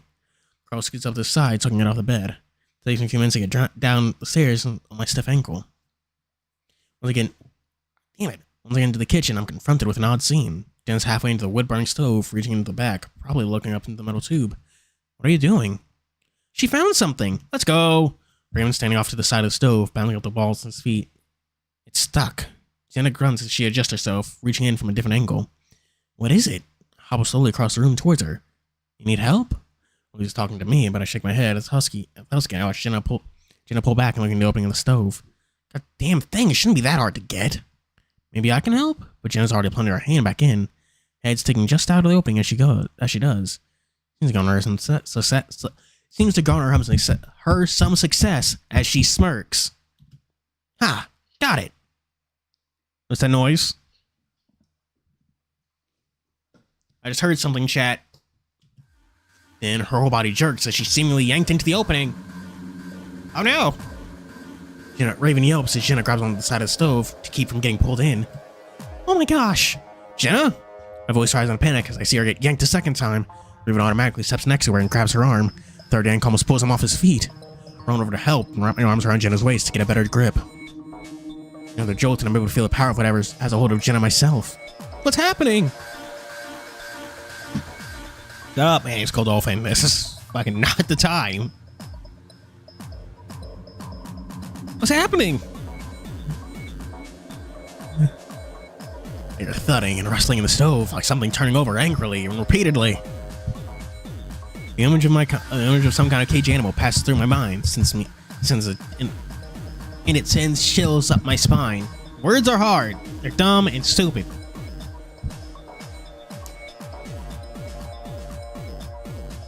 If Step Bro's on the other side, then what's on the other side must be Step Sis. What are you doing, Step Sis?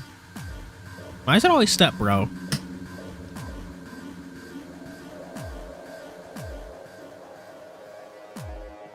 Banging his mic? Oh no, that's actually me banging my desk. I just do it probably harder than I should. Probably does fuck the mics though, since the vibrations travel up it and stuff. Oh, you fucking don't. I look up at the fox and I notice she doesn't look scared at all. Instead, she looks pissed off, her lips drawn back and a snarl, teeth bared viciously. She's talking to whatever's in the stove. I figure the muscles on her body tensed up and writhing under my hands as she twists to get free. Look around her body at Raven. His face is in contrast, is a mask of horror. Raven! His eyes wide, snap to mine. Get a grasp around her body and we'll pull at the same time. He briefly lets go of Jenna's arm and leans down on the other side to wrap her arm around her waist. Okay, 1, 2, 3. 1, 2. The yank suddenly. Jenna's. Oh no! I lose my balance, fall back on my butt, knocking my head against the metal stove. Ah! My eyes water and I let go with one hand desperately, rubbing at the back of my head. I loosely keep my grip on Jenna with the other. Chase! Raymond's actually sledding into the fireplace himself with this. Oh no! Gotta get my bearings and pull myself back up to the next Jenna, but at that point, Big Hulky was barreling into the room. The vision clears just in time to see the big ram reach in for Jenna's body, practically pushing Raven aside. His horns clang loudly against snuff as he wraps his arm around Jenna's body and pulls with all 270 limbs behind it. Fat boy. Fox emerges slowly, both arms still stuck in the stove, a determined look on her face. Carl lets go for half a second, lunging forward to grab Jenna's elbows. He yanks back again, letting out a strained grunt. Our wrists emerge from the stove. I get a glance as black tendrils wrapped around them before tendrils suddenly disappear. Carl and Jenna are both launched back. Jenna near cushion landing on top of the ram as Carl lets out a loud wheeze. Wheeze! I hobble over to them, kneeling next to Carl as Jenna rolls off of them, eliciting another grunt. She sits up while Carl continues to lay there, his eyes wide. You guys okay? Carl waves a hand at me, rolling over onto his side as I gasp breathlessly. Jenna sits next to him, holding her hands up. I see some nasty swelling under the fur covering her wrist. Damn, I wince. Jenna, are you alright? I'm fine. She's not looking at her wrist, though. Sad, snatched, smudged, folded piece of paper in her hands. The bits that aren't covered, I can see the paper's yellowed and ancient looking. Not at all like the clearly photocopied newspaper we'd seen earlier. Jenna looks down at it, standing up. I grow next to me and look back to Carl. Can't go a day without getting beat up. I rub his shoulder and look as I look down at him, smiling. Well, that was kind of heroic. Carl grunts and sits up. You think so? Quit being gay and hurry up. Fuck. Yeah, well, at the last second, too. Carl rubs his knees. Would have gotten here earlier if I hadn't tripped on the stairs like twice. It is very dark here. What do you mean let go of her, Raven? She's already safe and free. Get out of here. He stares at the stove. What the hell was that? I look too into the yawning black hole and shiver. I don't know, it was all black and smoky, like whatever I saw before. Think it'll come out of there? Raven suddenly steps in to lift up the stove door, twisting the handles to lock it. He helps as he does it, jumping back as soon as the deed is done. I chuckle, then look back at Carl. Over her shoulder, Jenna walks into my field of vision. The paper is open in her hands. She's holding it over a candle. All at once, I realize what she's trying to do. Choke will not around, but to sit accidentally awkwardly on my injured angle. Jenna! Luckily, Jenna's only about 5 away, and practically fall into her, pushing away from the candle. Will fall against the bench under the window. Smacks against my nose, bringing tears to my eyes. I hope she pulls her fingers in, writing lines like, There's a pounding in my ears, and I single register the drums have started up again. Twist up from under and moves away from the bench. What the fuck? When the fuck did she get this strong? I numbly keep my grip on her wrist, and she spins, swinging me away from her. I lose my grip and stumble back, stepping wrong on my foot and rebending my ooh.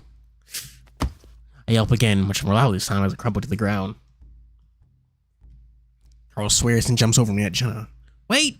Try to grab him by the hoof that's passing over me, but I miss miserably. Whoop! Yeah, he's been massacred. As I sit up, I hear an ungodly bestial snarling, and look up to see Carl wrestling a kicking and scratching Jenna to the ground. That is fucking it! Pins her down while she rides under him, trying to scratch his face. Stop it, guys! Uh-oh, Mom and Dad are fighting. Again. Raven is still standing off to the side, his paws on his head, pulling at his ears. I crawl over to the writhing bodies, one eye wincing shut as each moment sends a lightning bolt through my leg. I grab Jenna's hands, forcing them down above her head. That's weird. Jenna, stop! Jenna, stop! Jenna suddenly kicks one of her legs up in between Carl. Oop! Fuck! Comes over top of Jenna, lying on her legs as he tries to pin her thighs together. I look down into Jenna's face. Stop it! What the hell are you doing? Jenna snarls up at me, but it's softer this time. Her struggles die down a bit. Holding my gaze for about 10 seconds, she looks away. I relax my grip a bit as I try to rearrange my foot so there's not much pressure on my ankle. I don't know. Spooky ghost possession, man. Pull the piece of paper out from her limp fingers and I push away from her, waiting to see if she'll come at me again. She's gone cuckoo for Cocoa Puffs. Chad, do they still show those commercials? I haven't watched them in ages. I should watch more cartoons and shit. She doesn't. Instead, she just lays there with her hands above her head, staring at the ceiling. Raven, still with his fingers twisted around his ears, looks over at me. Yeah? Take Jen upstairs. Take a nap or something. I think we need to be kept separate for now. Raven hurries over to Jenna. Carl rolls off with a groan. Raven's easily able to coax Jenna up off the floor. They head upstairs, and looking down at the floor all the while. Scoot over to Carl. Are we doing more of this fucking lovey-dovey bullshit? Scoot over to Carl, holding my breath as each drags and another spasm through my leg. He's on his side, hands on his legs as he squints at the wall. Once he noticed me, he looks at my ankle. Fuck, are you okay, man? No, I don't think so. Stepped on it wrong again. God damn it, what the fuck is her problem? It's okay, she's gonna have to carry me again. Carl chuckles before letting out another, softer groan. What did I say about getting beat up all the time? Are you okay? No, she kicked me in the fucking balls. I sit quietly for a moment, the pain in my ankle fading into a more cold electric steam rather than molten lava. What the hell is going on? Why don't she try to burn it? Carl is quiet for a moment, then looks up at me again. You know, right? What? Could be wrong, but since nothing makes sense here. What? Well, that's probably has something to do with James and John. John and James. I rub back in my head again, feeling a bump swelling up already. Didn't we already figure out that's what's going on? I mean, with Jenna, you know how James was sort of talking to me? Yeah, like he told you what to find. Yeah, but I think something is talking to Jenna too. John? Maybe. Think you guys fight? Aren't they lovers? Would there be a reason for John wanting this paper not to be read? Carl don't say anything, just roll into his back and lay his hands out on either side of him. Look down at the paper in my hand. Well, should I read this now or wait for the others? Might as well do it now. She might try something again. Alright, I'm gonna read it out loud then. Carl waves a hand in the air, indicating that I should go ahead. I scoot back against the wall so that I can stretch my leg out and then start reading. My dearest John, I've been hearing terrible things lately. Weird music. What weird music? They say that you've been accusing me of some of the most egregious things. John?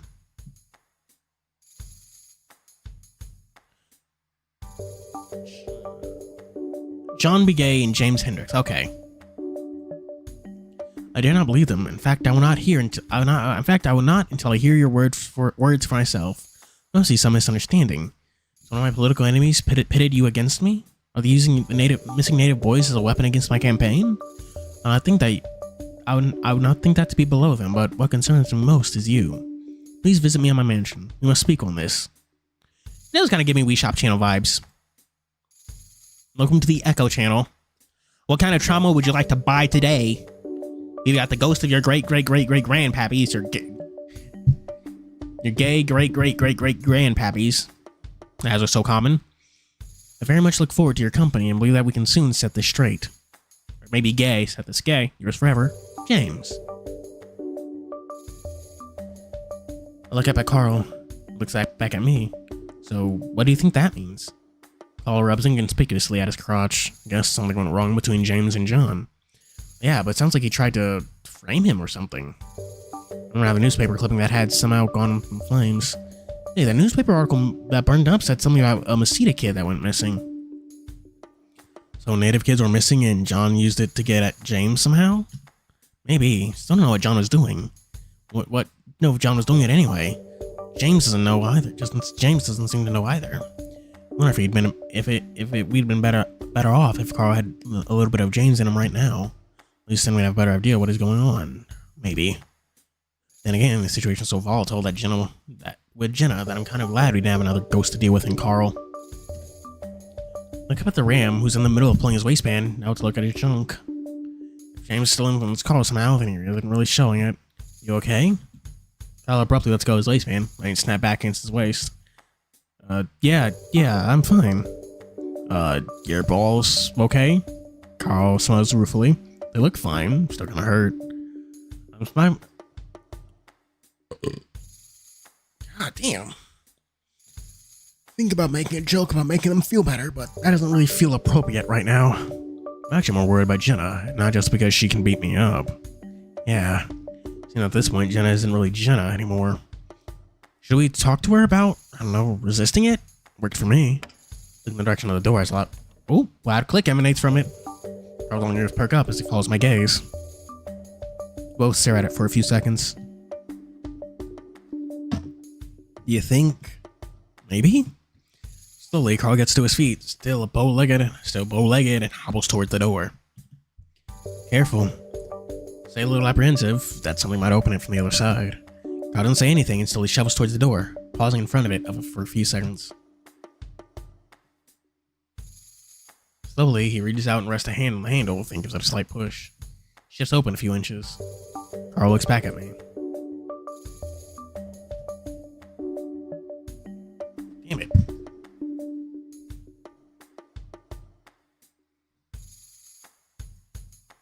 Ugh.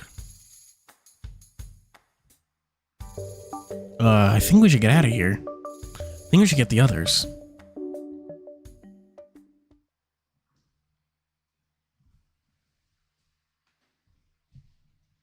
God. Sitting down is making my fucking, joints ache. I don't know.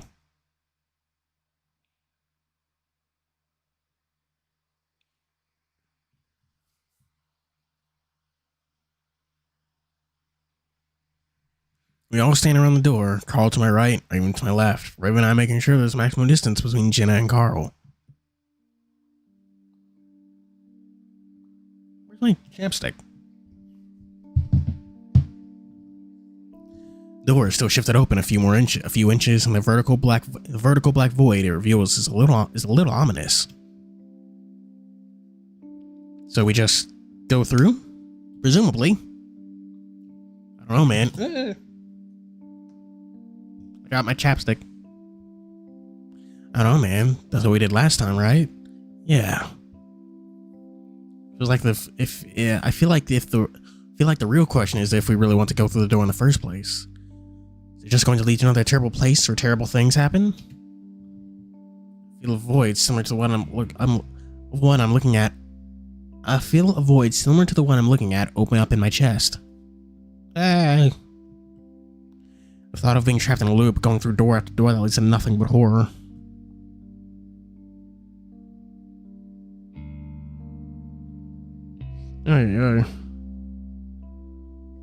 Already, this place was having an effect on Jenna, seemingly getting worse and worse with each passing hour. How much longer can she keep it together? What did the letter say? It sends up. Anything she does now is putting me on edge, like I'm just waiting for her to lash out again. And just conspiratorially to my pocket where the folded up letter is. Glance to my right, Carl.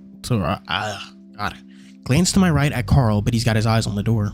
A few things, just more history and stuff. About what? Decided at that moment that I have to lie. Need to keep Jenna or John calm if we want to get through this.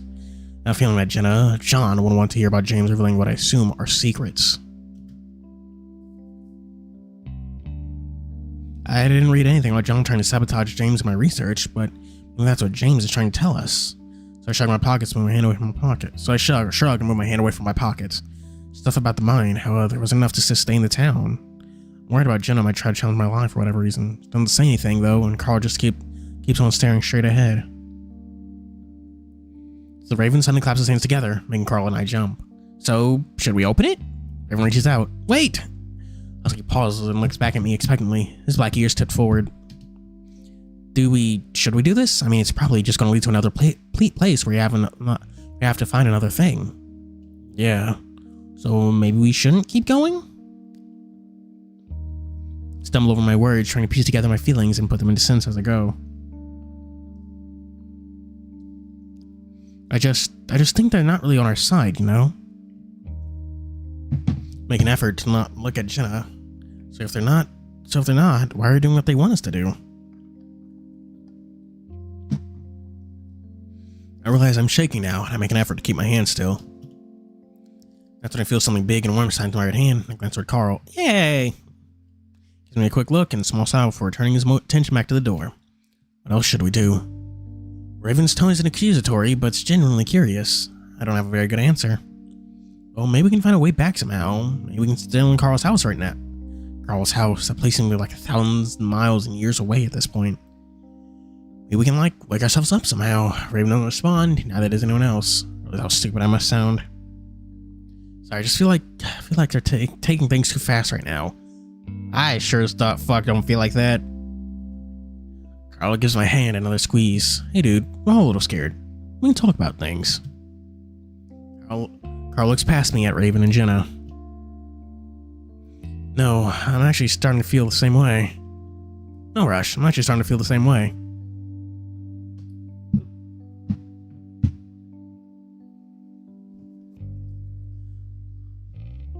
Feel my cheeks burn, the way I'm holding everyone back because I'm scared. So, when I had that guy in my head, I sort of felt like he was taking us somewhere. Okay, password is slow. That's like a general agreement. It takes place over 30 fucking days, and each one is like a full day. This one is kind of too. It's just weird. It seems like every segment but this one moves kind of fast. I definitely know the well, I don't know, Preasteria points and all the other routes definitely move slower than this one.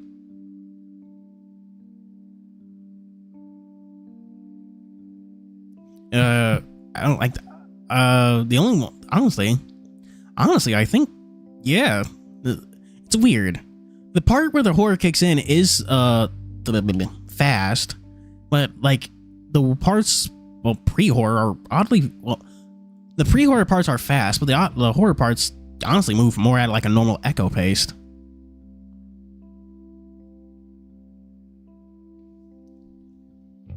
But what was I thinking? Well, the bulk of Password's runtime is just spent in the mansion. I kind of, at least from the one route I did with bonus. No, not Hoss. What was the wolf's name? I forget. with whatever his name was.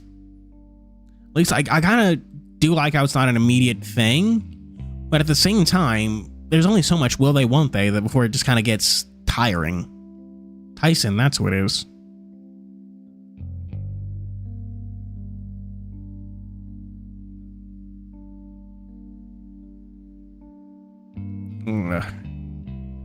Honestly, like, I'm just a bit divided on it, you know? It's like, I like how that the relationship isn't immediate, but at the same time, there has to be more to it.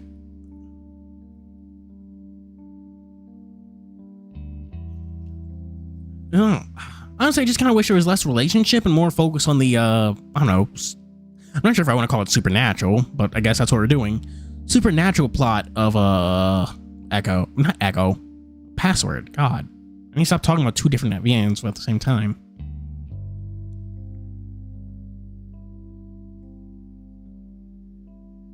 Zero Escape? Absolutely not. That doesn't even sound like it'd be. I'm not even in the mood for more. I don't know, visual novel games. I'll visual noveled out.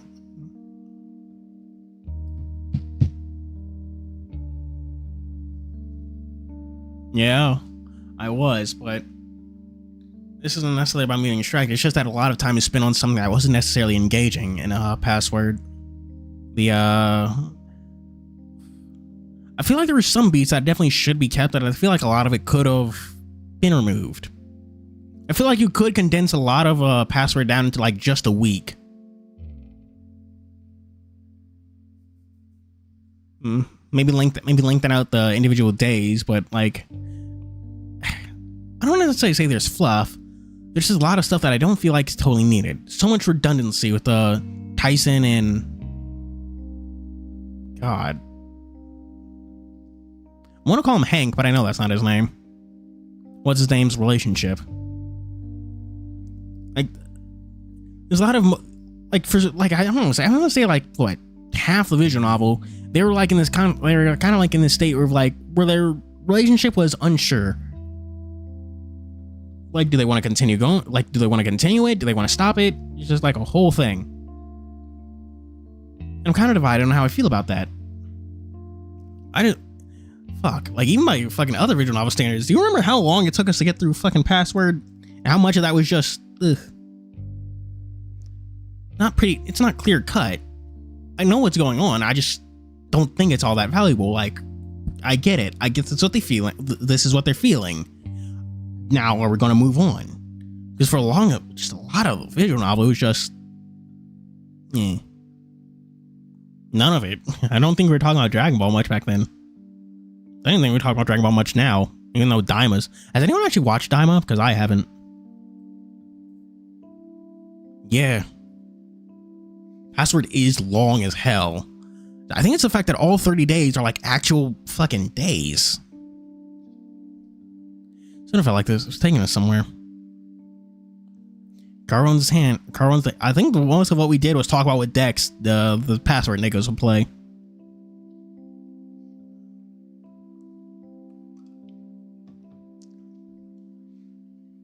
What the hell was the protagonist of Password's name, though? Because that's what I genuinely cannot remember it.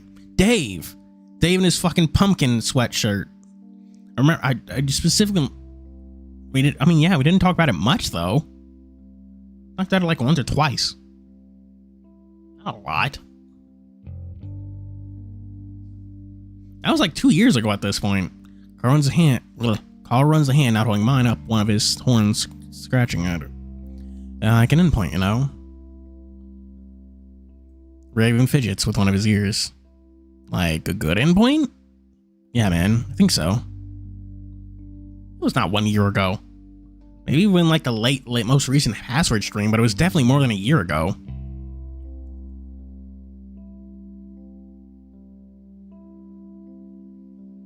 That didn't sound very convincing. You can stay here if you want, Otter. Ah, she's so mean. Why is she calling him Otter? Is she really that far gone? So that if we reach the end of this, we can get her back somehow. Whoa, Jenna, that's crazy. What's crazy? It's cray. Talking about Password. Honestly, I wish Password was a bit more, well, maybe it is freeform. I just was getting everything right.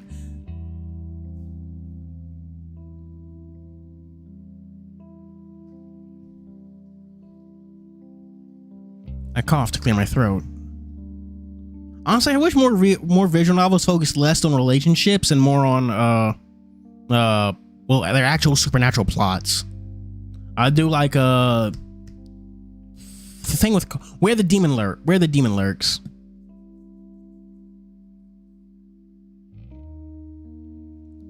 Focus more on your actual plots and not the relationships. Ugh. No, I'll go. I just want to think about it for a second. Have you thought about it then? Yeah. Well, I look at Carl, but he only offers me a shrug and comes and rub on the shoulder. Well, if that's all, then let's go. That's not a... Yeah. That's personal taste. But I mean,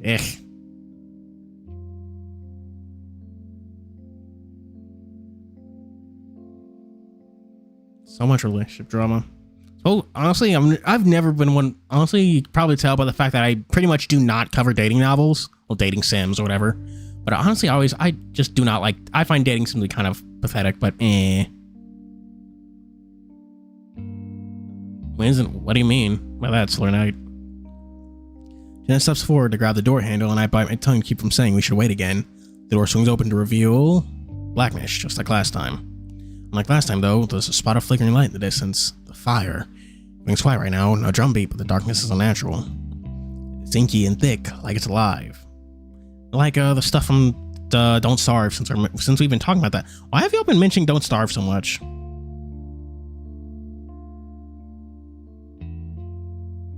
Ugh, God.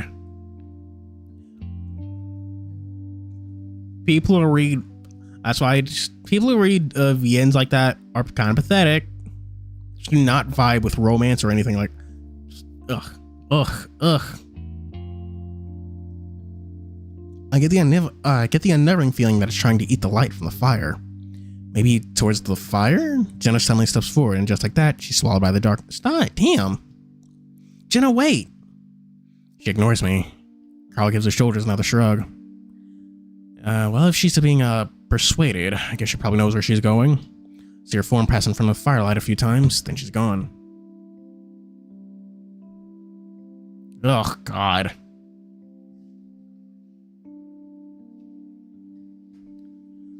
The ends focus too much on relationship and not enough on plot.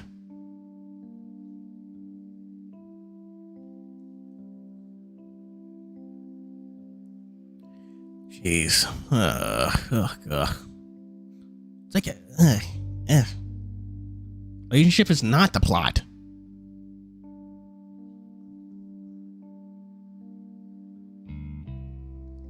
It'll focus too much on the fucking characters and their fucking romance instead of like supernatural shit or like what's actually going on. Stuff tagged at the end of the visual novel summary.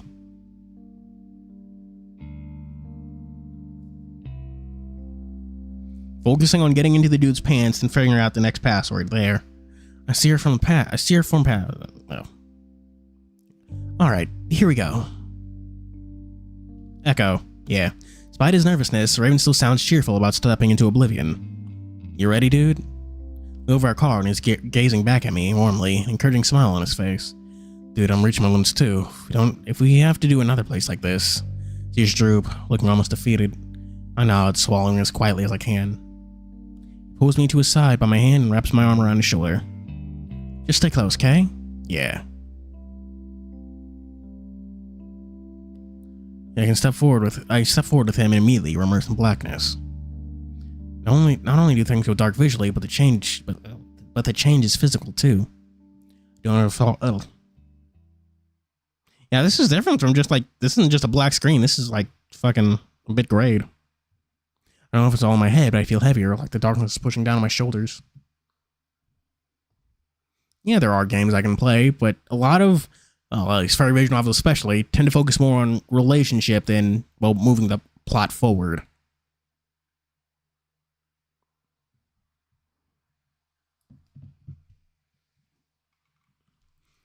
I think that might also be part of the reason why this route kind of feels awkward. least certain parts of it feel a bit awkward. Because it doesn't totally vibe with how the other routes are set up. Actually, like getting with Carl is just kind of weird, you know? I think the only other route where you like properly end up with someone at the end is Jenna's. We'll probably end up with the root person at the end is Jenna's. And because of, and again, it might also be because at least Carl and Chase's relationship growing doesn't totally, doesn't totally gel with, I don't know, I want to say the supernatural plot. That's because it was the first one finished, and you can definitely kind of feel it because all the other routes sync up really well together. How you can tell that everyone's going through the same thing through the same routes. That just different things are happening because of Chase's presence and all that. So everything kind of lines up, just variants of the same thing. Well, this one stands out a lot. It's colder too, to the point where I can feel the heat radiating off of Carl's body when I brush up against him. That's weird. Doing okay, man? Yeah. You? Yeah, I'm good. Going slow, and not just because of my injured, probably broken ankle. Your fucked up, dumb ankle. Ground is uneven and rocky, like we're outside walking in the desert. Which is exactly how I realize we're doing what we're doing when we walk straight into what feels like sagebrush.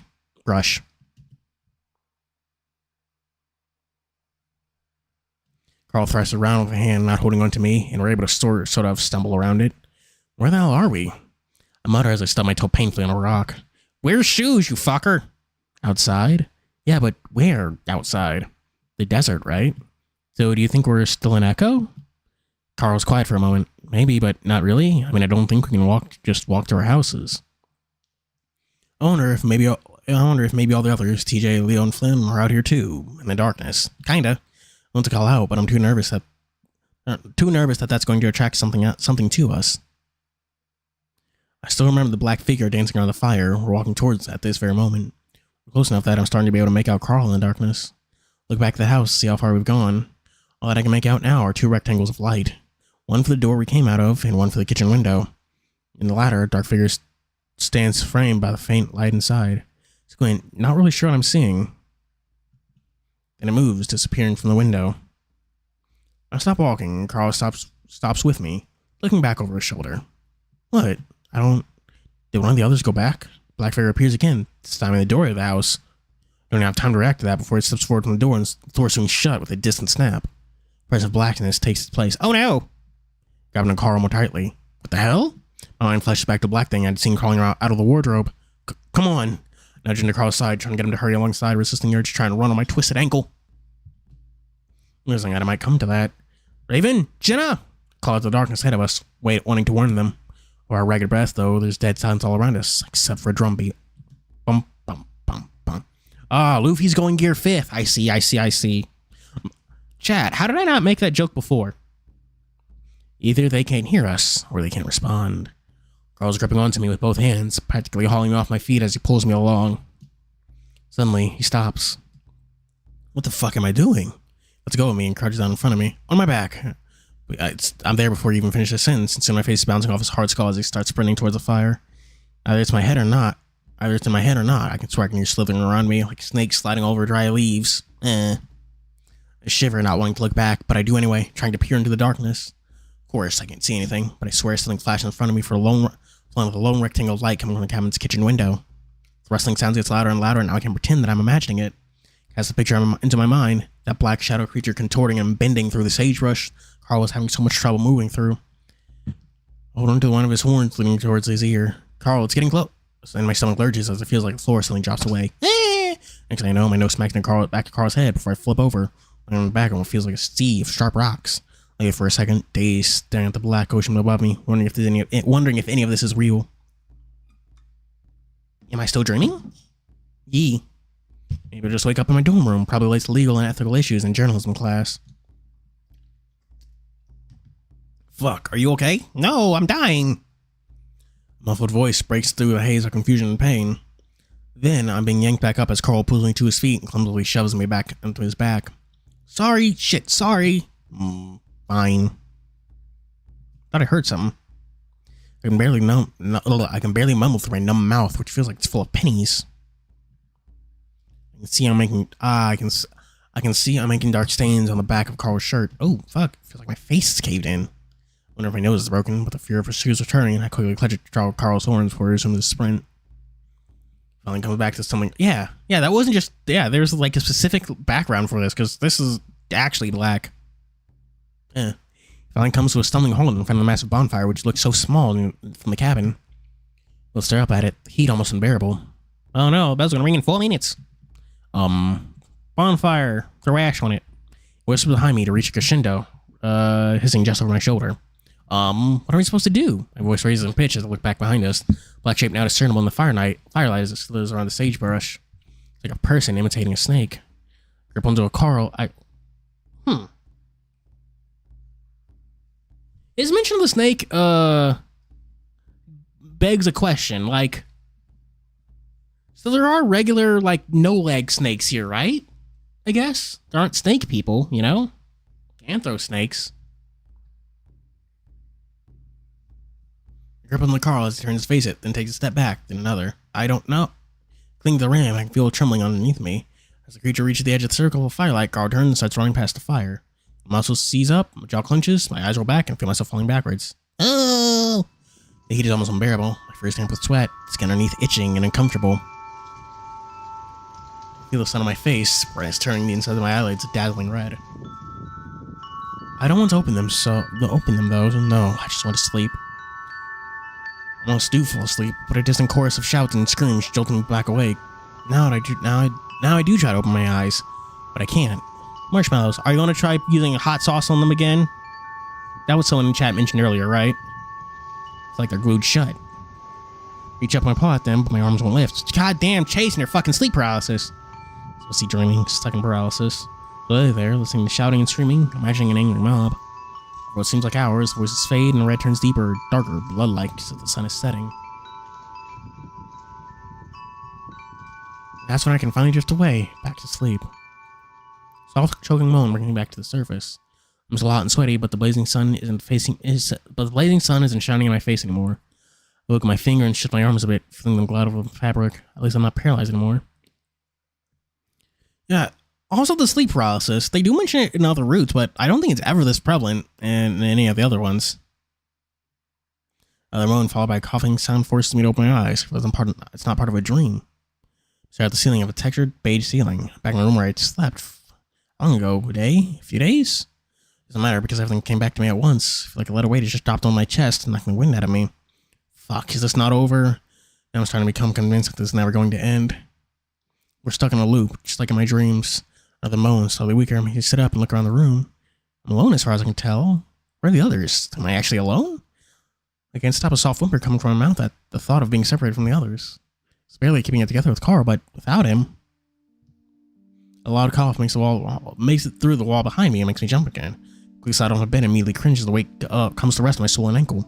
Sat against the bed for a moment, squinting my eyes shut as I wonder why my ankle's only getting stiffer. It's fucked up and broken! Maybe the fall Carl had taken made it even worse. Thought the moans could be coming from Carl, so I was straighten up and carefully hop towards the door. Fuck!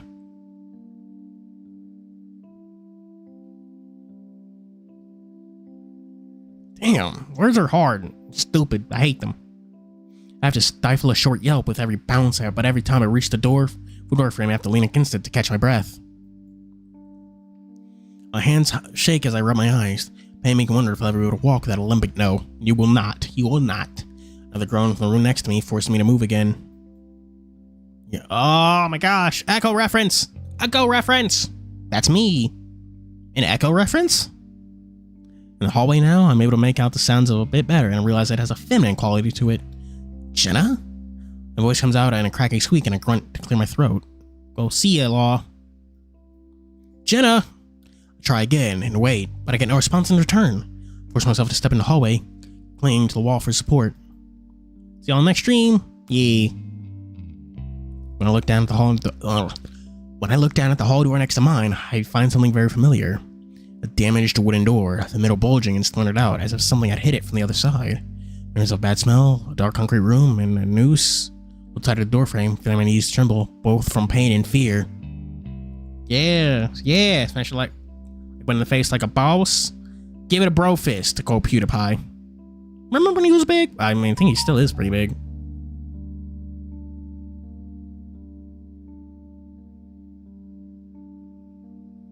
Fucking, why am I getting texts and shit? Like, it's telling me stream cannot be monetized. Whatever. Oh, shit. I actually do have an email I want to respond to. I hold tighter to the doorframe, feeling my knees tremble up with pain and fear. Look behind me, hoping to see Carl, maybe even Raven.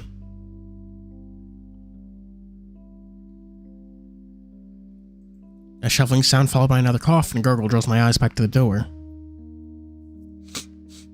A shuffling sound followed by another cough and gurgle. How do you fucking went through that?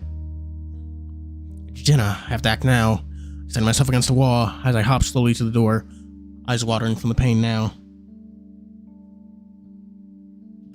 Reaching out with a shaking hand, I start to slowly push at the door, hoping that I might be able to crack it open just a little bit, not draw the attention of whatever's inside. The door only shifts a little, though, and it seems like it's caught. Seems to catch on the ground underneath it. That a rough scratching sound that makes my fur raise up. Gritting my teeth, I forgo the stealthy approach and give it a hard shove. This time it opens up halfway, and I'm able to see into the room. It's like last time, there's no light coming from within the room itself. Instead, after a while, a dim yellow light coming from the hallway. It cast a widening band of light into the concrete room as the door opens. The smell hits me like a wave. I immediately gag, doubling over, pressing my hand to my nose for pulling up the neck of my shirt over my nose. Sure, I smell like BO from 2 days of running and fear, but it's better than the sweet smell of rotting meat that's enveloping me. Still shaking, I peer into the room while I lean against the door, only able to see the cracked concrete floor and walls. The grunting and choking sounds reach a peak now. It's coming from beyond the band of light. The inky blackness that isn't at all different from what Carl and I had run through. Hello? No response. Sounds like the grunting had stopped too. Shit, I have to do something now. I think about just kicking the door open and jumping back, but then I remember there's really nothing I can do with my feet right now. Taking a deep breath, I set both hands against the door. I steel myself as for whatever I'm about to see, and then shut the door as hard as I can. The door swings in suddenly, scraping horribly against the floor the entire way. I yelp at the suddenness of it all, the tension exploding out of me at once as I jump back in fear. And a light widens, sweeping over the entirety of the concrete room before the door finally lodges against the wall with a snapping sound. I almost lose my balance, arms swinging around cartoonishly as I try to hop on one foot. At the same time, I'm fearfully eyeing the opening, terrified of what I'm about to see. What I do see is definitely terrifying. Jenna, in the middle of the room. She's hanging from the noose, her muzzle tilted up, so I'm able to clearly see the rope digging into her fur around her neck, painfully tight. Toes barely touching the floor, but it doesn't even look like she's trying to keep herself up. Looks like she's unconscious. Jenna! There's no response, and I find myself leaving in another direction. Get about my ankle until all the weight comes down on it twice in my mad dash, and I literally scream as it happens. There isn't any time to worry about it though, so I grab at Jenna, unsure what to do. First, try to wrap my arms around her and lift her up, screaming again as I set my weight down on my foot. She doesn't respond to any of this and just hangs limp in my arms, which terrifies me even more. I reach up and pluck uselessly at the hangman's knot, which I immediately know isn't going to budge no matter how much I pull. Carl, help! I feel myself starting to panic. This way I look around, trying to find anything I might be able to use to cut the rope. Jenna? Call up at her. Can't see her eyes from this angle, but I can't feel any movement in her. I try to press my ear against her chest, but I'm not sure if I'm doing it in the right spot. You've heard it here, folks. The good old days hates women. Homophobic, homosexual. Misogynist, homophobe, homosexual. I can know words.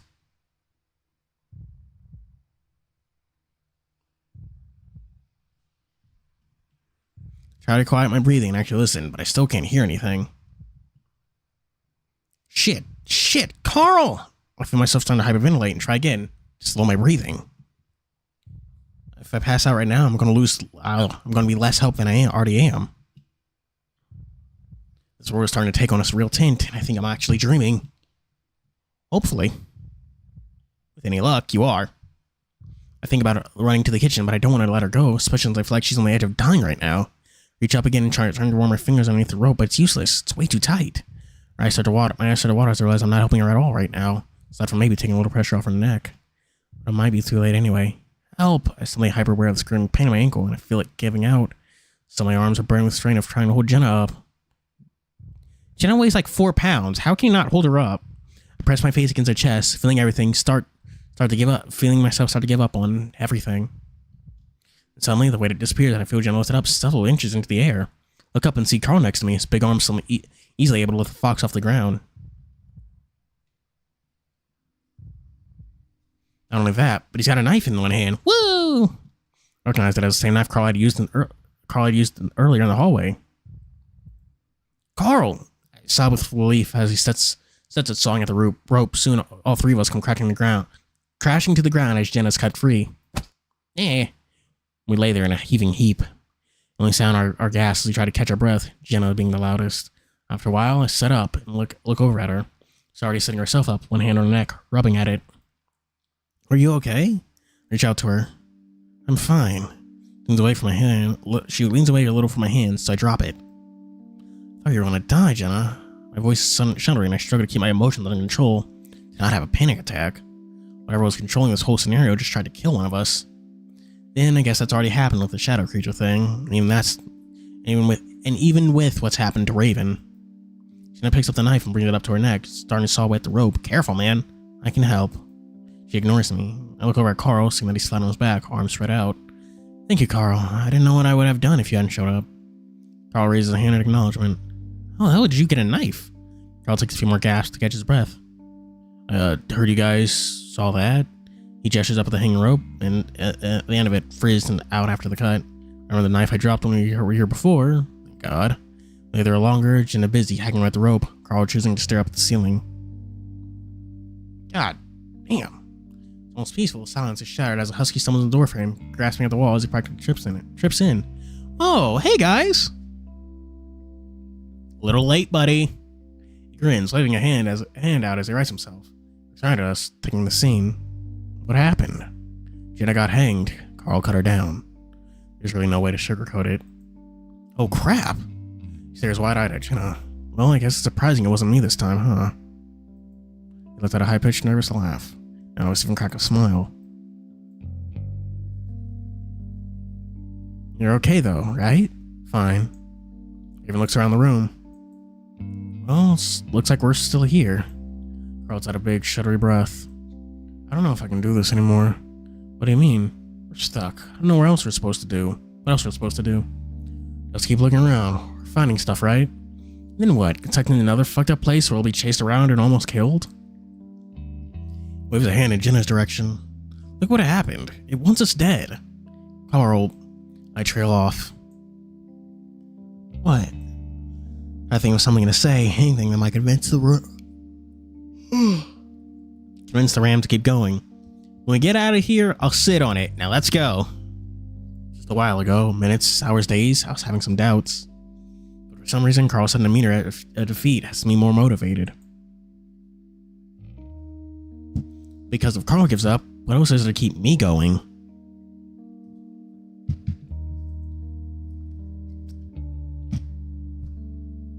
There's a soft snap, and I look over to see that Jenna's pulled the rope from her throat. How's your neck? Jenna rubs it. Fine. Voice has an air of complete disinterest despite the situation. She seems distracted too, her eyes flicking around to the ceiling like she's expecting something to happen up there. Look up too, I see this concrete that's spiderwebbed with cracks. Rope, I notice, is hanging from nothing. Like it just sort of grows out of the ceiling. Carl lets out another sigh next to me.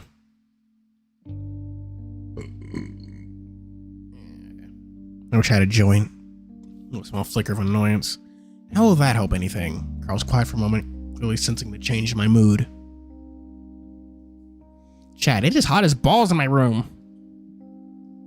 75 fucking degrees in here, like goddamn. I immediately regret it, but I don't have the energy to take it back. Because it might make me feel a little better. Making you feel less? We need to be alert. We need to be alert right now, so we can figure this out. Bring my tone back down normal. Probably how unfair it would be to get mad at Carl right now. I don't know if we can, though. Carl's lips tug in a frown. Looks like he's trying to keep himself from crying. If I can say anything and comfort him, Jenna speaks up. You will. Her voice is dark, firm, and completely unlike the Jenna that has ever spoken before. We both look at her, and she sits there, legs crossed, staring hard at us. Well, at me. Carl sits up. Jenna doesn't look at him, instead she keeps looking at me. John. Now she looks at Carl. Lena's out of instinct. Her eyes darting to him before she's looking back at me. Oh no! Oh no! Guess John sure do be gay. I recognize it as almost an unstoppable urge to look the way you hear your name being called. Yeah, we suspected and Jenna had that been acting weird, but to think that she was that consumed by Kim. Carl glances at me meaningfully. I haven't asked her directly about it yet, so I guess now's the time. Hey Jenna, are you feeling okay? I'm feeling fine. It's just that you haven't seemed like yourself for a while now. What do you mean? Over at Carl as he shifts around on the floor. Listen, when we first got here, and even a little before then, I was feeling weird. Carl pauses as he seems to be searching for the right words, so like something else had become a part of me. Jenna narrows his eyes at Carl, but doesn't say anything. There's another voice in my head, almost, and after a while I knew if it was that guy, James, in my head. Being possessed by a gay furry. We're all gay furries. Yeah, I think that's another part, it's not really spoilers. I think that's another part that's kind of weird about this route. You know what? I'm gonna hold on to that because I feel like it might be spoilers. I feel like it might be spoilers.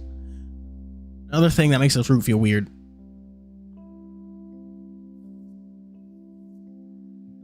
Sounds like you're going crazy. Carl frowns. Maybe, but he's making me act different, feel different. And it's kind of fucked up, to be honest. Weird.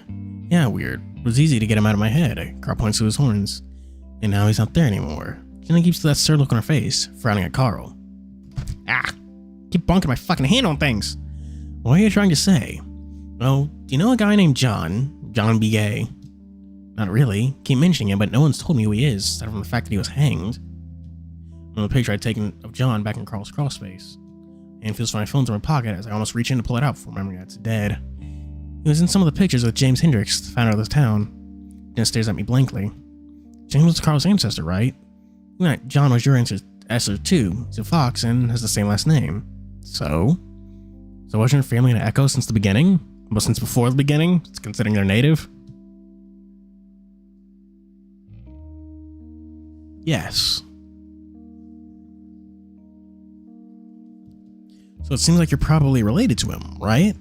Jenna stares hard at me, then at Carl. Our family doesn't have records like yours, Carl. Carl frowns again. Say that like it's my fault. Maybe it is. Carl starts to sputter again but I cut in before he can defend himself. See? Jenna doesn't talk like that. You wouldn't say something like that. Jenna doesn't say anything, keeping up her glare at Carl. Carl clears his throat nervously. What I'm trying to say is that maybe your ancestor is in your head like mine was. Damn, your ancestors they have their ancestors inside them? I don't think this is what they meant by when they said keep it in the family. I don't think so. Carl lets out a frustrated sigh. I mean, something's different with you, dude. I can see it. Jay sees it. Non-confirmation. Raymond suddenly cuts in. I mean, I don't know you that well, but if we're going by how a normal person acts, you're not acting very normal. We're not in a normal situation like that, are we? Carl shakes his head. I know you can resist it like I did, Jenna. You've always had a really strong mind. Way stronger than mine. Carl swallows. There shouldn't be a problem for you to stop it like I did. Jenna shrugs. Nothing's wrong with me, Carl. We all go quiet then. Besides, isn't this about clearing James' name or whatever? Why are we talking about John? Jenna stares at Carl, eyes moving across his face like she's searching for something. Carl stares hard right back at her. Unless you don't want to fight it? Jenna's expression remains emotionless. I mean, are you letting him? I don't know, Carl. Are you letting him control you? No, I already told you. I fought him out. How do we know that's true? Carl throws his hands up. He's being normal. Dude, why would I lie? Carl looks at me for some help. Yeah, Carl's way different than he was earlier. He's himself now. But how do you know that? I don't know what else to say to Jenna to convince her. Of course, I can't be completely sure. It's like, well, Jenna, you know Carl. Just ask yourself, is he acting like normal Carl? Of course, I can't be completely sure. The only person I can know is Carl. He says he isn't possessed anymore, and I trust him on that. Jenna, he isn't. I promise. You think James kept his promises? Carl and I share a look. Jenna, what do you mean by that? Strangely crosses Jenna's face, bringing out a stoked attachment she's been training for the last however long it's been. It's confused, like she also wants to say something with her mouth open. Jenna? Seems like he's frozen that for a moment before she finally seems to give up, shaking her head. I don't know. She glares at Carl, blanches defensively. What? I keep acting like this is my fault. Maybe it is. What? How is it? Be nice. He's a good boy. He's done nothing wrong ever. This time Raven cuts in before Carl can say anything. Is James stopping John from saying something? Oh. I watched Jenna closely, and that's when she finally looks away. I don't know. Jenna, are John and James upset with one another? Jenna shrugs, not looking at me. Carl lets out a sigh of frustration. Jenna, we need to figure this out. Listen, I don't know how much about these guys, but it sounds like James and John are trying to tell us something. Raven looks back and forth between Carl and Jenna. I'm trying to stop the other one from telling us something.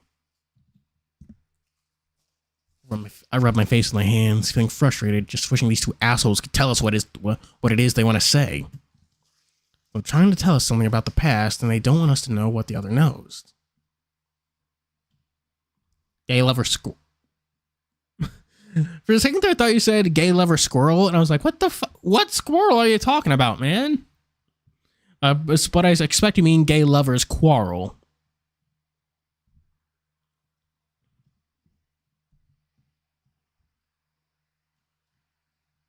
Maybe that's what we're supposed to figure out.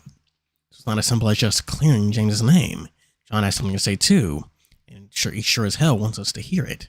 Close my eyes. Stuck in the middle of a possessed ghost fight with each of them trying to tell us their version of a story? The whole thing seems ridiculous, insane, but I really don't have anything else to go off of. Did you find anything about them in the crawl space? Tried to think back. Like I said, they both got convicted of sodomy. John was hanged, and James left to start his ice cream business. So why wasn't James hanged too? His influence on the town, probably. Well, I can see why that might cause problems between the two of them. Look over at Carl, who's still looking at Jenna. Jenna's picking up the rope in her lap. Hey, did James tell you anything while under his influence? Like, did he say anything? Carl rubs his chin. Not really. It's weird. Just sort of felt like I just sort of felt different. Said things I normally wouldn't say, but I guess I never heard any voices. This isn't much more to talk about at this point. Unless one of the spirits decides to do something else that can help us along somehow. So, what are you supposed to do next exactly? Everyone points at the back of the room. There's a door there. I'll go to the direction he's pointing. Sure enough, there is a door there. It's a concrete door practically cut out of the wall. It's featureless aside from a rusty metal handle. What? Was that there before? I think I would have seen it the first time I looked in. Jenny stands up, taking a few steps towards the door. What, so we're just gonna go through another door? Carl's lying back down on the floor on his back, staring up at the ceiling again. I can understand where he's coming from. Another door to possibly another nightmare. But his sudden reluctance is making it easier for me to find strength to keep going. Reach out, resting a hand on his. Carl, this might be the last one. It might be the way out. Carl snorts. Seriously, dude, you think they're just going to let us go? We've accomplished nothing. We can leave you here if you'd prefer. I glare at Jenna, but she's not even looking at me. Instead, looking at the concrete door. Carl, we have to keep moving. If we go through another door, or at least we're going somewhere. Yeah, besides, that stuff has only happened to me and Jenna, so you guys probably have nothing to worry about. You can't stay here forever. I gently stroke the back of Carl's furry hand. He laughs again. What ad was it? Maybe we could just keep pulling grilled cheese sandwiches out of the cupboard. Carl props himself out of the elbows. Who knows? We can get some weed out of there. Carl looks back in the hallway, apparently seriously considering that. Come on, man. We're all going together. Diablo 4. Oh. Don't we have ad block? Come on, man. We're all going in together. Reach out both my hands to him expectantly, since I can't get up on my own. Carl stares at them contemplatively for a moment, then finally gets to his feet while putting me up onto his back with a loud grunt. Alright, man. But if this freaky, spooky ghost dimension goes on for another fucking door, I'm gonna pull out a joint from the magic cupboard. Of course. Jen's already standing in front of the door. Man, I don't want to pass out again. Just did that. Look back towards the hallway. You know, maybe we should check the rest. Jenna reaches towards to grab the metal handle, and before any of us can say anything, she yanks it open. Whoop! Its trail leads through the desert landscape, and cacti and boulders obscure my view on either side. It's rocky, and dust coats each step I take. Yo! As I continue up the path, I can see 3 peaks from the Casa de Mino Mountains in front of me, heading towards the town of Echo, just over those mountains. As I get closer, I notice the trail opens off towards the side of the mountain. Follow the trail in with my eyes into the hazy distance, almost disappearing into the heat waves. Still, I can make out a small dark hole. The mine. Something should just be left alone. Dust whirs silently at the mouth of the mine, almost sparkling in the bright noon light. Every single person here. Something seems to pulse out of the entrance, and almost visible waves through the air. You will never escape. You will always come back. Red seeps from the hole, running up the side of the mountain, waves turning rock and dust to color with blood. You'll always be running in circles. Hey, said the thing! Start jogging up the trail, panting in the desert heat, not sure what I'm doing.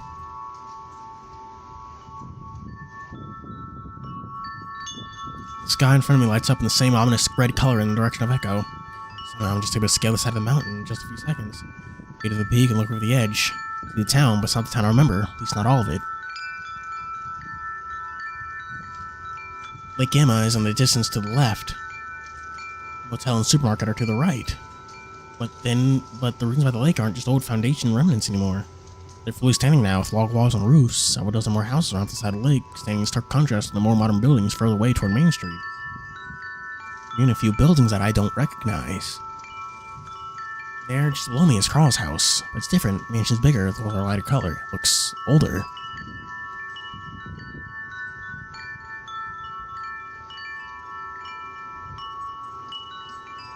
Somehow, I'm already there. I could just teleport straight down to stand on Carl's house. Straight down the slope toward the town, and next to the road is a wooden platform built out under a tree. These fucking, like, wind chimes are getting on my nerves, actually. There's a rope hanging from the tree.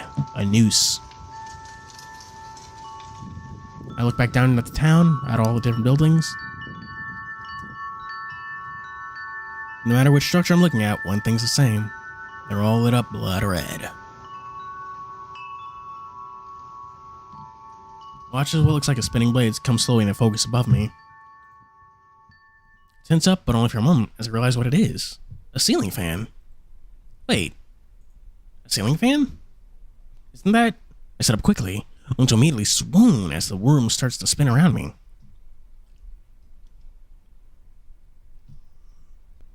I grip onto whatever I'm sitting on, and it happens to be soft and smooth. Look down and see that I'm at the top of a blue comforter. To my left, Jenna and Raven are all stretched out next to me on a king-sized bed. Hell yeah! To my right, sunshine streams in from the sliding glass doors outside, which is a massive deck. Past that porch are the mountains and the desert of Echo. We're back! Oh my god, we're back! Guys! Shake Carl next to me. Immediately swings her hand to slap at me, but persistent until he's first set up, rolling sleep from his eyes. Jenna and Raven stir next to him. What? What is it? What happened? Guys, we're back! We're in your house, Carl! Carl finally snaps his eyes open at that. Raven sits up next to Carl, and I see him sway with something dizziness that I'd had earlier. Where are we? My parents' room.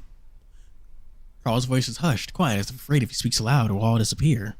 Relief like I've never known before flows through my body. Whether or not this is a dream or hallucination or we're being drugged somehow, it doesn't matter. What matters now is that we're home.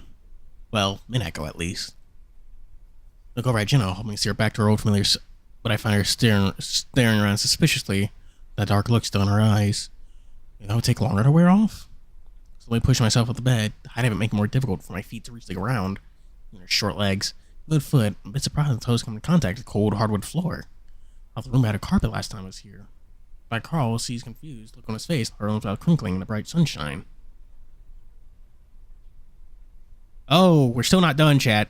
We're still not done. Something's a little off, man. What? Something's wrong. Oh no, I feel the beginnings of that singing sensation in my chest again. Why? My parents' room isn't this big. Look around. Guess it is a bit bigger than usual. Balcony seemed to be the right size though. The floor, comes on my feet. Where's the carpet? Carl confirmed my suspicions. The dread continues to grow in my stomach. If they took the carpet out while we were gone? No one responds to that ridiculous idea. She looks at the wall behind the bed and reaches out a hand to touch it attentively. Carl lets out a loud, almost maniacal laugh. It's like I'm in a weird dream of my house or something. Carl punches himself off the bed, his hooves clopping loudly, unnervingly against the hardwood floor that shouldn't exist. What? Did you see a creeper, good old days? Ba-dum-psh. Fuck. Yeah, fuck. I can see the same emotions in my chest, playing out on Carl's eyes right now. He's just out to give me some support. Well, maybe there are other people here? Even Raven's cheerful tone is forced and strained. Oh no, it's cutting to the good boy. I was expecting that we'd end up in another dream world or whatever. But the fact that I thought for just a moment that we were back in the real world made this all the more soul-crushing.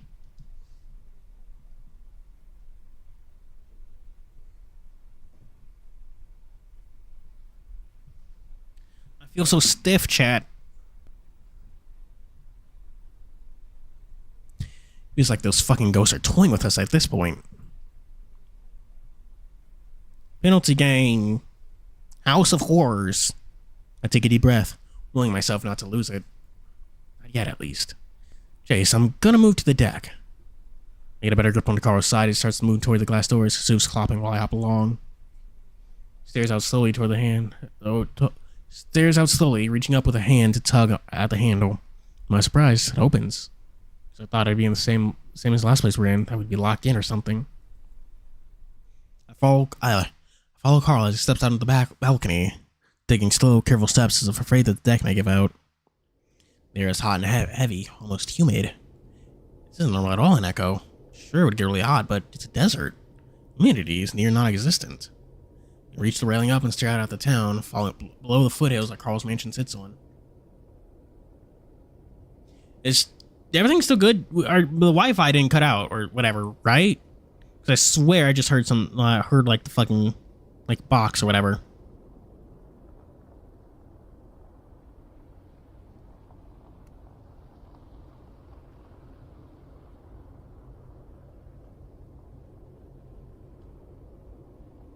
Just sleepy?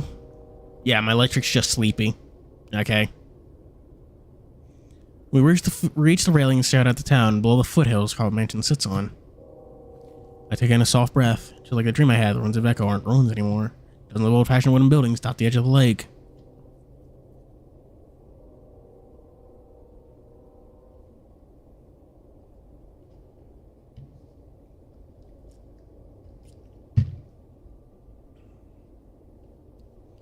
A little ways away, I see the familiar buildings of the motel and supermarket along the small neighborhood of my childhood. In the main street, I see a few buildings that I don't recognize. Not quite as old-fashioned, but still pretty old-looking.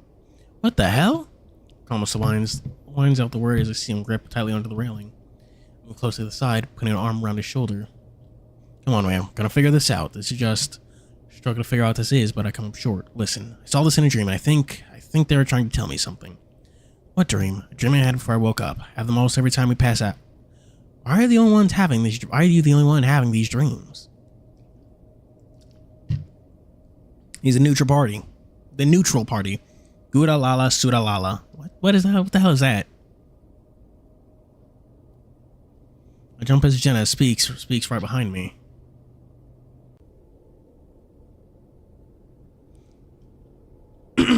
I turn around, find her eyeing me suspiciously.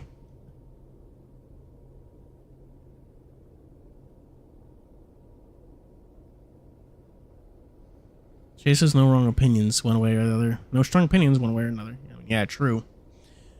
But give me a second. I gotta go refill my fucking water bottle because I am out of, well, water that's not warm.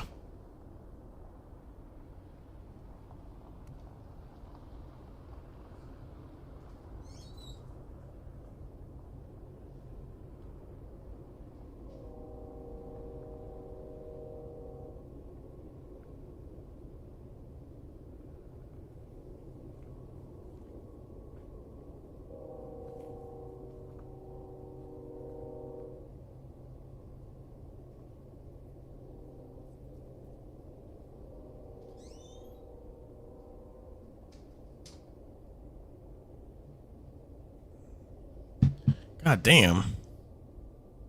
So chat, roll call. Who's still here? It's late as hell. I don't know. None of you had dreams? I did. Raven pops his head from around the glass door, a bizarrely resilient grin on his face. Good for y'all. Good for you. Him? Raven's a positive ball of sunshine. We like him. But it was about that black shadow creature thing chasing me through the kitchen, so I guess it's not really useful. What did you see in your dream, Chase? Well, this. I waved my hand out at the alternate reality town. Within the mine, too. Like the red stuff spread out over the town. Then I saw a noose. I instinctively looked over the edge of the balcony. Down toward where I remember seeing the tree. Can see here, Solar Knight. Supposedly there's still 8 viewers in chat, so... Oh, and Flower, hello. Supposedly there's still 8 viewers in stream, so... Fuck me if I know shit. Carl looks too. What is it? Well, I saw a tree with a noose on it. Carl looks slowly back up at me. Down there? I think so. Carl looks... The look of utter defeat in Carl's face has me hesitating to confirm it. What the fuck? Take a deep breath, trying to put what I feel into words. The dream, the way it zeroed in on the tree, felt meaningful. I think we need to go to it. Jesus, why? Carl buries his face in his hands as he leans against the railing, shaking his head from side to side. I don't know, but I don't know where else to start. This place is massive. So what? They put another letter wanting us to find for some reason? Maybe. Guys? Carl keeps his head in his hands to turn around. Raven's still standing by the glass door, but he's looking back in the room. Jenna left. What? Sure enough, Jenna's nowhere to be seen. Where'd she go? Raven shrugs. Downstairs, I guess. She going to the tree? So let's move back in the house to remember my destroyed ankle. Back and see that Carl is slumped against the railing. Carl? Doesn't look up. Carl, we need to keep moving. Finally, Ram pulls his head out of his arms, turns to help me. He gets me into our familiar position with me clinging to his back while I hop along. I believe he's actually moving, but I don't like the dull look in his eyes one bit. Oh no. Raven, Carl, and I head dead down the hall toward the stairs. I was right. It's like a dream of Carl's house. Carl mentioned that there are a few more extra doors, all of which lead to bare, hardwood floored rooms. The ground level of the house, though, looks mostly normal. As we make our way through Carl's sort of home, I realized something. You guys hear the trains when they were back? You guys hear the trains when they were on deck? Maybe. Why? I thought I did. It's just kind of weird. Like, what are the trains going to be doing in a world that isn't real? Maybe it is real. Maybe. I'm not convinced. Let's pass through the living room. See that it's set up like it always is. The kitchen looks to be in order as well. Step outside and notice the mansion looks the same for the most part. Not the massive old look it had in my dreams. I hop along the curving driveway from Carl's house like I remember in my dream. How Jenna would be able to find the tree on our own is beyond me. On occasion I'd be given this to where it look. It's a glance over the railing of the deck. Man, it's so fucking close to being real, this place. Yeah. Don't have much to add, but he's right. Feels so close to being home, but none of it is home. Slow my pace to turn right at the end of Carl's driveway, practically tugging the ram along. Move the short distance down the road, then move to the edge of the left side of the road. Look down over to the side on the rocky sagebush covered slope. And there's Jenna. Somehow she immediately found it on her own. That old and rickety wooden platform sits at the end of the tree. Tree and platform definitely aren't in the real echo. A few scant mentions of a hanging tree in my research. But if it was still standing, I'd have to go get some film for my project. It really seems like something I was working on years ago at this point. Carefully started climbing down the slope, clinging to Carl. I'm about to call it to Jenna when I stop cold. As I move to the side of the thick tree trunk, should my field of view and reveal the noose, like my dream. This noose isn't empty.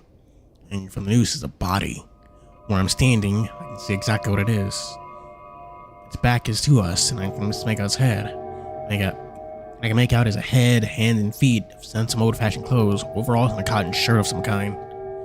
Clothes look worn and old, like they've been sitting out in the elements for years. It's not moving, just staring at the body. I'll freeze too, feel the ragged breathing in my ear. Jesus. How Carl gasped.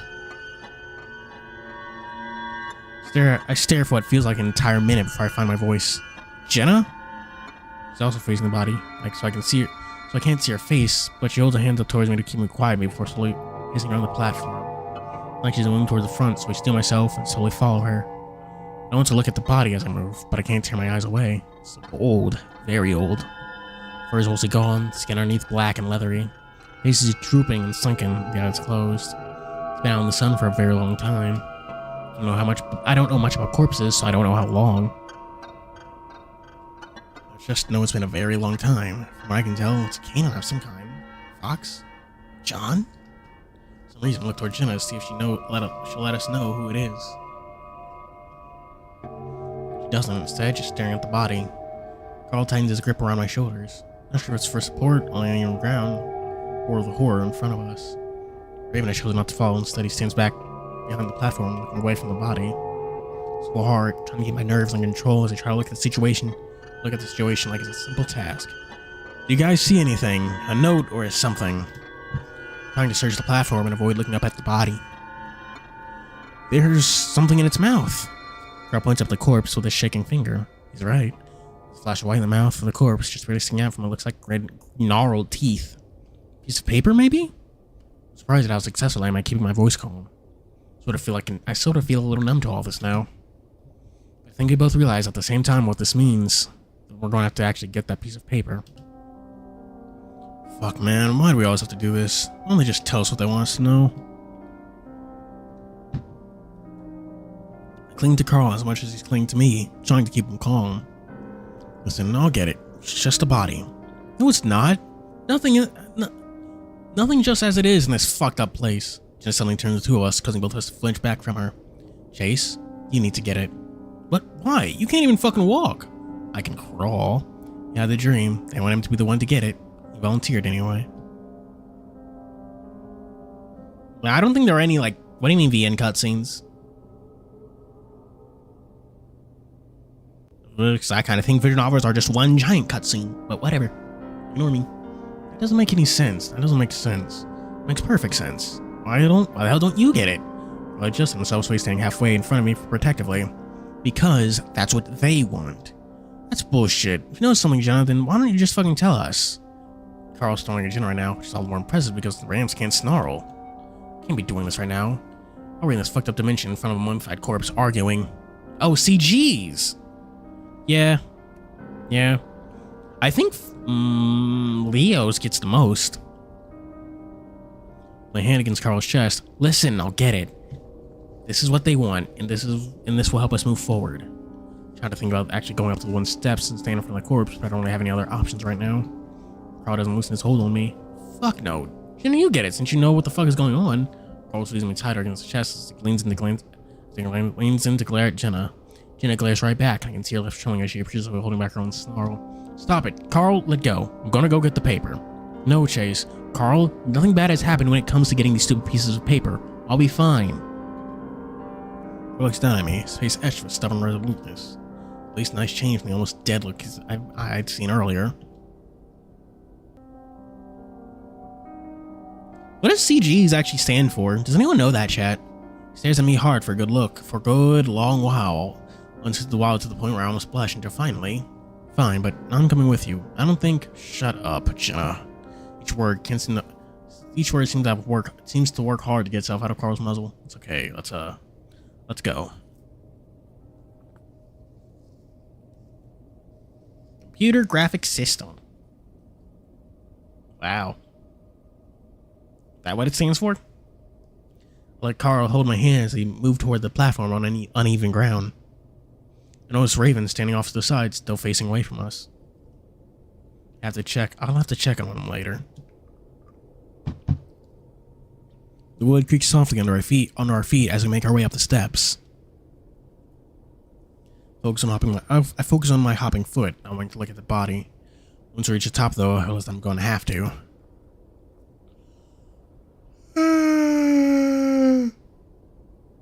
Yawn. Leaning heavily against Carl for support, I look up. The corpse's eyes are open now. Two yellow, piercing eyes that are sunk deep in the skull stare back at me. Get the paper! Get the pape! You are disgusting. I'm disgusting. You're abhorrent, despicable, horrible. For telling truths. For telling your own truth. You don't know my story, my truth. Your truth is a delusion. You cruel, filthy son of a bitch. What do you want from me? I want justice. And your people don't know the meaning of the word. Just let it rest. Let me rest. And you leave me restless? Murderer.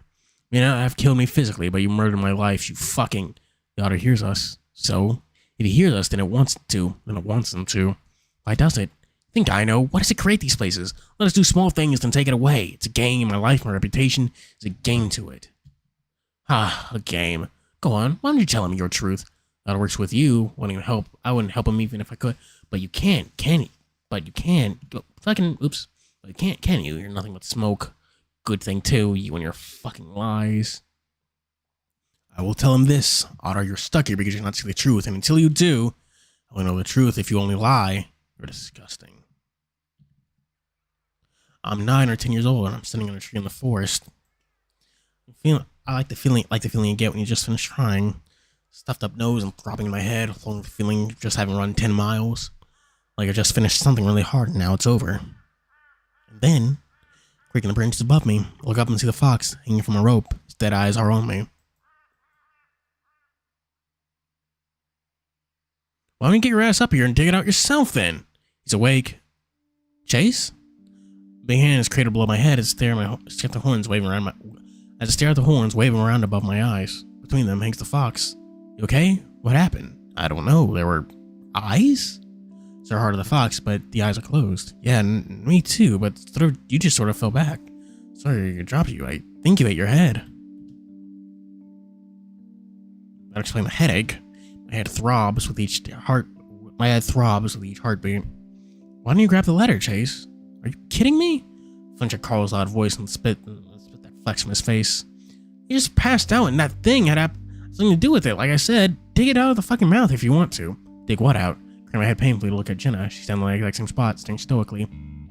Raven has moved to stand next to her, but his eyes are wide, staring at the fox. Turn my head around toward the hanging fox, and that's when I could see the letter was gone. Where did it go? Pushed myself up, cringing as I once again forget about my ankle. Carl hurriedly fusses with me around me, helping me stand. I get my eyes on the fox the entire time, but I don't see any signs of life. What happened? You fell? No, the fox. What happened to the letter? He ate it. What? How? And I just sort of gobbled it up. Carl's free hand gestures at his mouth. God. I lean my forehead against the ram's cheeks and close my eyes. So, are we not supposed to read it? Raven's voice is small and quiet, nothing like his usual self, even during the time we spent here. No one says anything for a while. I clear my throat. I think I heard John and James all was out. What? What did they say? I think John and James, they're influencing some of this, but there's something else controlling all of it? How? I don't know, but it's telling us what they want to say, like it's a game for it. Feel Carl shake his head against mine. Shake his head against my head. So what are we supposed to do? Just figure out the game then, I guess. It said something about having to see the truth, but I'm not exactly sure what that is. The fox just ate our clue. That might have been one of them. James or John, I don't know. Do we just find another one then? I don't say anything, because that's when I see the hint of white sticking out of the fox's pocket. I point. What's that? What? That's sticking out of the chest pocket. Huh? Carl moves a little closer, pulling me along tentatively, then calls anxiously from behind us. What are you guys doing? Carl's voice gets tighter, more nervous, as he reaches out with a shaky hand. Keep my eyes focused in his pocket, not wanting to look into his eyes if they're open again. Carl touches his chest, yanking back his hand once and slowly going in again. Face turns towards mine, cringing as he tries to look back and not look at the same time. He fumbles at his pocket for a moment, the fox swaying just slightly from the ram's poking fingers. And what seems like several eternities, Carl manages to get a grip on the note. As he does, seeing him stand back, almost hitting the fox's muzzle as he slides the letter free from his pocket. Yeah. Okay, let's go. Carl gently but quickly guides me down the stairs. Jenna eyes what's in Carl's hand suspiciously. What's that? Another letter or something. Where'd you get that? The fox ate it earlier. Saw it sticking out of the pocket. Guess there was another one. Jenna goes quiet and her expression darkens. I was to ask her what's wrong, but Carl's already unfolding the paper, swinging in his hand, holding it to try and make it unfold. Hold him out with my own free hand, hold the letter between us. Notice at the bottom of the paper has a rough tear, like somebody's torn in half. Jen and Raven moving closer, opposite to us. Please, please, please let this be the one that gets us back. It doesn't look like a letter. In fact, it looks like a newspaper clipping. Well, a photocopied one anyway. Carl, I think this came from your mom's collection of artifacts. I remember how some pages were ripped out of the scrapbooks. Really? Yeah, I thought it was you taking them. Ugh, nope. Well, not long ago this nightmare actually started. Seems like we had been setting this up. It's been setting itself up for days before we fell into this place.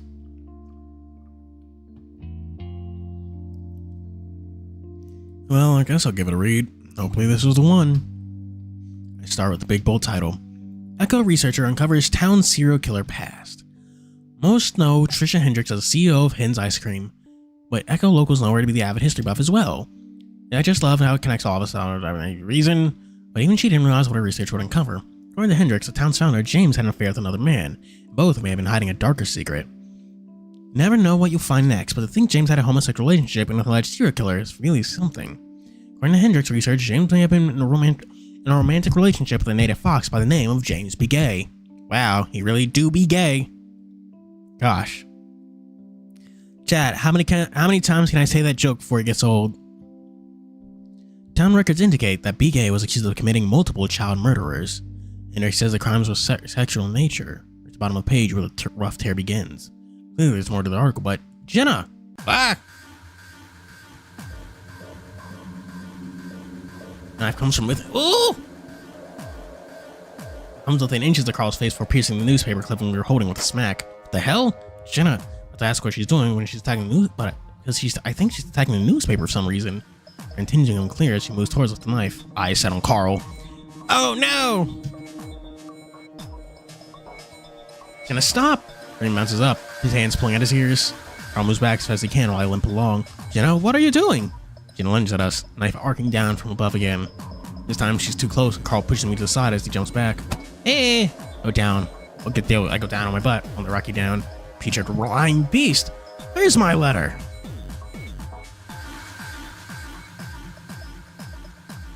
All right, Chad. What do you think? What do you think of the route so far?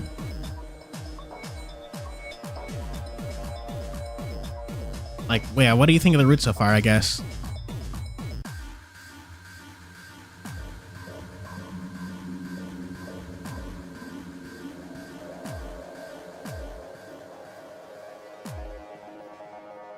Ay.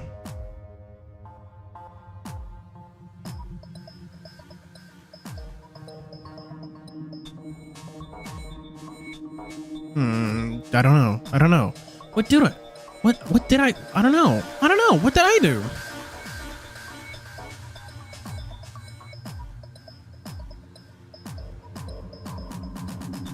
Carl's stumbling, eyes wide with terror. You know, he's going to defend himself if Jenna gets to him. I was screaming, I push myself to my feet. Yeah, howl after them. Each step holds an electric lance of pain to my brain. Not time to dwell on it though, because suddenly Jenna reaches Carl. Grabs one of his. Drop my phone. She grabs one of his horns and yanks him close. Carl swinging his fist wildly in her direction. Well, an effort, but Carl's not a fighter. Aside from letting out a few grunts, Jenna isn't affected.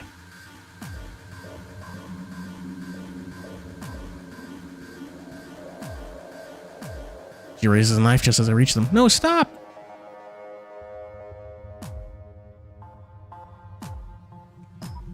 Which one?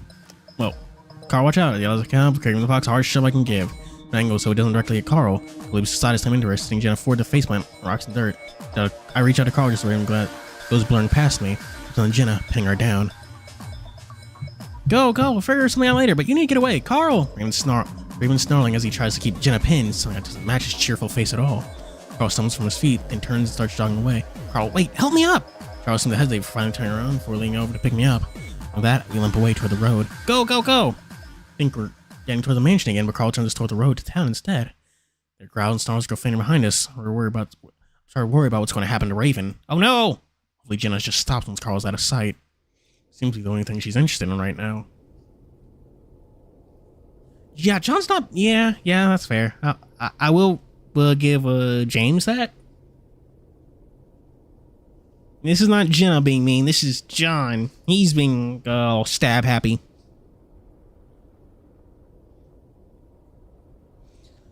Carl, you want to go back to your house instead? Carl, you want to go back? Carl doesn't respond. I look over at him, see his eyes straight ahead. See him looking straight ahead, eyes fixed on nothing. Carl? He gives his head a little shake, so I go back to staring at my own feet. Oh yeah, good old days has been playing a lot of Fire Emblem, or just looking it up for some reason. Jana. He gives his head a little shake, so I go back to staring at my own feet. My ankle is numb at this point, which I guess is better than Lane's pain I had earlier.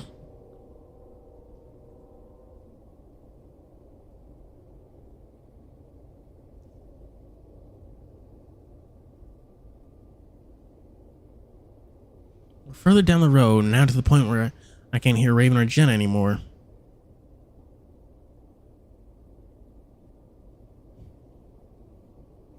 Going this way might have been a good idea, since Jenna will probably end up going back to the mansion.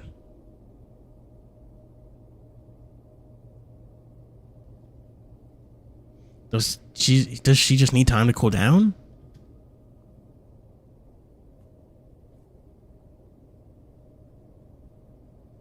And where are we supposed to go now? Majin, Jenna.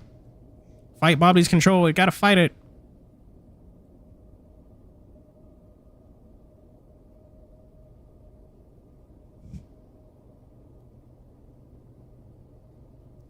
And I'm starting to realize that what just happened was different.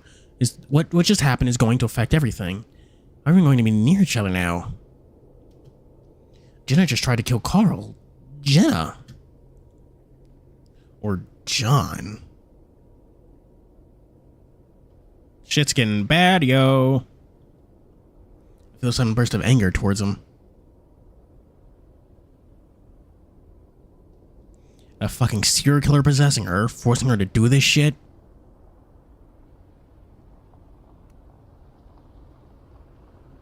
Carl's breathing is getting more ragged. Is he okay?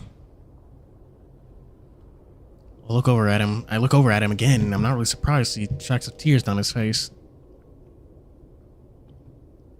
Carl, do you need to sit down a second? Take a rest. A few seconds later, Carl abruptly stops next to a boulder and allow myself to be sat down next to it. Be sat down on it. Graham doesn't sit down with me, though. So he starts pacing back and forth in front of me, occasionally wiping his face with his arm. Carl, sit down. I don't know what to do, Chase. Why do I? Just sit down for a second. Well, I don't know if we'll ever get out of here. Carl sobs and gets into a coughing fit. No, come on, we're doing good. We're at least getting somewhere. Where? It's going forever. You don't know. Look up at the ram, trying to think of something comforting to say. Chase, I can't do this. I need a second. He turns and starts walking further down the road. Carl, we shouldn't speed up. Hang on. I stand unsteadily, leaning over the rest of the hand of the rock as I watch Carl continue to trek down the road toward the town. Just wait, I need a moment. I'll be back. Carl! I feel myself starting to panic as I stumble after him. I was that not only am I afraid for Carl, for what might happen to him if he runs off into this fake world, I'm also afraid for being alone here without Carl. The ghosts only stole so much from the basement bins. Eventually, they'll literally just run out of clues. Then, what if this dream soft locks? What if they get him out of order? Will they soft lock the dream? Hey, if you die in a dream, you die in real life. Watch him get further and further away down the middle of the road. I wheeze, clutching my chest. I try to keep up with the sides of my vision, starting to turn white. I'm not sure what this is, the panic, my breathlessness, or the world itself, but the whiteness seems to pulse some faint sobs as the ram in front of me. Slowly, the white takes over, and I'm in a fog. Whoa!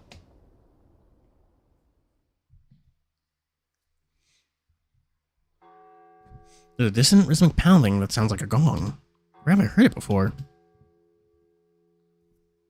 He's in school again!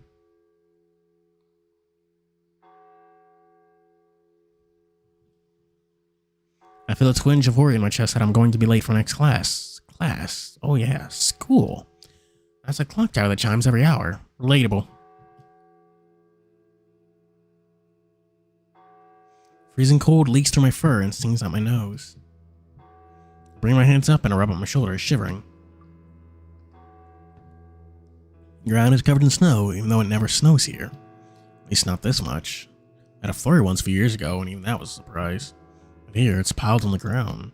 Mine's still catching up to me, feeling as if I've woken up in a dream. Fuck, what happened? Carl. Chasing after Carl on the road. It all comes back to me slowly. I was going after Carl after Jenna tried to... I hear her clopping up ahead of me. I snaps up and looking into the fog, unable to see clearly through it. Oh, Carl! My voice echoes in the emptiness of the university. Pueblo University. Feels like I haven't been here for months, well, rather than just a week. On my shoulders again for padding up slowly up to one of the buildings.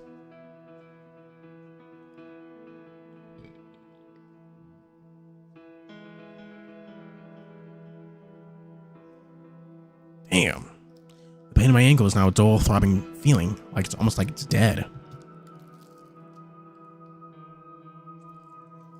What is distant travels?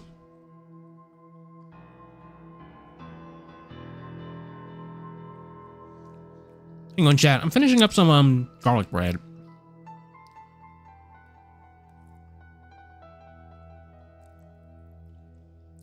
It's chat. Oh, what was the question?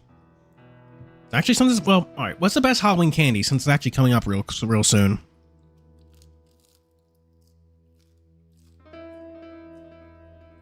Discuss that while I finish up the snack.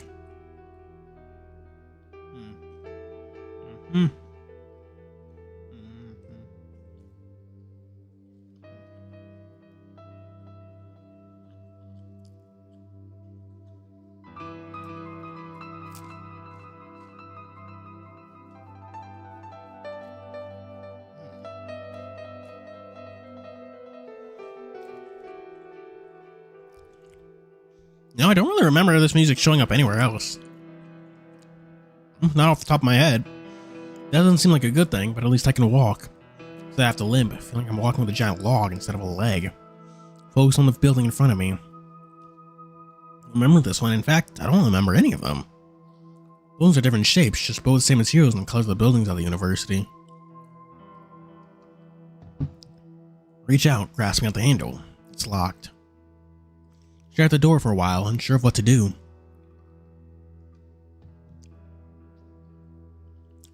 More distant clopping up the sidewalk gets my attention, so I start moving in that direction again.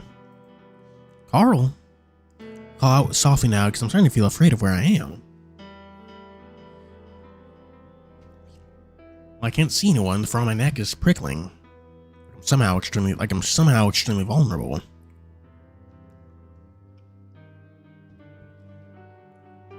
I guess the only thing I know for sure about this ordeal is that nothing is as it seems. For some reason, I don't feel like I'm in a safe place. You're never there for me, you know. I jump. Carl? Only responds to silence.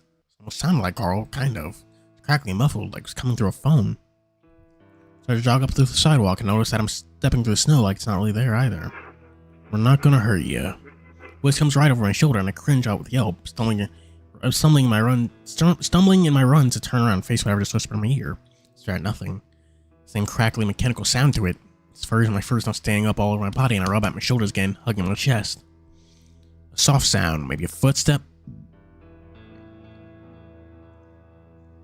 Behind me makes me whirl around in the other direction to find more emptiness. I stifle a whine and I start trotting up the sidewalk again. This place is different. This place is dangerous. It's unlike the mansion or the cabin or even being next to that hanging guy. Something could hurt me here. I don't know what, but I know it. Carl? My voice is getting more desperate. I've never felt more alone. Right now, more than anything, I just want to find Carl. You want me to be there for you? I jump, but keep jogging, basically hopping with my leg isn't working at all. That's funny. Sidewalk starts a curve and I come into the school's pond. Whisper to myself, fuck, where are you? As I keep walking, the ground no longer feels smooth. Sad, I feel pointed bits of rock sinking into my feet pads. You know, there's smooth pavement when I look down at the ground. Past a stone bench that Carl liked to sit on back when I was at school with me the first semester. I just can't, man. I wish I could, but every stupid thing I say is so stupid. Trust me, man, it's not. With my hands on my throat in shock because I definitely didn't say that. Voice coming through the others, muffled, distant from the direction of the bench. You don't understand. It's like I can't stop going over what I say to people, then I just worry about it for days after. Well, just don't. Just forget about it. Oh, alright. Seriously, man, no one cares. Just don't worry about it, okay? Yeah, okay. Turn around, moving back the way I came, and Gail's voice coming from the bench. Back to where I was and look around. Sidewalk branches off in several different directions. I have no idea which one to take. You weren't there for me. What? I stand there for a moment, feeling panic starting to rise.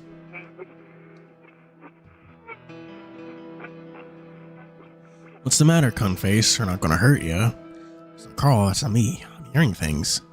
Close my eyes, hugging my chest again, stifling my breathing, stilling my breathing. Softer clopping sounds come from my left. My eyes immediately move in that direction. Hey, we're just playing. Grit my teeth and mumble to myself. I was a kid. What was I supposed to do? Oh, this is, dude. Chat. Do you remember that flashback to the time Chase and TJ were playing with water balloons? They got interrupted by Jeremy and Clint. I like Silent Hill, but yeah, that's what this is referencing. Okay.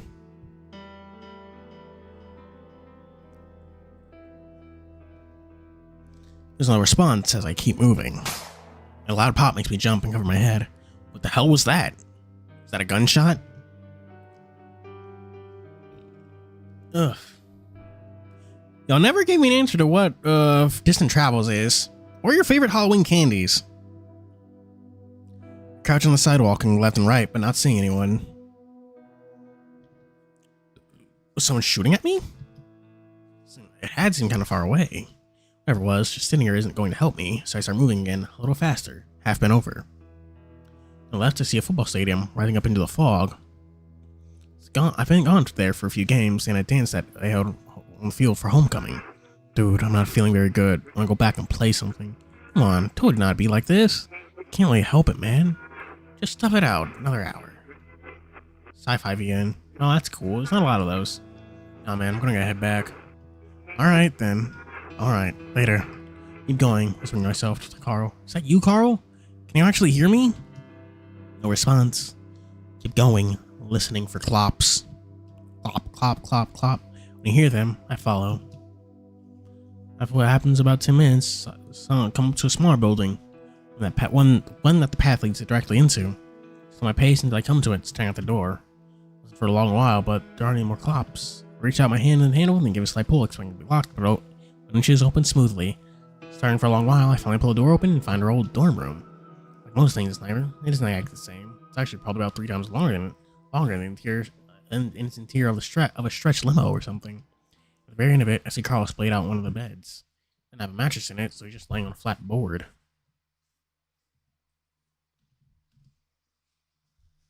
I slowly hobble over to him. He's staring up at the ceiling, and I'm kind of surprised to see a slight smile on his face. Oh, chat, maybe I do need to take a breather, because oh my god, I'm starting to feel like a pain in my chest. Oh my god. Ugh. Whatever. Like all the other problems in my life, I'm just going to ignore it.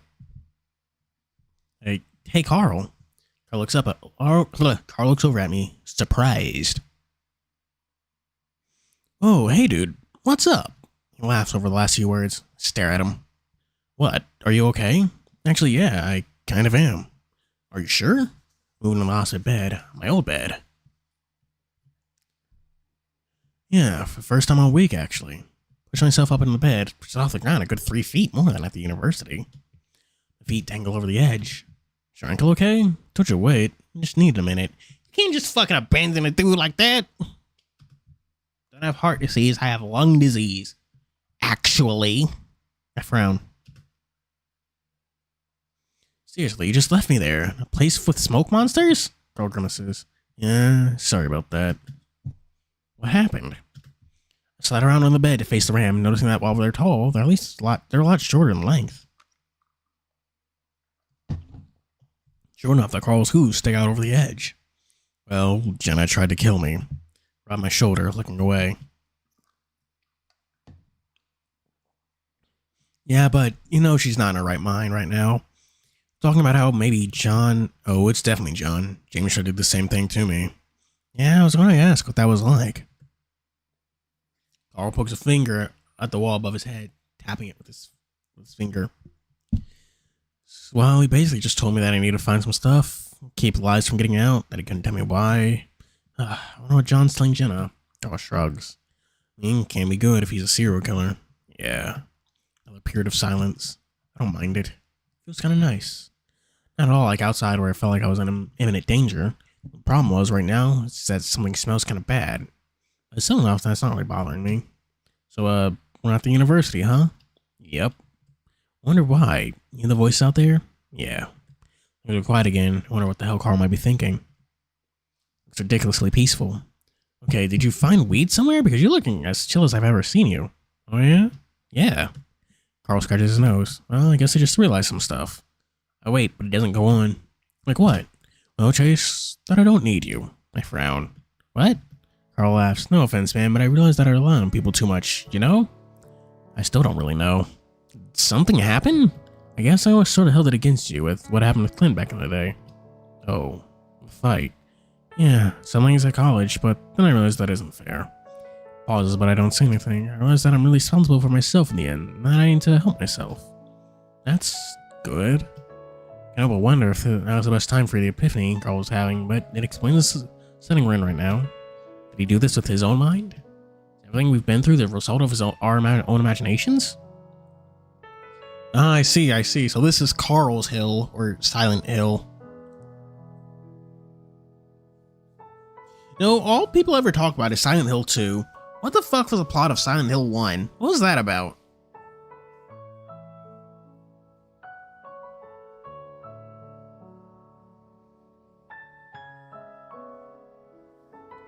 Ugh, is everything we've been through the result of our own imaginations? Carl sits up suddenly, rubbing the bed. Dad looking for his daughter. Oh, okay. Good to know, Hyun-chan. Also good to see you here, Hyun-chan. I don't know if you've been here. I don't know. It's been a while. And that I'm sick of feeling that I have to do something important. That I need to be important.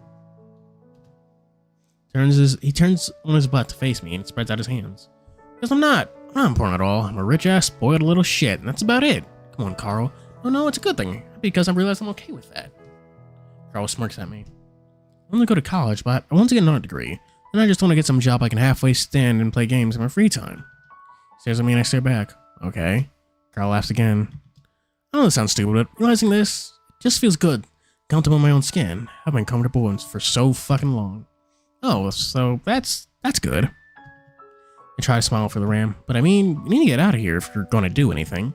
Yeah, it's weird that I'm feeling this way right now, but what isn't weird here? I reaches out with the wall again, feeling it carefully. Anyway, when I said I didn't need you, it sounded fucked up, and I still love you, man. Came to this realization. Oh. I mean, I guess, I suppose. Yeah, I love you too. But I need to say it out loud, I guess. I don't need anyone to make me feel okay. I just need to be okay with myself, and I guess I am. I gave Carl a weak smile. I'm not sure what else to say. Sounds cliche, but it's true. Yeah, we are really into overtime.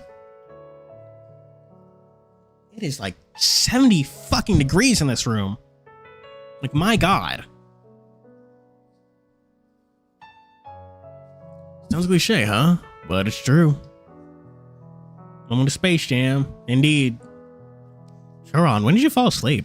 Yeah, you've just been fucking clonked out with the phone playing next to you. And I'm just happy that you're okay. You ran away so suddenly. I had another panic attack. Almost as bad as the one I had here. I pulled over the opposite end of the room, at the desk. Came back to that stupid dance, and I had a bunch of homework to do for that computer program class my dad made me take. No, having that bad experience with dance and trying to figure out programming, I didn't fucking understand it. Something cracked. Kyle looks over at me. When I get back home, things were worse than they'd ever been. One time I dropped acid and thought I killed you. I make a face, but Carl waves his hand. Long story, but then I thought that was a sign that maybe you're the one that was holding me together all the time. Carl, I had no idea. Yeah, how are you supposed to know? Didn't say anything, and when you came back to Echo, I thought maybe I could pull myself together with you there. Carl grins. And after this hellscape thing, and Jenna, I just got fed up with it, I guess. Oh, just happens, I guess. Well, at least you're in the Space Jam with good old days, I guess, because that's apparently what this is, the Space Jam. Oh, did anyone see the Space Jam sequel? What about that? Did anyone see that? Was it good? I don't know. I cracked again, but it's like something cracked back into place. I feel like I'm okay now. We're gonna get through this. Finally, I kind of chuckle too. I'm happy for you, I really am. Just wish we could actually get back to Echo so he can feel better there. Carl taps his teeth loudly with his fingers, then looks at me. Dude, I think we are. Huh? I got him quizzically. Carl with his hand over the bed again. Just realized something. I'm looking at this place. Can you see it? From my brows. See what? This place seems familiar at all, because now I'm seeing something completely different. It's going, no, it looks like the dorm, just a super long version of it. Carl smiles. Nah, man, we're in the diner. What?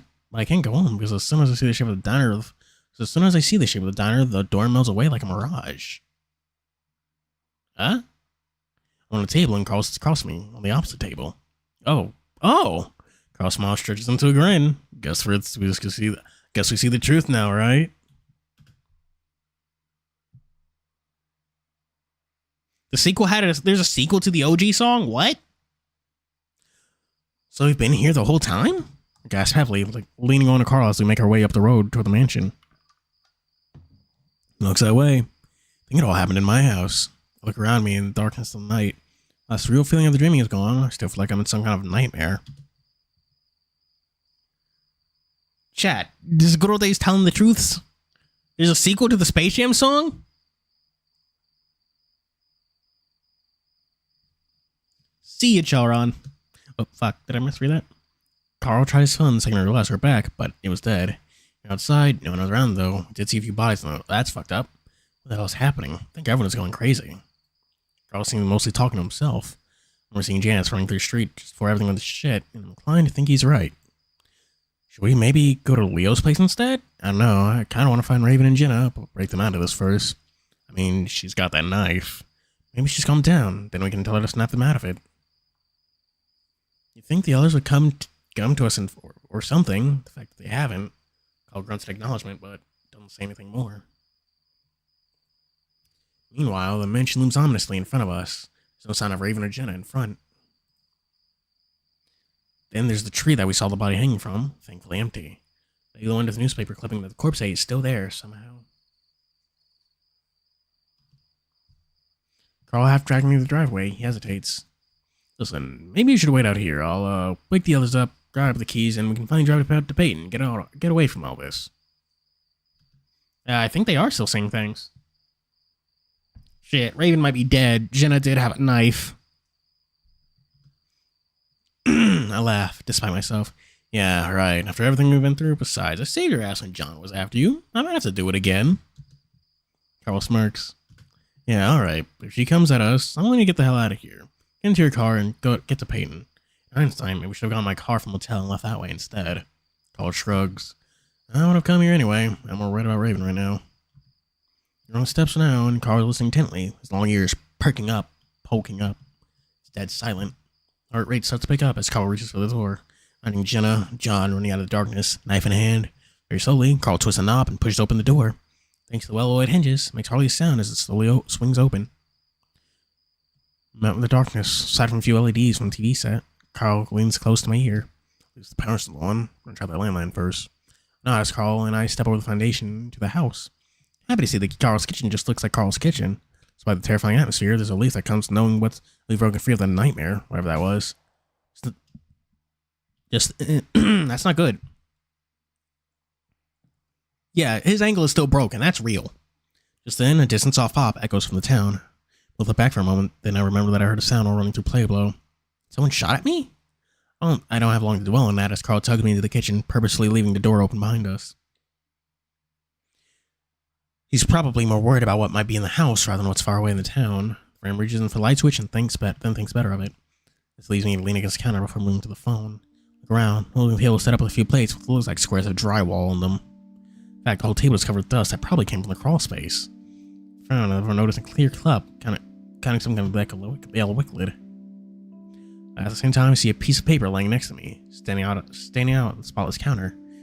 I reach out, pressing a hand over it, and feeling the smooth piece of paper. It's tight and shaped familiar. Hang on. They were eating drywall.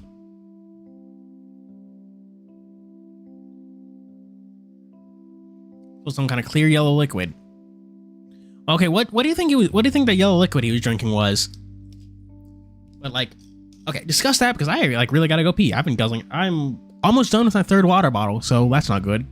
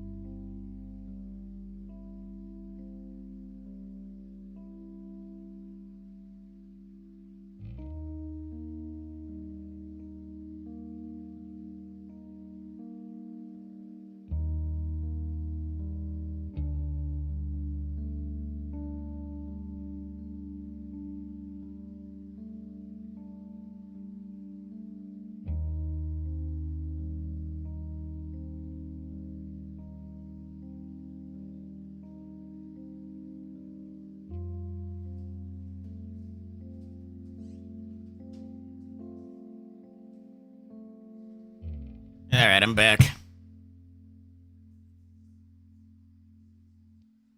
Carl getting power of self-respect. Yeah, kinda.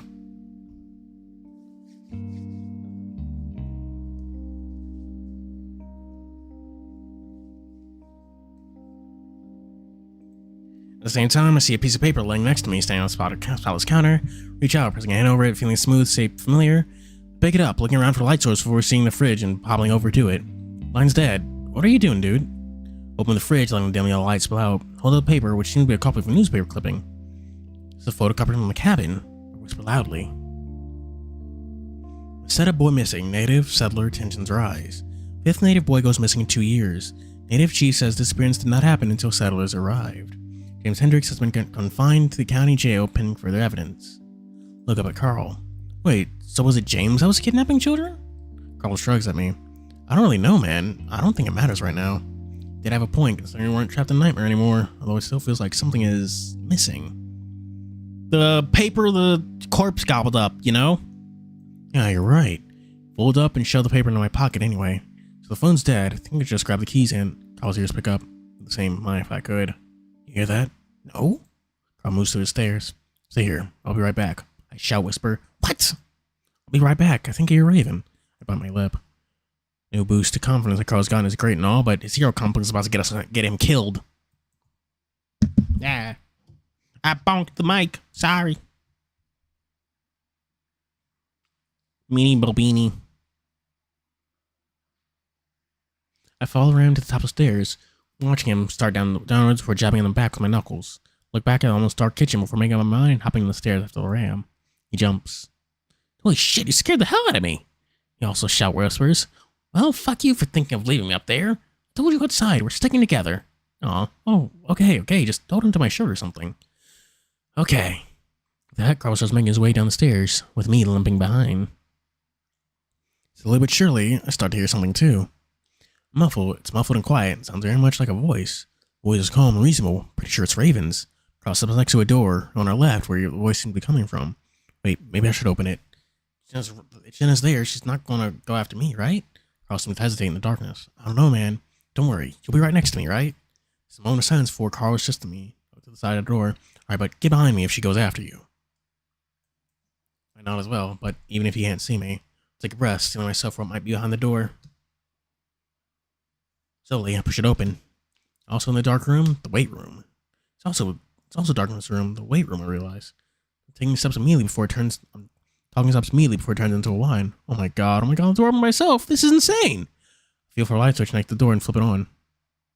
The Raven sits tied up to a weight machine. It looks like several pieces of clothing. A few pieces of paper sit on his lap and on the ground. Plus, he's staring right at me, but there's no sign of recognition on his face. It's not Jenna either. Thank God. Raven? Oh God, it knows my name. Raven starts writhing around in his vines. There's a ghost thing. What do you want? Do you want money? I honestly don't have very much money at all. I work at the mall. Carl pokes his head in too. Hey, Raven, can you hear me? Raven keeps babbling on about his job. Carl frowns and shifts past me into the room. What money? You work at the mall. I stand in the doorway, looking back into the hall, but only seeing darkness. Raven's still chattering. Carl reaches out, resting a hand on his shoulder. Please don't kill me. I'm poor. Oh, man. I feel bad for Raven. Does he even live in Echo? If he didn't hang out with these two losers, would he be caught up in all this, or is he just okay in all the other routes? He even works in Peyton. I'm pretty sure he's only here because of these niggas.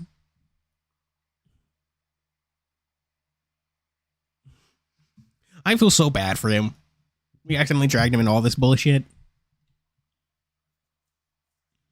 Raven's still chattering. Carl reaches out and rests a hand on his shoulder. The trick that Raven lets out makes my first stand on hand.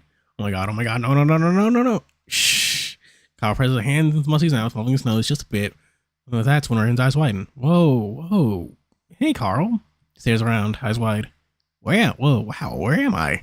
My house. In my weight room. Are you okay? Musty looks at Carl again. How? Carl shrugs. We have no idea. Look back in the hallway to make sure Jenna isn't coming after all this shrieking, and look back at the other two. So, it's that easy? You just had to touch him? Carl turns to me. Guess, like it really is just a dream or something. See ya, huge fan. I guess. Hey, Chase. Raven is craning his head around Carl now. Hey, Raven. Raven stares around at the room again. Wow, you know, just a second ago I was in a really fancy looking bedroom. Had a bed with curtains on it and stuff. Raven, how'd you get tied up? Oh, Jen, of course. Actually, she calmed down a bit and I brought her into the house, but then she punched me. Carl gets done tying the husky while Raven rubs the back of his head against the weight machine. Cause I'm trying to finish this fruit. Fuck it. Fuck it. Fuck it. You know, as they say. It's not the latest. This is not the latest we've streamed before. Y'all remember that fucking Resident Evil stream from last Halloween? That shit took forever. Y'all should be used to this.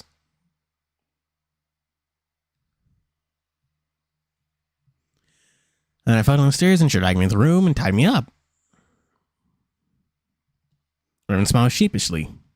Oh. Well, let's say good for you, but that's not good for you. Honestly, I probably could have fought her off. Sure, but facing a tiny, maybe a serial killer girl with a knife is kind of scary, so I just did what she told me. That's okay. Do you know where she is now? I glanced back in the hallway. Still nothing.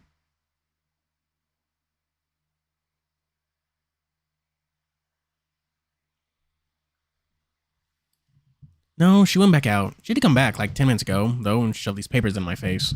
And points the papers in his lap and on the ground with his free hand. Carl gets started untying the binds around his legs. That's thinking about B's being the real letters, the truth or whatever.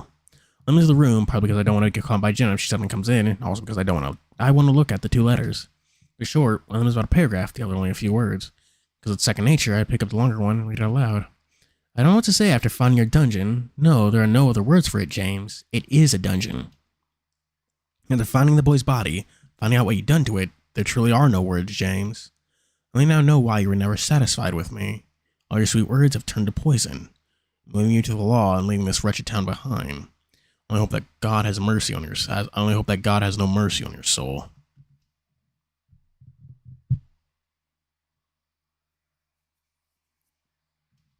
Oh, fuck.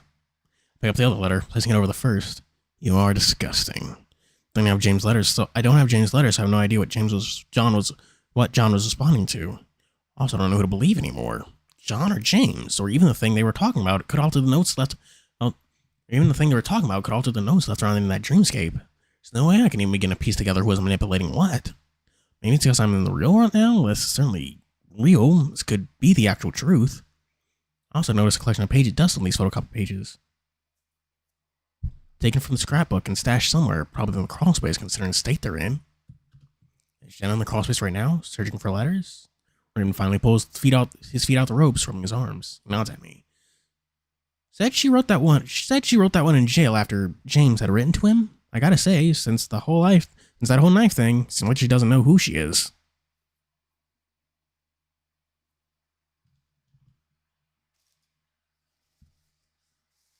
Pulled up the letters, putting them in my pocket with a news article.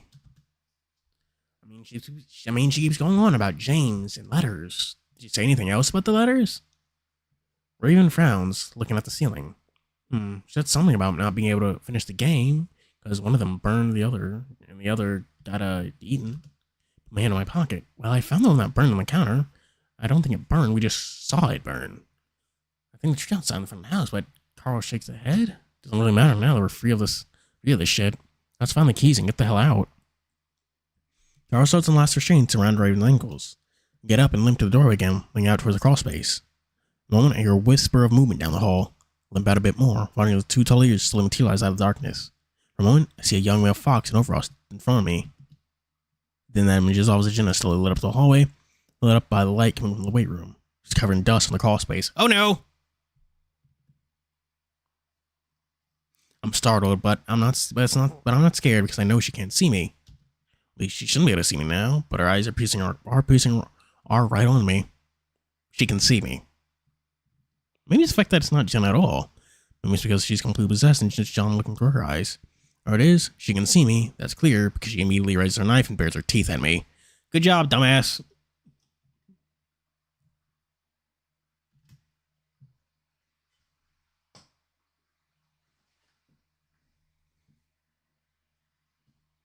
I don't want the other getting caught by her, especially with Raven tied up like that. I need Carl a chance to attack her from behind, depending on if she goes from here or takes a turn in the right room.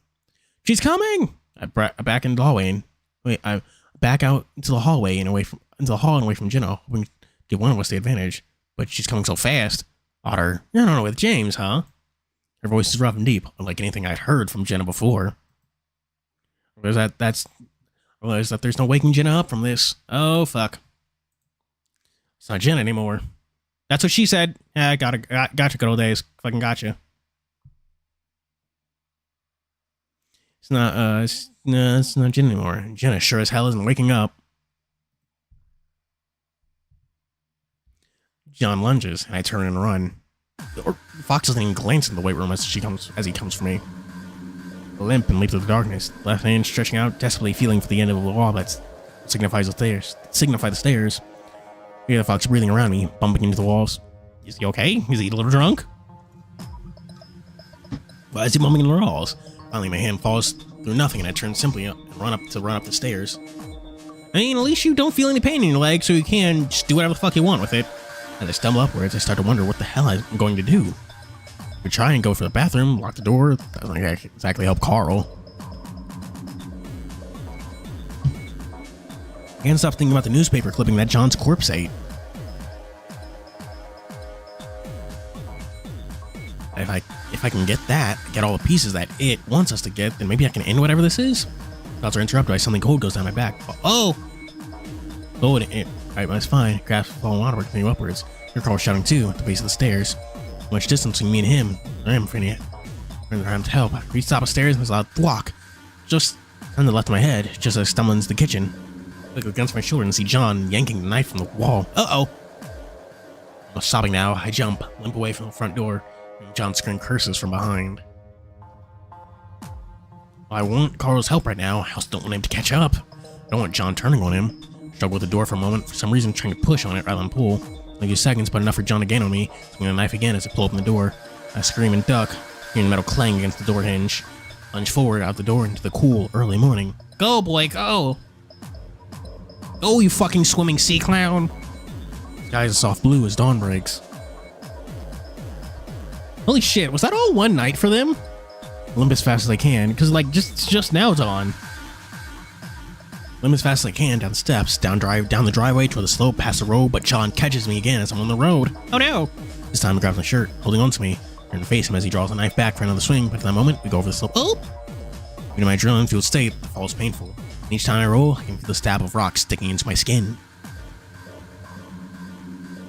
The final bounce is punctured with the blinding pain in my forehead as it all collides with a small boulder. Ah! Shakily get to my feet, looking left and right with the tree, panicked till I realize it's right in front of me. Stumble right into it, cling to it. I scan the dirt. It's nothing. No paper at all. Jen's getting up, just 5 feet away. See the blood oozing from through several scratches on his body. Knife is still in her hand. God, that's one tight fucking grip. He zeroes in on me again. I cower move behind the tree. My plan ruined. So my face comes level with hollow in the tree. You reach in, begin feeling around. It's both spiderwebs and twigs before Carl reaches the top of the slope. Hey, stop! John rolls around. Knife raises and he immediately moves in the other direction. You! And finds the corner of a piece of paper and pulls out the newspaper clipping. I scan over it. Another quote from Carl's mother. Begins to read, my voice cracking as I manage to shout. But I was able to open a lockbox kept by James himself. It's full of jail letters between him and John. John freezes in his steps, the knife still raised, looking up at Carl. I don't want to sully the Hendricks name, but if what John has said is true, James framed him for the most heinous crime in Echo's history. In the meantime, Carl stumbles down the slope, moving carefully on another fox to stand next to me. Reach into my pocket, pull out the other pieces of paper, hold them up. John, we know the truth. I'm going to tell everyone in my documentary, okay? I'm a journalist, a reporter. We see the truth. John turns toward me, and I'm slowly lowering. Just like that, it's not John anymore. It's Jenna. Knife clatters to the rocks. Carl reaches out to hold me, and I collapse against him, everything numb. Jen's hands go to her mouth, staring at the knife, staring at me and Carl before she screams. At distance, I can hear sirens. Yeah!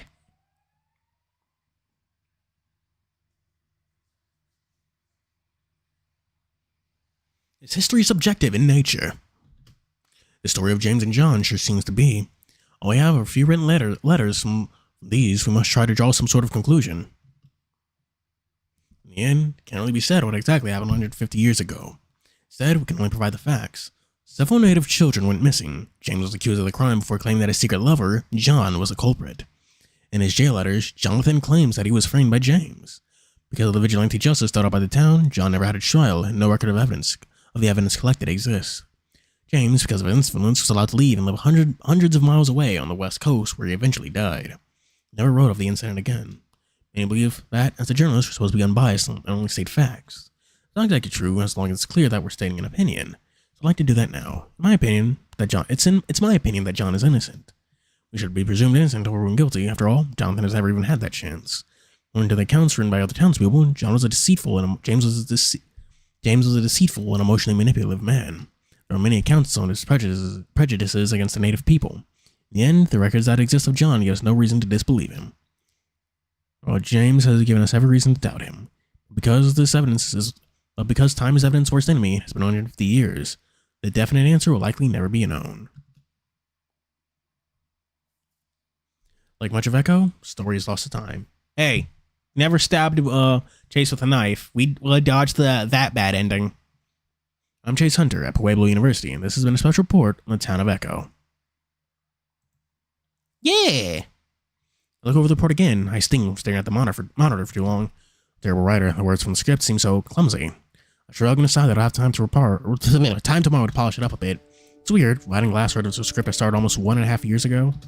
Changed a lot since then, moving from focus on Asteria to an old mansion mystery.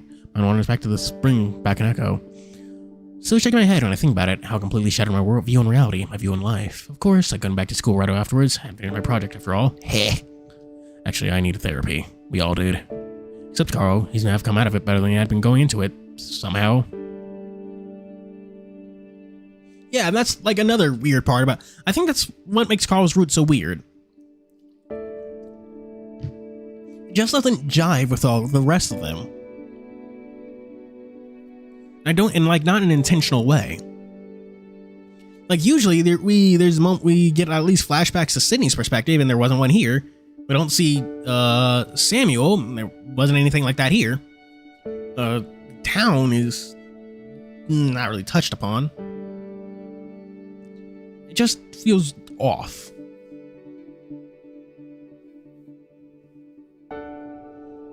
Yeah, and even like the other characters from the cast, they usually play a way bigger role than they do in Carl's route. So yeah, I just kind of feel like this is the fuck them route, because where are they? Except Carl's going somehow. Everyone handles trauma differently, Jenna would say. In fact, she has a lot of things to say about what happened. While she didn't come out quite as unscathed as Carl, she's still a lot tougher than me, and actually went right back to school that summer. Now she's at Weston, and a lot of her research is focused on full dolo, or shared psychosis. So how everything went down, the things that we felt and we saw, Jen's convinced that's what took place. It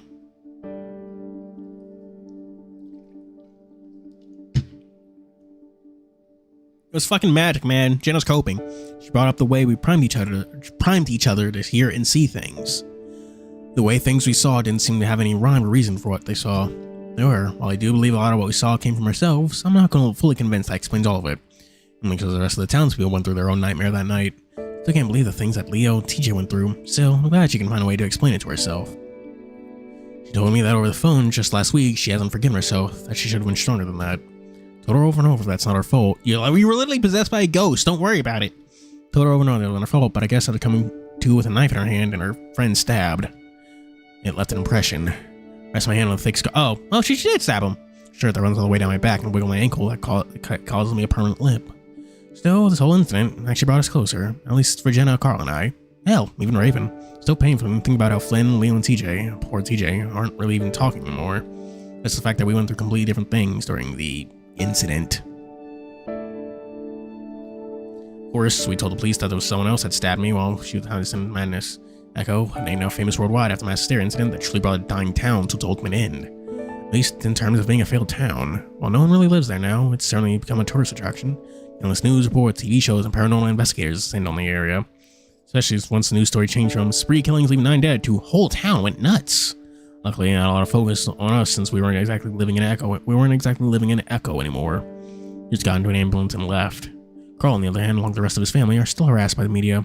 Carl's mom, Trisha, is a pro at handling the media, though. Still wonder what exactly was that had stopped her from publishing all her findings. I've had some time concerning practically family due to how much I visit with Carl. And the relationship I had with Carl in his dreams didn't exactly survive the real world. Carl told me that he didn't know where he ended and where James began. He only rejected James' influence. We couldn't really trust anything that happened there. But still, he's my best friend. I plan to spend the summer over at his house and I start my next project on Echo. Yeah, I realize that there are a lot more stories to cover there. I plan to uncover them. It's almost healing now, going back without any fear. I'm a little therapy. Guess I always end up back there eventually. Sound of claps to my right makes me look up, just as the bulk of Ram fills the frame of the doorway. Carl leans against it, rolling his eyes. Dude, you told me you weren't gonna work on that tomorrow. I smile, rests my chin on the palm. I'm just giving a quick once-over before we film. Yeah, sure. Anyway, I'm going for some pizza. You coming? I'm not really hungry, but taking my off Echo for just a little bit sounds good. Carl always screwed me up anyway. I nod over at the corner of our dorm room, where Carl's papier-mâché sculpture of a torture-looking bird sits. You have to finish that thing by tomorrow? Carl shrugs. I got like 3 energy drinks in the fridge. I'll be good. Come on, let's get going. I'll meet Caitlin there too. Get up, slowly stretching out my back. Oh, I see. So I'm just your wingman, Carl smirks. I like that, dude. I'm just hanging out with you. I'm just hanging out with her. Now let's go. Carl's framed staring out, swinging himself into the hall. Hey, Carl? Carl rebounds back in the room, looking towards me. Yo? Thanks for being my friend. I don't know if I was all reminiscing about what happened about the swing before last, or if I'm still not over what happened, but Carl seemed to understand. He smiles and reaches a big hand towards me while I grasp. Of course, man. If you need to talk or something, I'm here. Do you want to talk right now? I shake my head quickly. Nah, I'm good. Just wanted to say it. Carl smiles. Thanks for saying it. Now let's go. He swings his frame out the mall. Swings his frame out into the hall. Some loud clapping before I hear him shouting at someone and giving him what sounds like a high five. I smile to myself. Look at the document on the screen last time. Before closing my laptop and following Carl into the hallway. There we go. Finished exactly like 2 hours ahead of schedule. Ugh. Hallie McSkinny talks to you. Oh gosh. You happy with the happiest?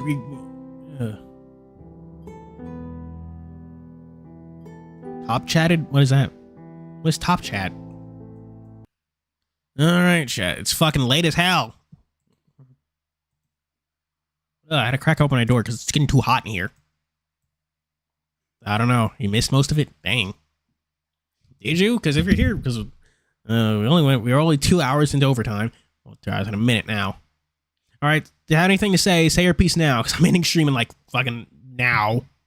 Because good lord, it's too late for any of this shit.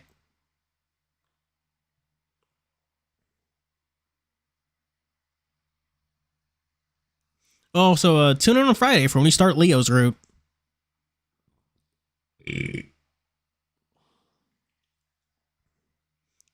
Doesn't sound like it, because it's clearly been working on it for a year.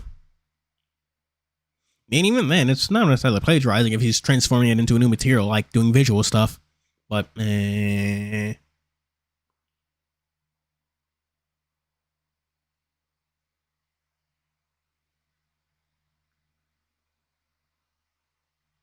anyone else got any comments?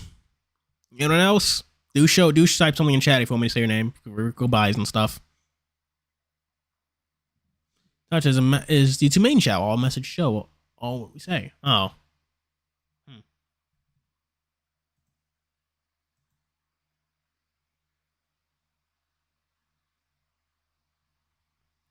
I'm always doing top chat. Anyway. Thank you for being here. Good old days. Calls on Teal. Slur Night. Yeah, is there anyone else? Well, Human Chan already last, but you too. And Shelron. Mini Skull Dolphin. It's getting fucking late. I still got what was it? Work on that script for, oh right. Remember, next week is a video about I think our son is gay. Assuming I don't get fucking like overblown or push it back or whatever. Assuming I can pull myself away from metaphor for long enough. Anyway, thanks all for watching. Something. Yeah, blah, blah, whatever. It's late. We're tired. Anyway, we finished Carl's route, so I'm happy about that. Will this keep us on schedule? Who knows? Who cares? Anyway, Thank you all for watching. Do be sure to like and subscribe. Ko-fi Patreon link in the description. And as always, this is Fuuri signing out. Bye!